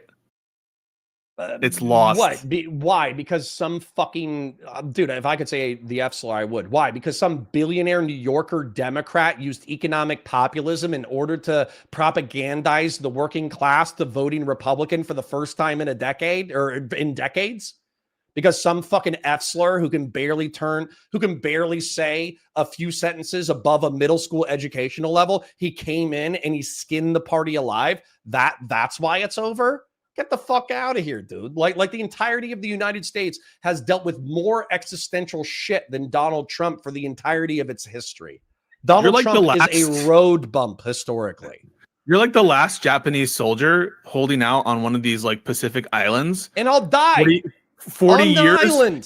40 years after World War II is over, and they have to call in this like decrepit 100-year-old George Bush in his wheelchair, and he can't even speak anymore. And be like, "You're relieved of your duty, Connor. You don't have to be Republican anymore." Like You're are right. fighting. I'll leave the a Republican war Party when that George is Bush over. relieves me of duty. You're right. When George Bush goes up and he's like, "Hey, man, I try to get a few billionaires together in order to back like a neocon capitalist resurgence within the Republican Party. I wasn't able to find anybody in order to back this project. You are relieved of duty." That's when I'll hang up the spurs. When George W. Bush relieves me of duty. George Bush is a grandpa. George Bush didn't even comment on the last elections. The last thing that George Bush has done, he comments whenever there's like an assassination or something to be like, "Oh, you know, me and Laura are really fucking sad about shit." But he is not engaged in politics. And if he tried didn't he do to, a joint statement with Obama like 3 months ago on like political violence, not on politics. George Bush. They're opening libraries. They're going to funerals. They're doing what grandpas do. And you know what grandpas have, Pisco? Oh, don't say Tell this. Tell me, what do they have? Yeah, they are able to appeal to older people or something, and they have like organizational. No. They vote. They vote. Tell me what selfishly. They What have do money. I grandpas don't know. have? Money, pensions. Yes, they have inheritances that they want to pass down to the next generation. Absolutely. So do you think? I can't believe I'm hearing this. Do you think George, Jeb, Barbara? I'm trying to think of other people. Do you think Paul Ryan? Do you think any of the Republicans of the past? By the way, Paul Ryan has disappeared for a decade, probably because he got so fucking sick of the R-slurred stuff in the Republican Party. Because he has no power. What's he that? has no power. He has no power. It wasn't fun for him to be a Republican. You think he doesn't have millionaire or billionaire friends that are willing to back a younger Yeah, generation sure. of people who more align abandoned with it. his values? They don't. It doesn't matter. It's over. They have to have some version of Trumpism because the base just doesn't want this old style conservative anymore. Do you know what Trumpism appeals to that it has fundamentally correct? What? That they never use the words wealth inequality, but they talk about wealth inequality all the time. They also talk about rapid demographic change, both the collapse of the birth rate and mass immigration. They also talk about existential technological shifts where the working class of America are being left behind. And they're appealing to and capitalize on the dissolution of the social fabric. That's What's the what point of this MAGA irrelevant ramble? appealed to. Sorry, go ahead. What's the point of that irrelevant ramble? Yeah, okay. It's not irrelevant. You talk to PF Young and you think that this is a genuine concern and they speak to it. What does that have to do with anything we're talking about? That if you want to seize MAGA's power, you don't have to become all of the things that you describe about Trump that make Trump a bad guy are not why he won power. I'm not trying to diagnose why Trump won power. I'm trying to tell you, regardless of how he did, he won and you lost and the war's over and you're not going to get George W. Bush to save you. Do you know why? Because I don't care. What does it matter? No. This is exactly why. It's because the people in my political bloc were, because of generational issues, let's be real, it's probably an ageist thing. They were asleep at the wheel when these things were happening. And they said, the economy's doing good. Who gives a shit? The economy's doing good. Who gives a shit? The economy's doing good. Who gives a shit? Whoops, we blew up the economy. That's what happened with the people that should have been dealing with these problems. And it will take philosophical conservatives and it will take philosophical liberals to address these issues. The philosophical conservatives that got us into this mess in the first place. Who's responsible for this? Wealth inequality and the problems with like the economic crisis. Let me finish this. One, on terms of income inequality, that kind of shit. You can thank Reagan for that and Reaganism. You saw massive increases in wealth inequality after Reagan, and Clinton's policies that you want us to return back to. In that respect, I support the trade deals, to be clear, and I support free trade. I'm not talking about that. And then also deregulation, which is something else you support. Deregulation of these financial institutions when it comes to the pushing of mortgages, even to people who couldn't afford them. This is all problems of the directly on the old class of Republicans who fucked us for generations. And now you want to get, you're just like, oh, we need to give power back to these people because they are going to need to solve wealth inequality. Like, it's a fucking joke. No, you're misunderstanding. I don't want to give power back to those people. I want those people to give power to the next generation. And maybe, by the way, things change. Things obviously change. Okay. So just as an example, let's just talk about housing because you mentioned it. So the problem with housing is, I'm pretty sure, I would have to look up, it's the guy with the big nipples. The guy with the big nipples co-wrote a bill in order to make mortgages more accessible. Big nipples? Yeah, big nipples guy. Who's big nipples? Give me a second. I think it's funny enough to look up. Representative with big nipples. Trump made fun of him. Rob Knorr? No. Someone says Barney Frank. You're talking about Barney Frank. Yeah. Dodd-Frank Act. Okay. Yeah, that was Obama. U.S. financial system. That was Obama. That's someone who. Oh, Obama. You know the president you didn't vote for. You know Obama. You know the guy that that you didn't vote for, that you don't like. No, that's Obama. No. There was a different one. Maybe it wasn't Dodd-Frank. Frank Housing Act. I swear to God, it was Frank. He does have huge nipples. Frank Housing Act.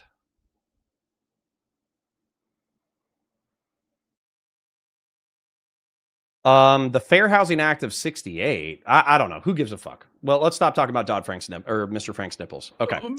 So the whole point is, the broader point is, okay. No. I want to talk about housing real quick. Okay. All right. Go talk about housing. I'll try to be super brief about it.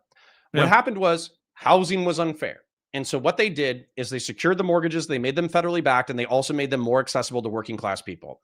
This caused a housing boom where we were building shitloads of housing through the 2000s, and this was a large part of the economy, and people were making money hand over fist. But because it was so deregulated, they were making risky loans to plenty of people who had no business getting those loans. You could go ahead and watch whatever that movie is, The Big Short, in order to see how it went. But effectively what ended up happening was, after this time period, we collapsed the entire market through 2008. It was the worst financial disaster besides COVID and besides the Great Depression. And then we stopped building houses, and the financial incentives that were there because of the reckless incentivization of building houses has remained stagnant for the past 20 years. So yes, we have a problem with demography. We have a problem with population. We have a problem with affordability. But one of the problems that you solve pricing with is supply. So what arguably we need to do, I hate to say this, is we need to implode the American economy again through excess housing supply. And the federal government has the capacity to do that. So I would almost argue, hey guys, did you enjoy the 2000s to 2008 housing bubble? We're doing it again because we're going to make it so average working class Americans can afford houses. And then I would straight up repeat the financial incentives in order to get into a house. Maybe a little bit smarter this time. Okay. I mean, you recognize that the mortgage crisis was attendant to rising prices in homes, right? And overvaluation of homes. Yeah, but we would focus on supply. Okay. And you want to build more demand homes. outstrips supply. That doesn't mean that there wasn't a substantive increase. Great, me in too. supply. I want to build more too. Great. I want to build. I don't know what the fuck this has to do with fighting a lost war. Number one. We don't have to be as dumb as the previous generation. We can make new mistakes. Brand new stupid mistakes that are as glorious and retarded as the old ones, but we don't have to make the same mistakes. I don't even think we're having a conversation right now, Connor. I don't feel that we are. We are talking about the same thing. You said it's lost, quit. And I'm saying, fuck you, no.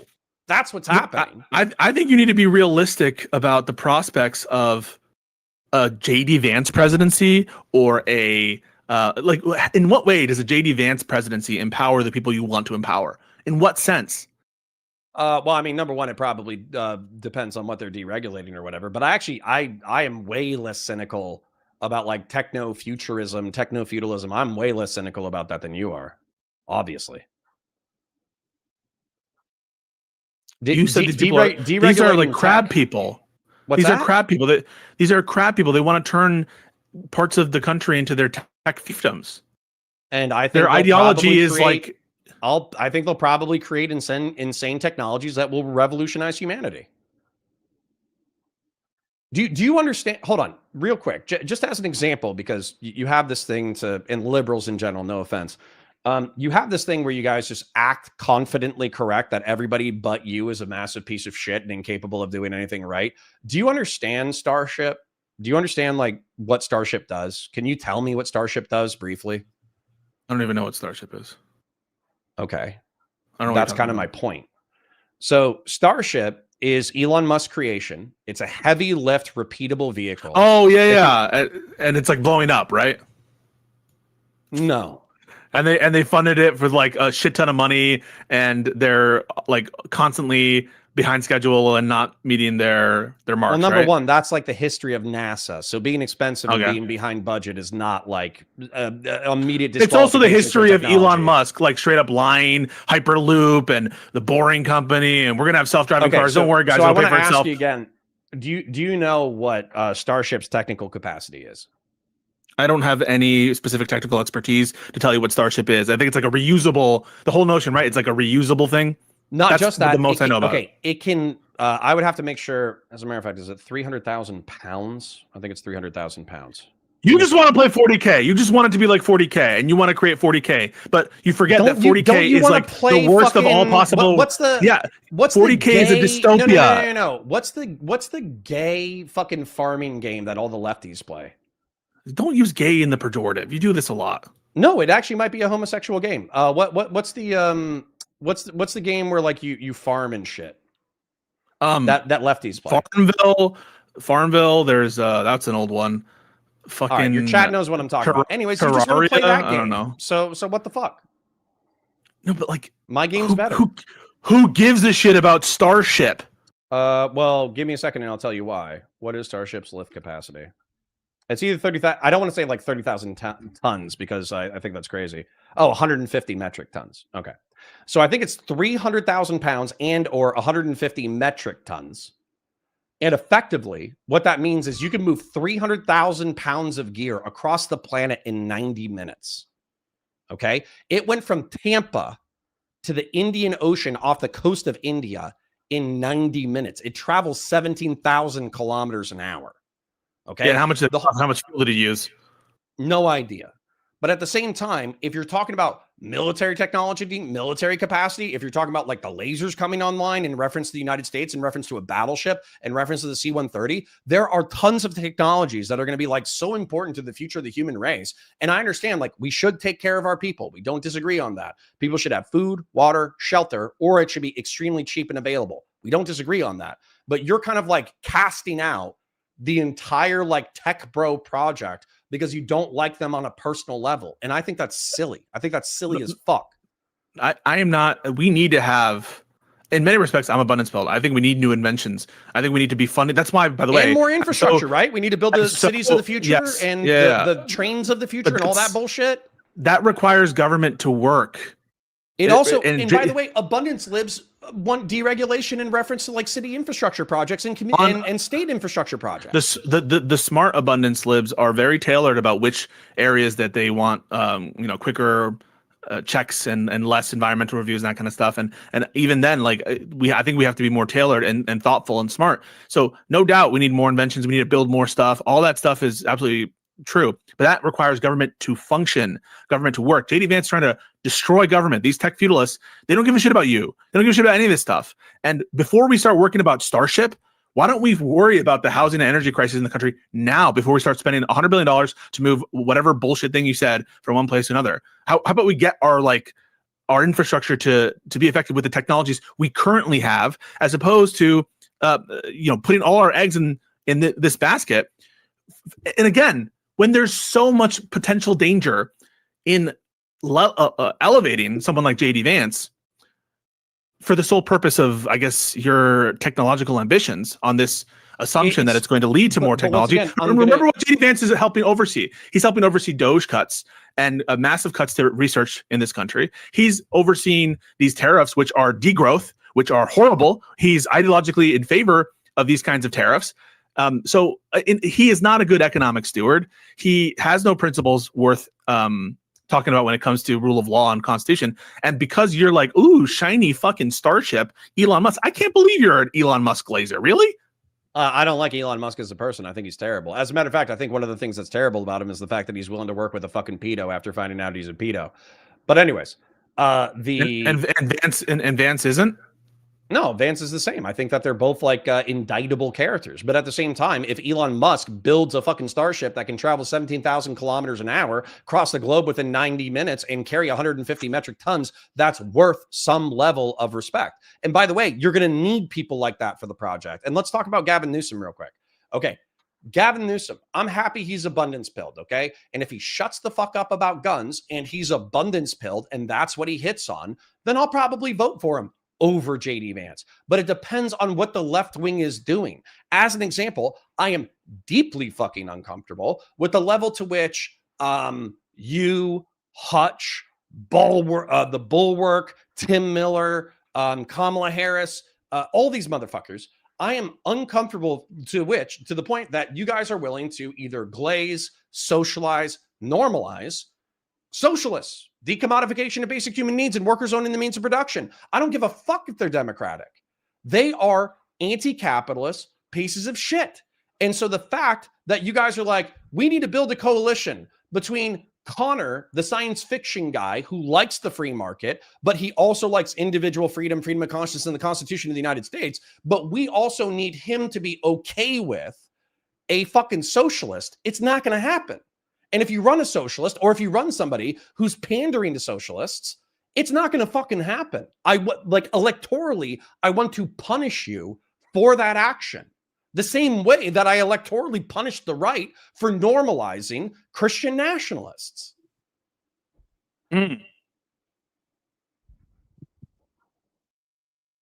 These guys, man. Dude, hold on. I want you to understand. I view Hassan Piker and Nick Fuentes as the same guy. I view them as the same guy on opposite sides of the spectrum. That's genuinely how I view these people. Okay. Do you view Mamdani the same as Nick Fuentes? I view Mamdani as Hassan Piker in the closet. So the answer is yes, therefore? No, he has the shame to be in the closet. I view Mamdani as JD Vance. Help me out there, because you're willing to vote for JD Vance, but not Mamdani. Because JD Vance doesn't come out and say, I hate Jews. He said, as a matter of fact, he's probably like a Zio shell. And he's also not a racist. He might be an anti-black racist, but he's not an anti-Indian racist. We know that. Yeah, I view JD Vance as number one, I'll go back to the fact that I think he's a political opportunist. But to the degree that he is like a post-liberal and anti-liberal, like because he said that before in like briefings and shit. To the degree that he's a post-liberal, I think that he is infinitely more tepid than Curtis Yarvin or Nick Fuentes. He is a tepid, palatable version of an extremist ideology. I think Mamdani is a tepid, palatable version of an extremist ideology. Of someone like Fuentes? Yeah, Fuentes is the extreme version. Hassan Piker is the extreme version. Mamdani is Muslim. What does that have to do with anything? Well, that seems to be pretty counter to Christian nationalism. Mamdani is pro-gay. Mamdani is not anti-Semitic. Yeah, I would say that. I think that's like populist opportunism, and also Hassan Piker is all those things. What about it? I never want to hear another thing about anti-Semitism from people who take the position that you just did. What are you I never want to hear another word about anti-Semitism from people who are going to make a comparison as between Fuentes, who is talking about the problems of world Jewry and how it's not an Israel problem, it's a Jewish problem. And, you know, to the extent that they support Israel, they should be sent out of the country. And compared to who? Basically, are you going to say Mamdani or you're going to say Hassan? Mamdani. Okay. Or Hassan. Okay. When has Hassan said something even 1% of that? Hassan was denying the rapes on October 7, 2023 and saying that there's no evidence for them despite reading a UN report that says that we have like eyewitness testimony, we have victim testimony, we have the autopsies of people who were shot in the back of the head and had their genitals burned, and we found a bunch of women tied to various stop signs in trees with their panties pulled down under their legs and their arms tied around these objects. And he was like, oh yeah, but they didn't get semen samples, so the rapes didn't happen. Okay, people who say that shit, like that you would, this quote, because I've heard this before, like the direct and circumstantial evidence point, which are really, really stupid points. There is direct evidence. Indirect evidence is only just like testimony of it, and there are people who testify to that effect. But I don't understand. So because he takes this view that these are the notion of mass rape or rape as a tool of war or something, that's the claim, right? That this is like rape as a mass rape event, something like that, right? That this was a coordinated, attempted, volitional. He wants to say it's anecdotal rape. Well, hang on a second. So you're saying that his view on that, which I don't know what he said, and I'm not here to defend people who do this kind of quibbling about direct circumstantial evidence, and I would need to have the video proof of this or that, which by the way I would consider to be circumstantial. I basically think anything that isn't like direct witness testimony is circumstantial evidence. People will say things like only direct evidence matters when some of the strongest evidence, DNA is circumstantial evidence. It's not direct evidence. It's circumstantial evidence. So all that shit is fucking stupid. But you're comparing that view, which has to do with like, have they proved to your satisfaction or to Hassan's satisfaction the existence of mass coordinated rape as an intentional tool and strategy on October 7th? And you're saying that is comparable in terms of its anti-Semitism to Nick Fuentes's explicit anti-Semitism regarding world Jewry. Even we could even shift it away from anti-Semitism, because I don't think I moral frog about anti-Semitism too much, because oftentimes it's like conflated with anti-Zionism. So I don't even know if I moral frog about it that much.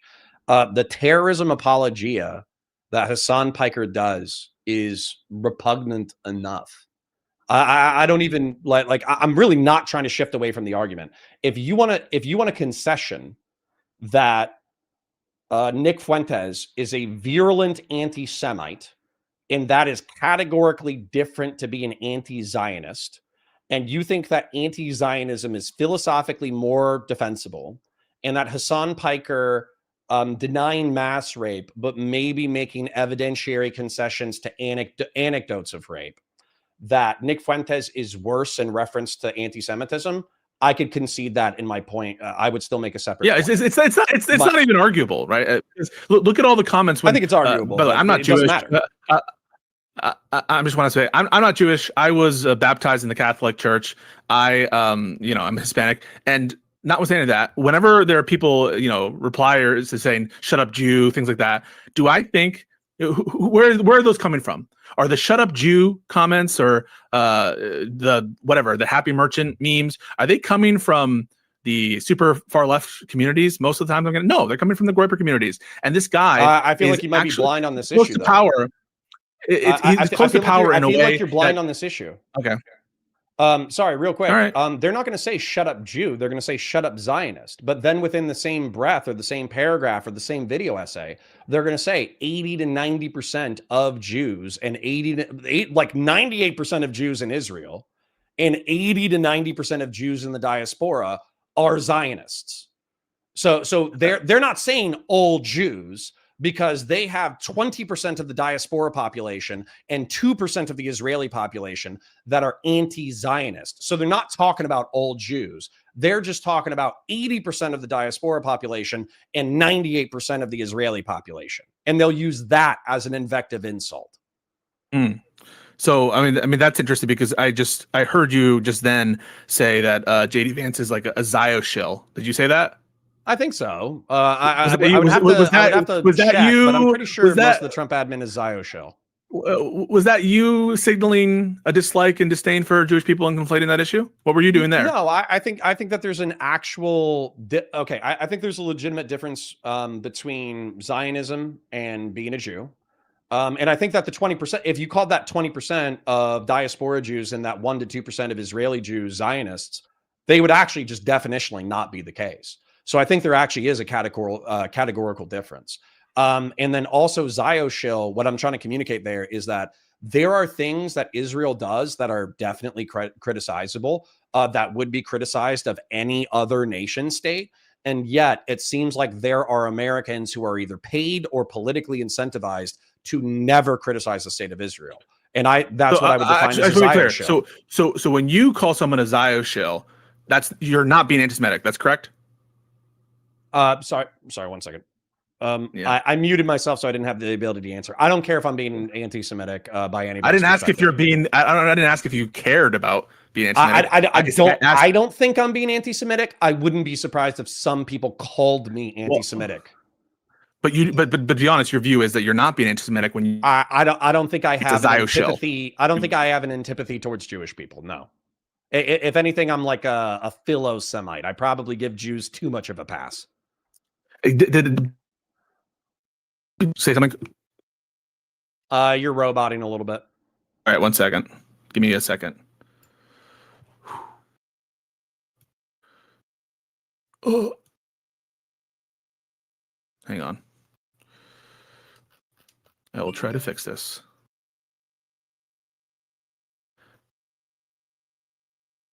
I had your ass.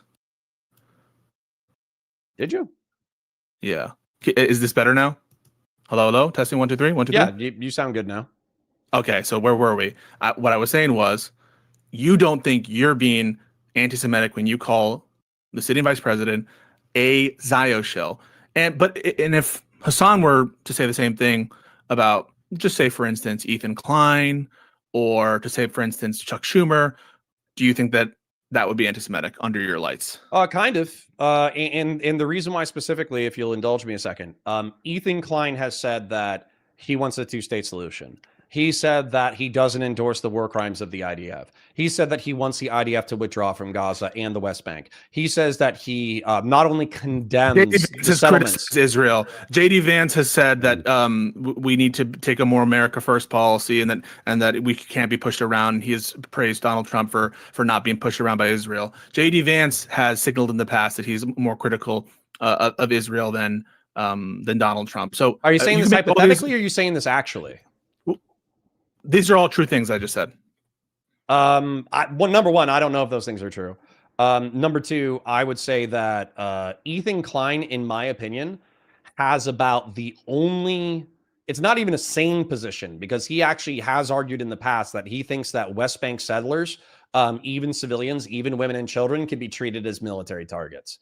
So I actually think that Ethan Klein actually has almost an extreme he has as extreme of an anti-Israel position that you can have while still supporting the general existence of Israeli state. And so I think calling him a Zioshil is, I think it's fucked up, regardless of whether or not you call it anti-Semitic. Actually, you know what? I do think it's anti-Semitic.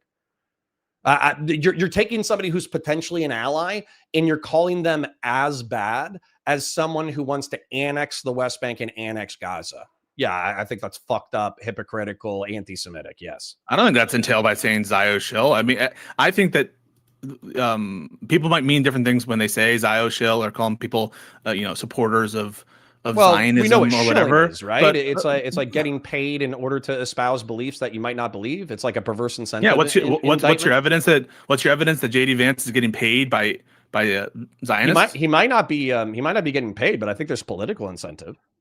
I mean, Trump is getting paid by Zionists. Would you Shill call definition.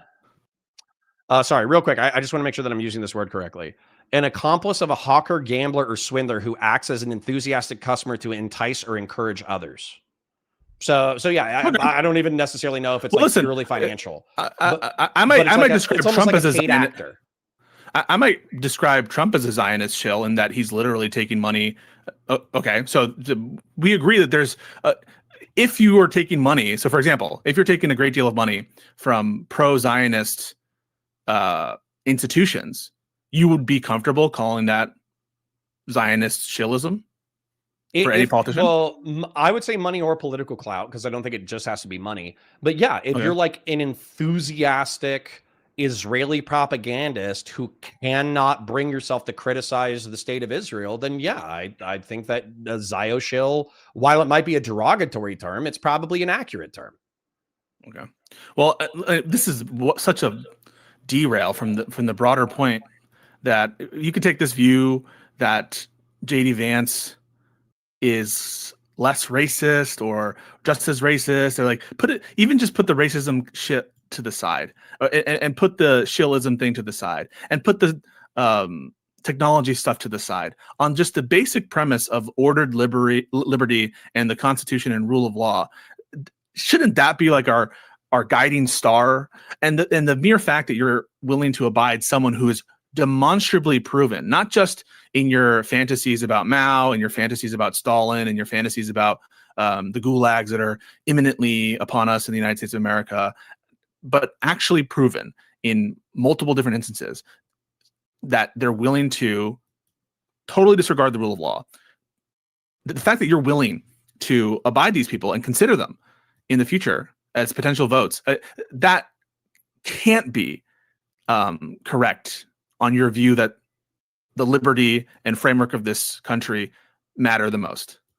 If you were okay, so number one, I think that you classifying threat to liberty as like a decent motivator, I think that's true. I think that would actually be my calculus. My legitimate calculus would be, who is the bigger threat to American liberty, and then I would actually make a calculus, like a consequentialist calculation. In what world does that Newsom over JD Vance? Okay, we should probably make this a totally separate discussion. But I would say that you guys just don't believe in the power of the Second Amendment. You just don't. You just don't believe in the power of the Second Amendment. And if you check Federalist 29, if you check Federalist 46, I would strongly recommend before we have a discussion about the Second Amendment, you should read Federalist 29 and Federalist 46. Why do you value the Second Amendment over the First Amendment? Because listen, the Vance First is supporting Amendment, the policies of like shipping people off because of their support for Palestine. Vance is in support of impeaching judges and removing them because they come to decisions that he doesn't agree with on the law. He has argued as recently as this year that at a certain point we have to start talking about not listening to the courts when they're ordering the president. So why is the Second Amendment getting this extra bit of Connor protection than like basic First Amendment, basic rule of law, basic structure of our government? Like, you understand that the only reason that any of the rights are able to be applied is if we have a robust separation of powers. You can't raise a Second Amendment claim if you don't have access to courts that can actually stop the excesses of whatever government you're talking about. So as a starting principle, you should be more concerned with separation of powers, the taking of complete unilateral control by one branch, and the distortion of the framework, right? The Bill of Rights are an afterthought. The Bill of Rights aren't ratified at the time of the framing of the Constitution. Right? It's an afterthought. It's a concession that is later implemented. What's more important to this country, even than the individual rights guaranteed by the Bill of Rights, is the framework and structure of the Constitution, which JD Vance, that is the structure that he's attacking. He's attacking it in terms of the checks by Congress and their appropriation powers. You talk about the Department of Education. Yeah, you think it's base, but it's a total application. I don't, by the way. I don't think totally gutting the DOE is base. I'm saying that people in the right wing do. Okay, but JD Vance is ignoring, along with the Trump administration, the commands of Congress. They're ignoring the commands of courts, and they're saying, "Hey, we might not even listen to it." That's a bigger threat to your Second Amendment than any legislation that a Democratic president's going to propose. Because at a bare minimum, a Democratic president who proposes that legislation, they're going to listen to the courts when they strike them down, similar to what Biden did with the student loan stuff. And so you should be much more concerned. If you're really Second Amendment pilled, you should be much more concerned about a government that's willing to ignore court orders. Because how else are your Second Amendment rights going to be vindicated? Okay. And actually, this gets to like a structural belief issue that I think will remain a gulf among between us, because I don't think I'm changing my opinion anytime soon. I doubt you're changing your opinion anytime soon. Okay, so what I heard, and I'm really not trying to strawman you, is you're saying that the threats to governance, procedure, the Constitution, the way our system works, that is more important than a right enshrined, what, decades after the formation of the country? Like, weren't we under the Articles of Confederation? No. So it Before was the Bill like, of Rights? It, How long was were we very, under the Articles of Confederation? Yeah, the Articles of Confederation lasted for, I don't know, 5, 6, 7, 8 years, something like that, maybe a decade. I'm not sure. So I thought it was like 20. The Constitution was ratified in 88 or 1788, and it was enforced in 1789. And so 8 years there. So okay, sorry. I thought it was but this is decades plural, not a single decade. But no. This is all after. First comes the Constitution, and close in time in the first Congress, they passed the Bill of Rights and they ratify those. But what I'm trying to say is they're just listen to Scalia on this point because it is important. They're just words on paper. What are rights? Right? Like rights. No, that's what I was about mean to say. anything. They don't mean anything if they're not enforced by actors and if they're not respected. And so in order to have First Amendment, Second Amendment, due process, all this stuff, these guarantees, it presupposes a robust structure of separation of powers where the government is going to actually adhere to their promises on paper. And that is the foundation that someone like J.D. Vance and Trump is attacking. We're not disagreeing on this. Okay. But that's why it's more important to protect that than it is any particular right. Okay. Let me address the Second Amendment right after what I address next. Okay. Okay. So you're saying that Donald Trump and J.D. Vance have, and I agree, attacked the foundational social contract by which we abide, and I agree. And effectively, what I view the Republic as, and what I view liberal democracy and the United States government and our society as, is, and I don't think you'll disagree with this. I think you actually just said this, that it's effectively a game. Right, we're playing a social game together, and the game only functions as long as we have willing players. And the problem with the game right now is that Donald Trump, J.D. Vance, Steve Miller, and a whole bunch of other people are saying we are not going to follow the rules of the game until you force us to at the barrel of a gun / court. And it's not just them. Peter Thiel explicitly said, like, we're in a post-constitutional era. I don't believe in democracy. I think it's stupid. These are people that you're potentially endorsing as the next set of leaders, at least better than someone like Gavin Newsom. No. I wouldn't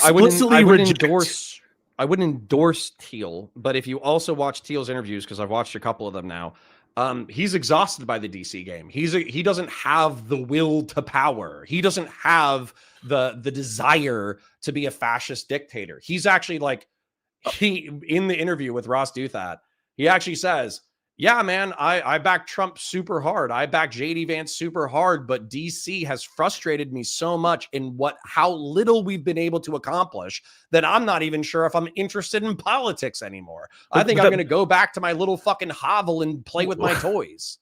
You say that though. He still has his contracts. He still has Palantir. He still has all that stuff. But sure. Even put this, he can change his mind real quick. Maybe it's not Thiel. None of these people believe in the rules of the game as you've described. They all believe that those systems need to be ignored. Maybe you can abuse them to the extent that it's beneficial for you, and you can like cite them as a token thing, but they don't care about those rules. And that is the key difference between someone like Gavin Newsom and like, what's the worst thing that Gavin Newsom has done in terms of rule respecting? He didn't follow his own COVID regulation and like went to have dinner. Like, name another. Yeah. Hold on. Like, what else? Let me get to the Second Amendment part then, because this is the through line. The Second Amendment is the when people stop playing the game, private arms are how we build a new game. So eliminating private arms, the only reason why, like, and this is actually like a libertarian conservatarian perspective. The only reason why, and of course you guys, well, not the only reason why. The reason why people would be wanting to take away private arms in their entirety or regulate them to the point that they were not a factor is if they no longer wanted to play the game. And so this is one of the things that like Democrats frustrate the fuck out of me on is like, why are you talking about, like, for instance, Adam Schiff, why are you talking about an assault weapons ban when you think we're on the verge of a fascist takeover? What the fuck are you talking about? Because Arms is how you reset the game and play a new game. So why are you taking away that tool? That's the dumbest thing possible. And until left-wingers and liberals, because I actually think that they're to some degree like allergic to violence, until you realize that righteous violence is what makes our game work, and until you're willing to engage in righteous violence to perpetuate the game and to start a new game, God forbid it all falls apart, we are not on the same moral foundations. So you think that the fact that people like Schiff are targeting gun rights by doing this assault weapons ban, I'll have you know who else supported an assault weapons ban? Kamala Harris. But you made a calculation. You made a calculation that because I didn't think she was going to get it through. Right. So why isn't that operative now? Why isn't that operative under a proposed President Newsom? Because I'm going to evaluate it as it comes, and ideally by having conversations with people like you. I know I only have 100 live viewers, although, like I said, they're incredibly generous. Like the stream, share it with your friends, engage with chat, super chats if you got them, memberships if you got them. The goal, of course, is to be a 6-figure or maybe eventually like a 7-figure creator, right? That's the goal. The goal is to be Tucker Carlson. The goal is to be Destiny. The goal is to be Hassan Piker. The goal is to not just have internet influence, but to have conversations with real power brokers and change their minds about the way they think about the world. So with Gavin Newsom, you're just going to have to accept the fact that I think that liberals are wrong. They are incorrect in what power is and how to wield it. And so until you guys shift my way, I'm not going to say that I'm one of you. I'm not one of you. No. That's not even what I'm asking. That's not even what I'm asking. Put aside, I know that I'm not going to convince do a pragmatic vote for Newsom. No, I'm not saying that you could. Right. What I'm saying is you're not taking a vote for JD Vance off the table. No, I'm not. In a way that you would take a vote for Trump off the table. Yeah. That is what I take to be the confusion. The confusion is thinking that the confusion because you're saying that JD Vance would have helped them do the thing that I say is the reason why I can't support Trump. Yes. Among other things and worse things. I understand. Worse people, like arguably worse people in his ear. Number one, I don't think it's going to be worse people. But they have yes. These people, through incompetence, have killed hundreds of thousands or millions of people. Weirdly enough, that was also true of Bush. So the thing about it is like policy. Millions of people because of Bush? Well, I don't understand. Hundreds of thousands, if not millions. So in Bush, through the war on terror, arguably killed hundreds of thousands of people. So my whole point is that, yeah, it's going to be an evaluative criteria. It's going to be, how far left is the left going? Does the left understand power? Is the left willing to support the Constitution, win, lose, or draw? Are they trying to attack American liberty? Do they foundationally misunderstand the country? These are all going to be questions that I'm asking myself. And then what's the potential harm of the left? And then I'll be asking, what is the potential harm of the right? And by the way, maybe I'm being naive. I'm really hoping this is the bottom. I'm really hoping this is the bottom for the right wing. Nope. Really hoping. It's going to get worse before it gets better. Way worse. You think a Vance president? Sorry, real quick. If Donald Trump died, I don't even know if you believe this. If Donald Trump died tonight from a stroke, natural causes, passes out, Vance is president, you think JD Vance would be a worse president than Donald Trump? The only reason I think that maybe not is because he lacks the kind of zeal that Trump commands. That's what I said. That's the only reason in which I would be like, okay, I'll take just kick Trump out and let's. I also think he's smarter. But that's what I mean. I think he's more malicious. Trump is almost predictable. Trump is predictable and he's easy to charm and he's kind of an idiot. Vance, I think, he overinflates his intelligence. I think that he's overrated in terms of how cerebral he is or whatever. But in general, I'm not confident that this is a person who I know how they work. That I know how they work. It's like as far as I know, the JD Vance's Trojan horse into the presidency was largely because he's a political opportunist. You know, if you look at him, he shifted his ideology 2 or 3 times over the past 2 decades, depending on what was politically expedient. As far as I know, as a Trojan horse for the Tealites, his job was tech deregulation and leaving Silicon Valley alone and maybe some tax breaks. That's what I think. And Teal already got his like Palantir contracts. He already got all this kind of stuff. So my question is, that damage is done. What is on JD Vance's agenda that you think The destruction is of the worse? Republic. The what? The destruction of the Republic. This You is a comment think from that DB he real quick. Explicitly wants to destroy the Republic? To what end? For I'll tell you what in a second. benefit? So first off, this is what Doobie says, $50 super chat, appreciate it. Connor wants to return to post 9/11 warmongering neocon headassery. Trump isn't ideological. Vance is full on dark enlightenment, technocratic nutbag, and he's far more intelligent. He'd do more damage. That's what Doobie says. You can respond to that or what I'm about to say. So I think that JD Vance is interested in power. I think that he's interested in breaking apart the constraints on that power, and he's interested in accumulating more wealth and authority for himself and for his friends. That's what he's interested in. That's obviously what's motivating him, is to wear this facade for the purpose of getting more power. And him getting more power after Trump has kind of like opened Pandora's box, I think he would actually potentially have the wherewithal and dedication and patience in a way that Trump does not, to successfully destroy the remaining guardrails of the Republic. So sorry, I'm not trying to put words in your mouth, but I'm kind of hearing this. You think that it's power for power's sake? I think it's power for the sake of power, but not just of himself, of also his friends, and promoting this kind of like conservative vision that is a little bit more in the weeds, intelligentsia based folk like Curtis Yarvin. Like, he is a supporter and follower of Curtis Yarvin, right? Can we talk about that real quick? Yeah. So this is what I've had a conversation with Yarvin, and I'm vaguely familiar through people in chat. So what I think Yarvin believes, based off of my conversation and also what I've heard of his writings, and somebody you can correct me, or somebody in chat can correct me, is effectively that there was an existent power structure within the pre-Enlightenment society, and it was relatively ordered, where you have God at the top, king beneath that, the feudal lords, all that kind of stuff, the peasant class, this, that, the other, and you had the church and you had the family. And so that social order, while, let's be real, medieval Europe was quite chaotic, it formed like the cathedral of hierarchy, effectively.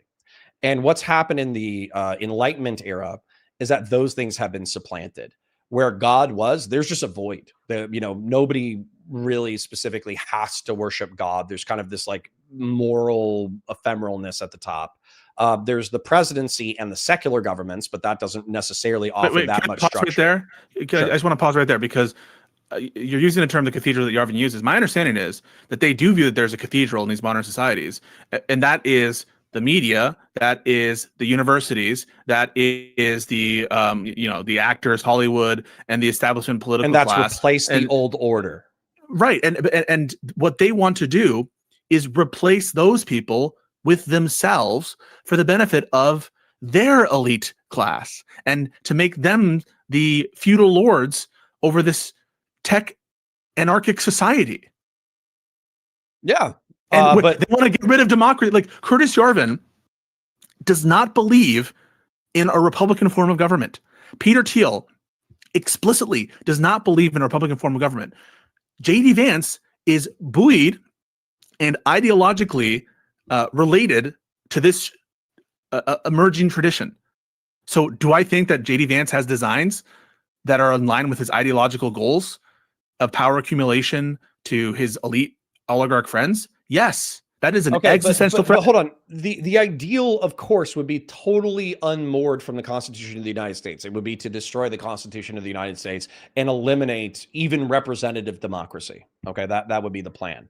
But my point is, I don't think there's any kind of political will, because these people talk about political will and people and populism and all that kind of stuff. They talk about that shit all the time as well. I don't think there's any kind of political will to reinstantiate a monarchy.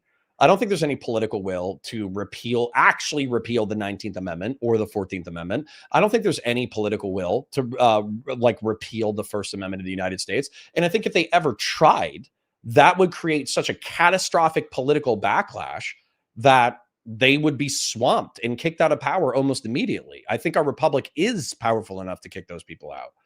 Same way, by the way. But it's not powerful enough to withstand arguably unconstitutional gun law. No. So this is like this is a difference in what I'm talking about. Is that because I don't think the Tealites are capable of realizing exactly what you said. I don't think they're capable of destroying the Republic of the United States, and I don't think there's any popular will for it. I think that they would govern infinitely more technocratically, where effectively what they would do is they would carve out a deregulatory niche for Teal and for Musk as tech feudal lords to have reduced taxes and government subsidies and deregulation so they can pursue their like transhuman dreams. That's not desirable. Gavin wouldn't do that. And the thing he would do... Why would you give a fuck if Elon Musk fucked off to Mars? Why would you give a fuck if Peter Thiel created gay cat boys that he kept in his basement? They're going to spend all of... So one, they're not going to be successful. They're going to spend all of our money and time trying to fail at that.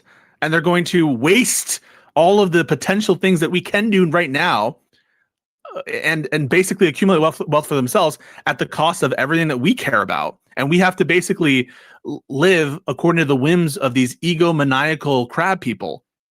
I'm sorry. If I added up all of the subsidies and tax breaks for Elon Musk, how much of the federal budget am I going to hit? As a percentage? Yeah. That's not, it's marginal compared to the overall budget. Is it going to be piss in the ocean? So can we assume that like Teal's how much do you think a boy gay project is going to cost? What? How much do you think a Mars project is going to cost? And even if it were just $100 billion or $200 billion, fuck that. That's all of the USAID budget. That's more than it. What's the USAID budget? It was $10 billion for PEPFAR and USAID. $30 billion. I'm sure. And let's see, what's the budget for Starship? Budget for Starship. Elon. It's $5 billion in research and development to date. $5 billion to actually get to Mars with a human colony. Right. This is just on researching the Starship program. Right. You want to talk about getting to Mars? That's still piss in the ocean. Like, and by the way, we might not agree on whether or not we should be an extraplanetary species, but that aside, okay. So for you're saying that you think that the Peter Thiel, JD Vance, whoever, they're going to be trying to destroy the Constitution of the United States and fray it so badly that effectively we live in a new techno-feudalist society, which I don't see the franchise going away. I don't see the Constitution of the United States going away. What I'm saying when it comes to Gavin Newsom, let's say Gavin Newsom comes up with like, I don't know, some fucking wealth tax. As a matter of fact, wait, can you pause? Sure. Why didn't this convince you on Trump? I don't see the franchise going away with Trump, so I'll just vote for him. A lot of people did that. Yeah, a lot of people did do that. A lot of people in the center right did do that because I care about international affairs. I care about Ukrainians. I care about Africans. I care about believe it or not, I care about like republicanism. I care about whether or not republicanism and liberal democracy get spread across the world. And Trump was antithetical to that project. JD Vance is a nativist. Once again, like, dude, are you blind to the fact that you have pieces of shit on your side? Because that's what it sounds like. It sounds like you can't conceptualize of a left-winger so nefarious that a right-winger might be preferable. Well, the one left-winger that I know you'd vote for JD Vance over is Mamdani. I would vote for JD Vance over Mamdani. Do you know who I would vote for over JD Vance automatically, even though he's a staunch gun guy or anti-gun guy? Who? Mark Kelly. You make no sense. You're No, going I off make vibes. perfect sense. You're going off Nope. vibes, and you're reinventing a framework to make sense Nope. of this bullshit. No. What are you talking about? No. Because he's a fucking former military guy.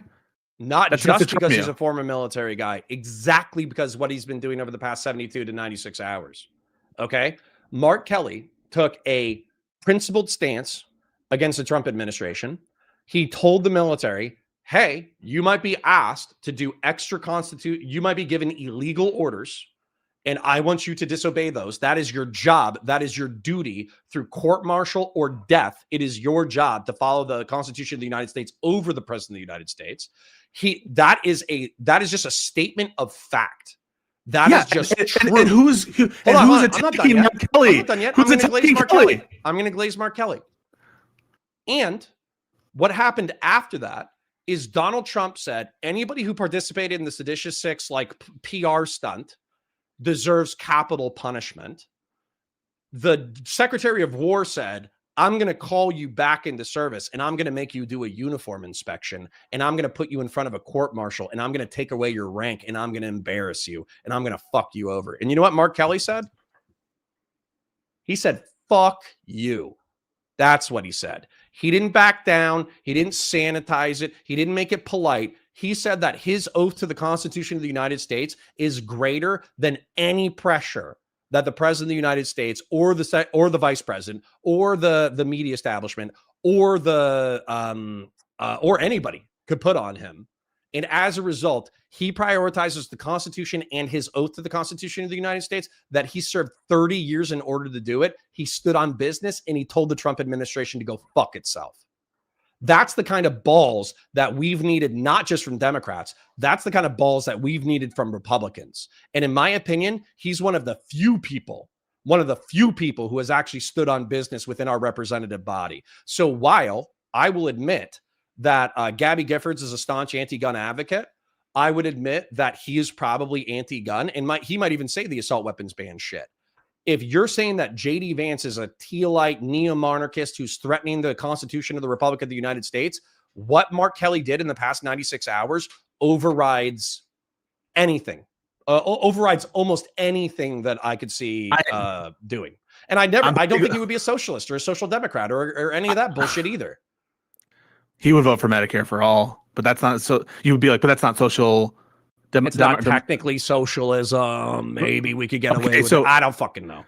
Yeah, so to that extent, then Mamdani wouldn't be socialist either, because the only difference between him, I think he's hiding his power level. We've been over this. Okay, right. He's lying. Okay, so I'm glad that you're beaming with joy and pride at Mark Kelly's bravery at standing up and doing the right thing. I'm so glad about that.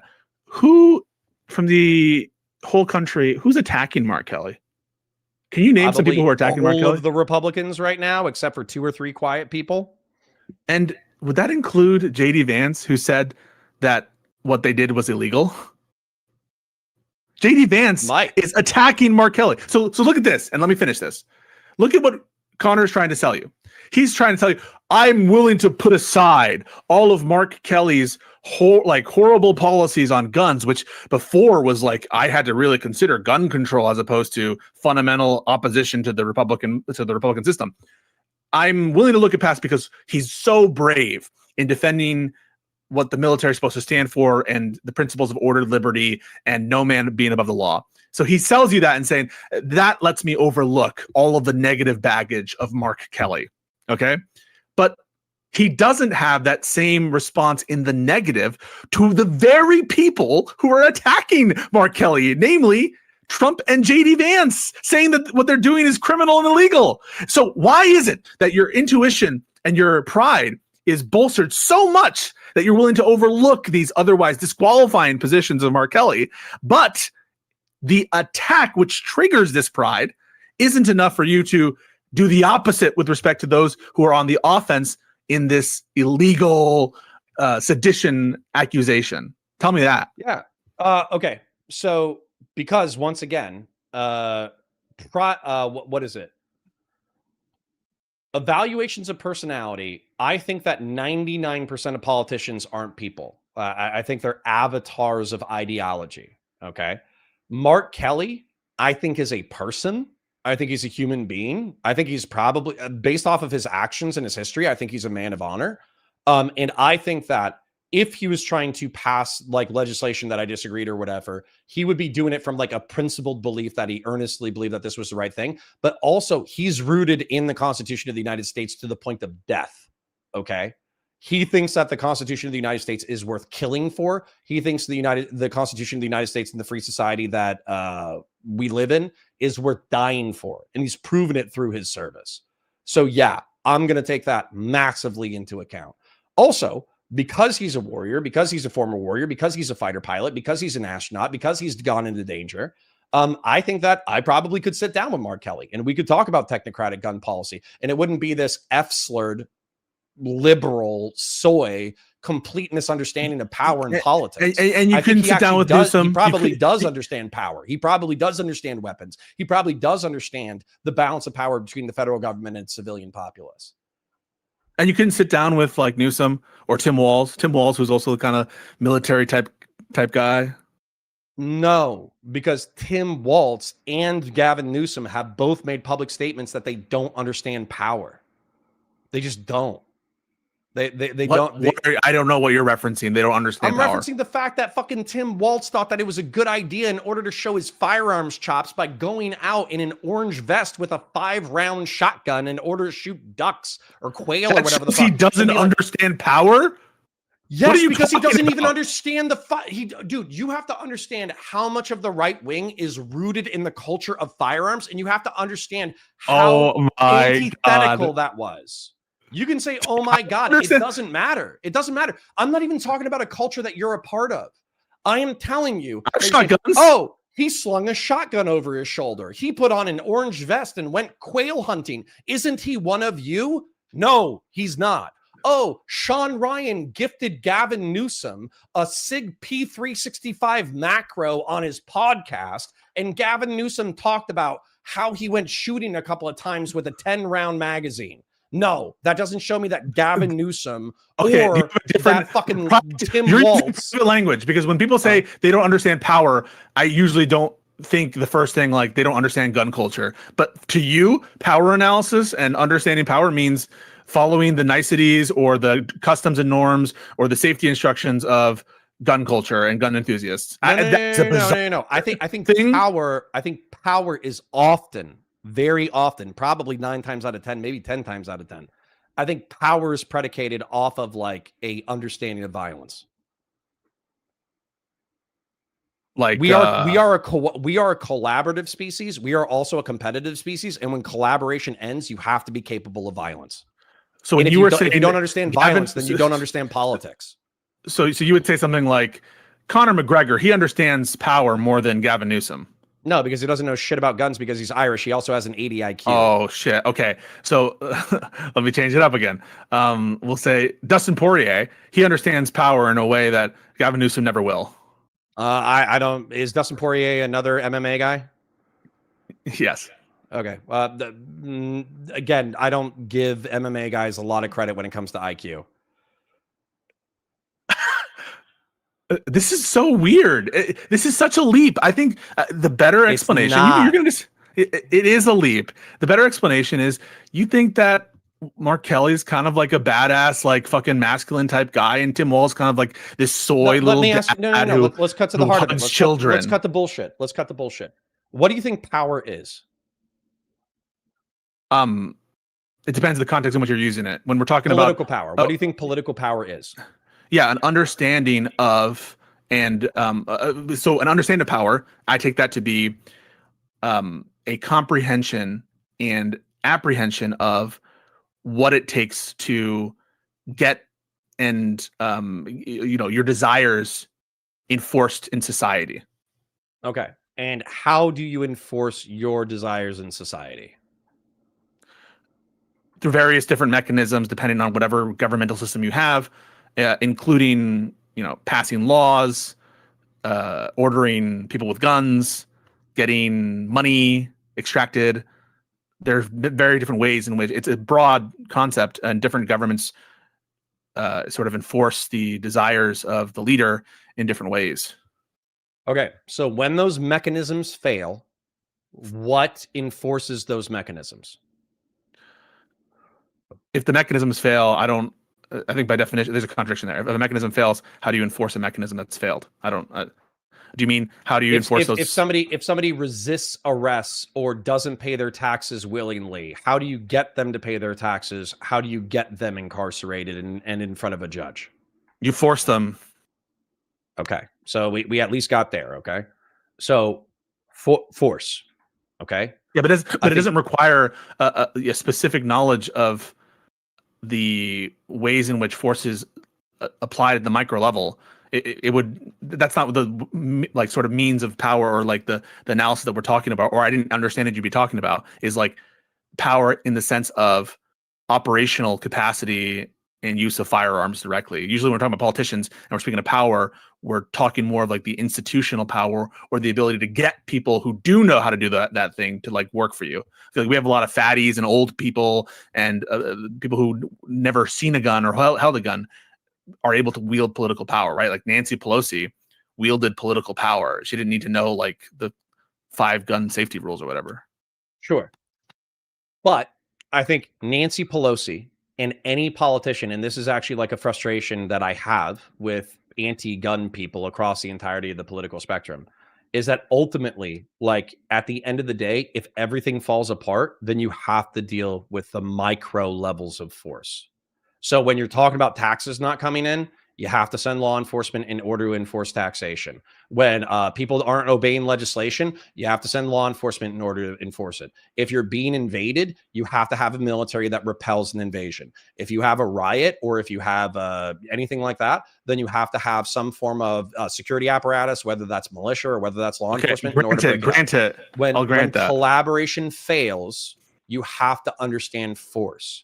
And what I think is missing from the private arms component is that, again, I would recommend you read Federalist 29 and you read Federalist 46. I've read all the Federalist papers. Hold on, I want to finish this. This is important. The whole conception of the Second Amendment, the whole conception of Federalist 29 and Federalist 46 is that we are a society that is capable of collaboration and competition, and power must be balanced. Power cannot be concentrated in an individual institution. Power cannot be collected in a single political body or even a single security apparatus.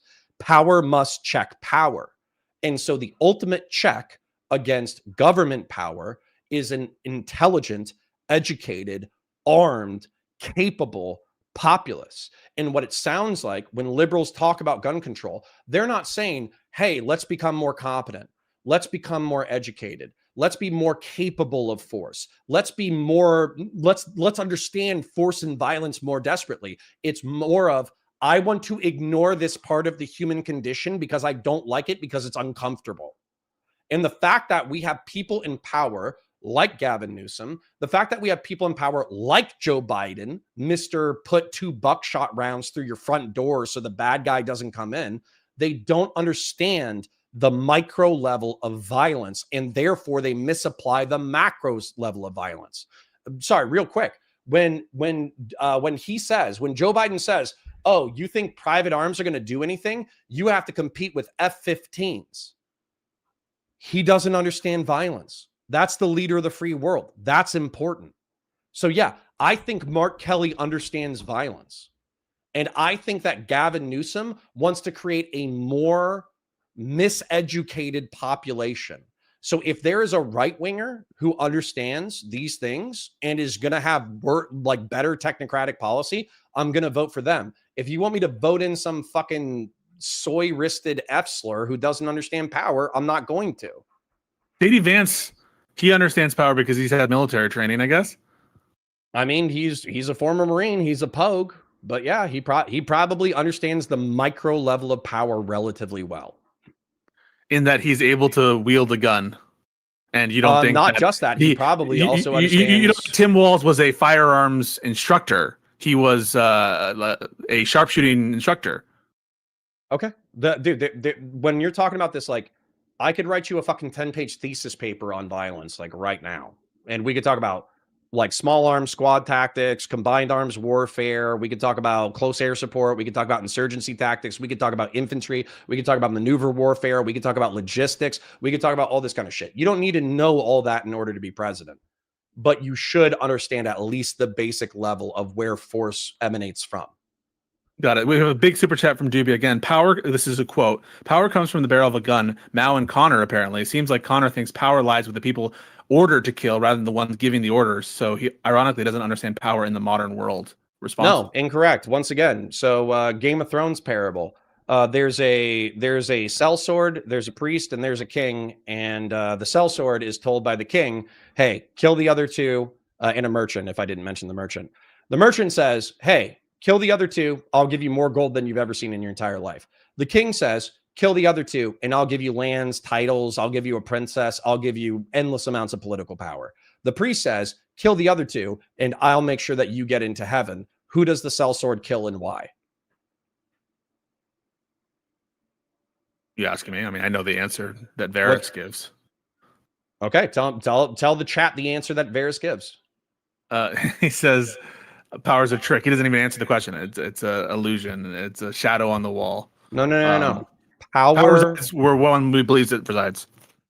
Power is where people believe it resides. Yeah, okay, so if we believe it resides in the Constitution of the United States, it resides in the Constitution of the United States. If it resides with Donald Trump, it resides with Donald Trump. If it resides in the barrel of a gun, it resides in the barrel of a gun. The gun is the check against the other ones.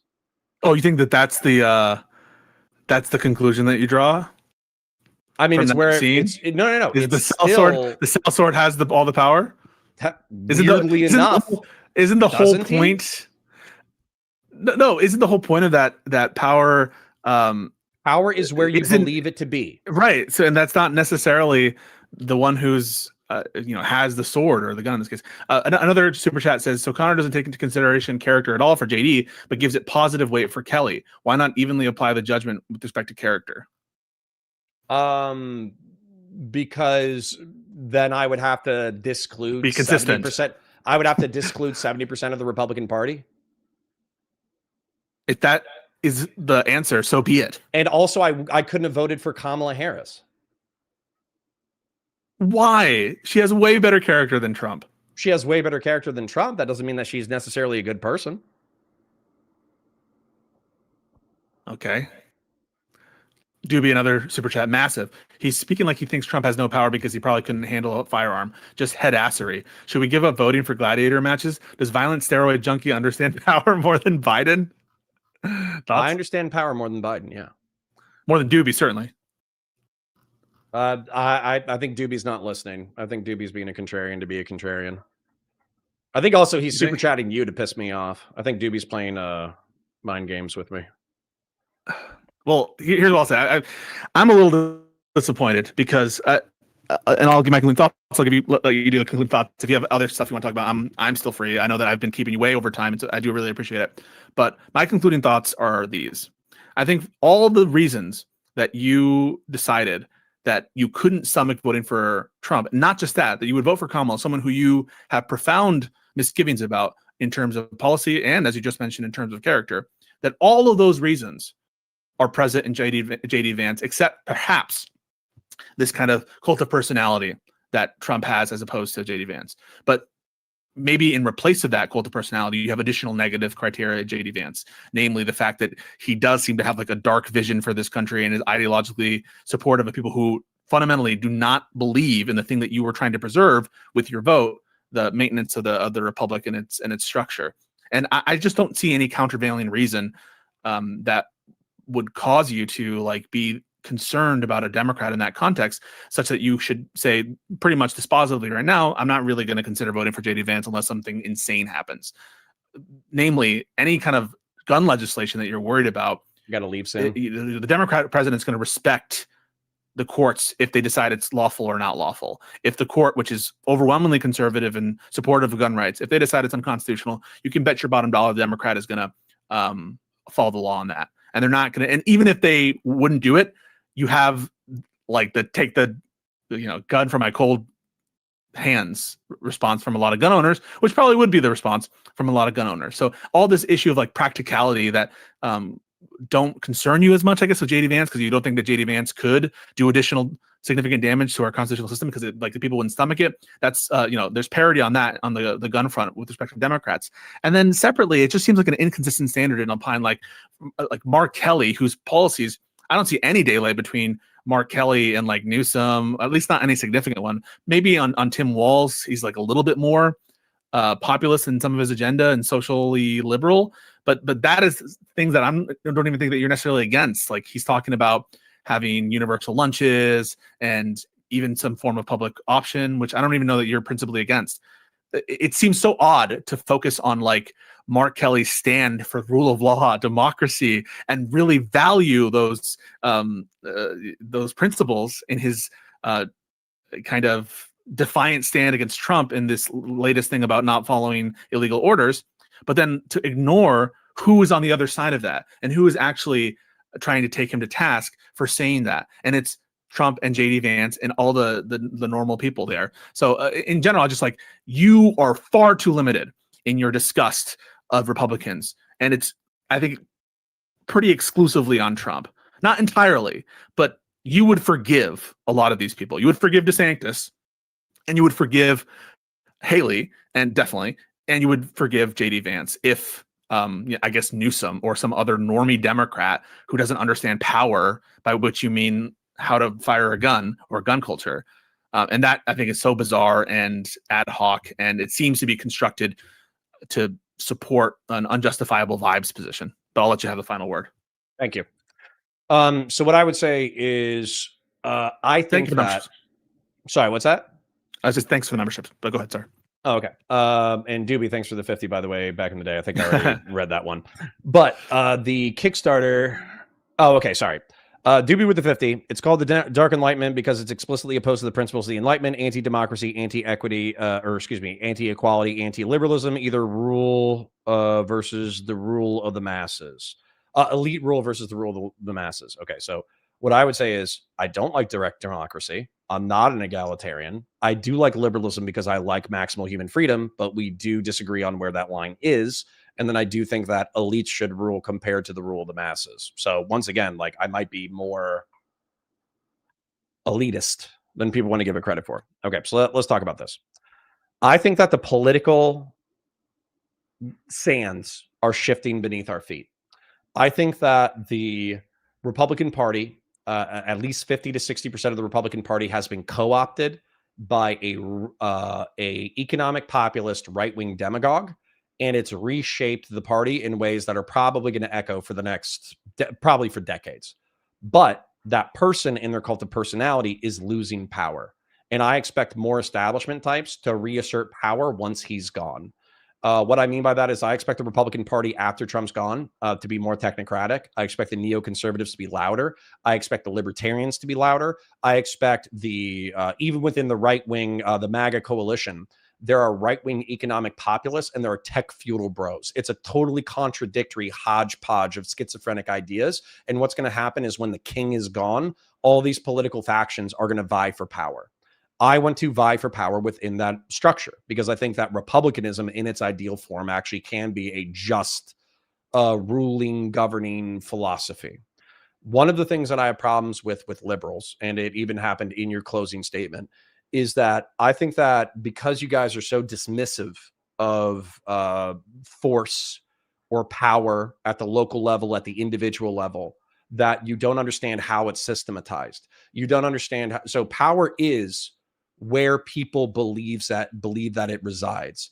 But if government officials don't understand that actual force resides within the security establishment might rebel against the population and steal political power. Same thing where if you don't believe that like farmers don't have the capacity, the ability to effectively stop growing food, and they could fuck up your logistics chain, so they could fuck this, that, the other up. The whole point is power resides in many places and in many forms, and it is where we believe it to be. However, my point is that power is oftentimes best when it's diffused by many people. where when you have 400 million, you have 400 million guns, you got 330 million citizens, you probably have 3 to 10 million veterans who are sworn to the Constitution of the United States. You probably have 2 million active service members who are either reservists or not, who are loyal to the Constitution of the United States. That's how you perpetuate a republic. And what frustrates me about what Pisco said, what frustrates me about what many liberals say, is because violence is vulgar, because it's mundane, because it's for the plebiscites, because it's for stupid people who didn't get a college degree, they don't understand it. They don't understand it. They disdain it. They think it's like they think that it's for the barbarians who serve society. They don't understand how much of their society is predicated on violence. And so as a result, I think that ignorance is part of the reason why they also have disdain for the Second Amendment. I think it's why they have disdain for the founding fathers. I think it's why they have disdain for libertarians and to some degree, the liberal project. And I think that when you see a death by 1,000 cuts by left-wing people, it's often because of this misunderstanding of power. So yeah, I'm looking forward to the next conversation about it. But once again, this is not something that I'm going to change on anytime soon. Oh, sorry, Mark Kelly versus JD Vance. Yeah, I do not view versus the other Dems. Sure. Mark, let me do Mark Kelly versus JD Vance, Mark Kelly versus the other Dems, and then let's close it out. So, Mark Kelly versus JD Vance. The reason why I would potentially pick JD Vance over another Democrat is because you guys are normalizing people like Mamdani. You're normalizing progressives and socialists and communists, and to some degree their talking points. I hear endless Hassan Piker apologia within even the liberal sphere. And so as a result, I'm wildly uncomfortable with you guys normalizing what I view as revolutionary leftists. I'm not kidding. It makes me wildly uncomfortable. They're normalizing groyperism. JD Vance is normalizing groyperism. Yeah, I view it as a mirror. And so the lack of awareness that you guys have, where you seem to be normalizing extremism, I find repulsive, naive, stupid. So that's frustrating for me. And so if there was somebody who was listening to Hassan Piker, stealing Hassan Piker's talking points, being a social democrat in the streets, but being a socialist in the sheets, I'm going to pick a right winger, because you know what? In a techno-feudalist society, I'm still going to do okay. I'm a smart guy. I'm white. I'm cis. I'm het. I'm male. I'll do fine in techno-feudalist anarchic. I'll do fine in Ancapistan. You guys won't. Okay. So maybe you should present me with a better option. The better option, by the way, is Mark Kelly. Mark Kelly is somebody who's loyal to the Republic, loyal to the Constitution of the United States, understands power. If we disagree on gun legislation, I think that I would be able to talk to him in such a way that he would at least understand my perspective, whereas you guys are largely wholly ignorant of it. And as a result, I would obviously pick Mark Kelly on a personality basis, maybe not on a policy basis, but I do think that he would try to govern justly. I do believe him. I do think he's earnest. I do think he's taken risks for the Republic through his military service, through his astronaut career, through his public service as a senator, and through what he's done in the past 96 hours. I genuinely believe him to be an earnest and honorable man. And then finally, him versus other Democrats. Yeah. No offense. The path to hell is paved with good intentions. I like abundance liberalism. If Gavin Newsom becomes a gun centrist, abortion centrist, abundance lib, I'll vote for him. If he becomes a white guilt, CRT, DEI, progressive gun control advocate, I'm not going to vote for him. And that's up to you guys, not me. So, yeah. Hey, Connor, thank you so much for postponing your conversation with Dan Pace. Yep. I really appreciate it.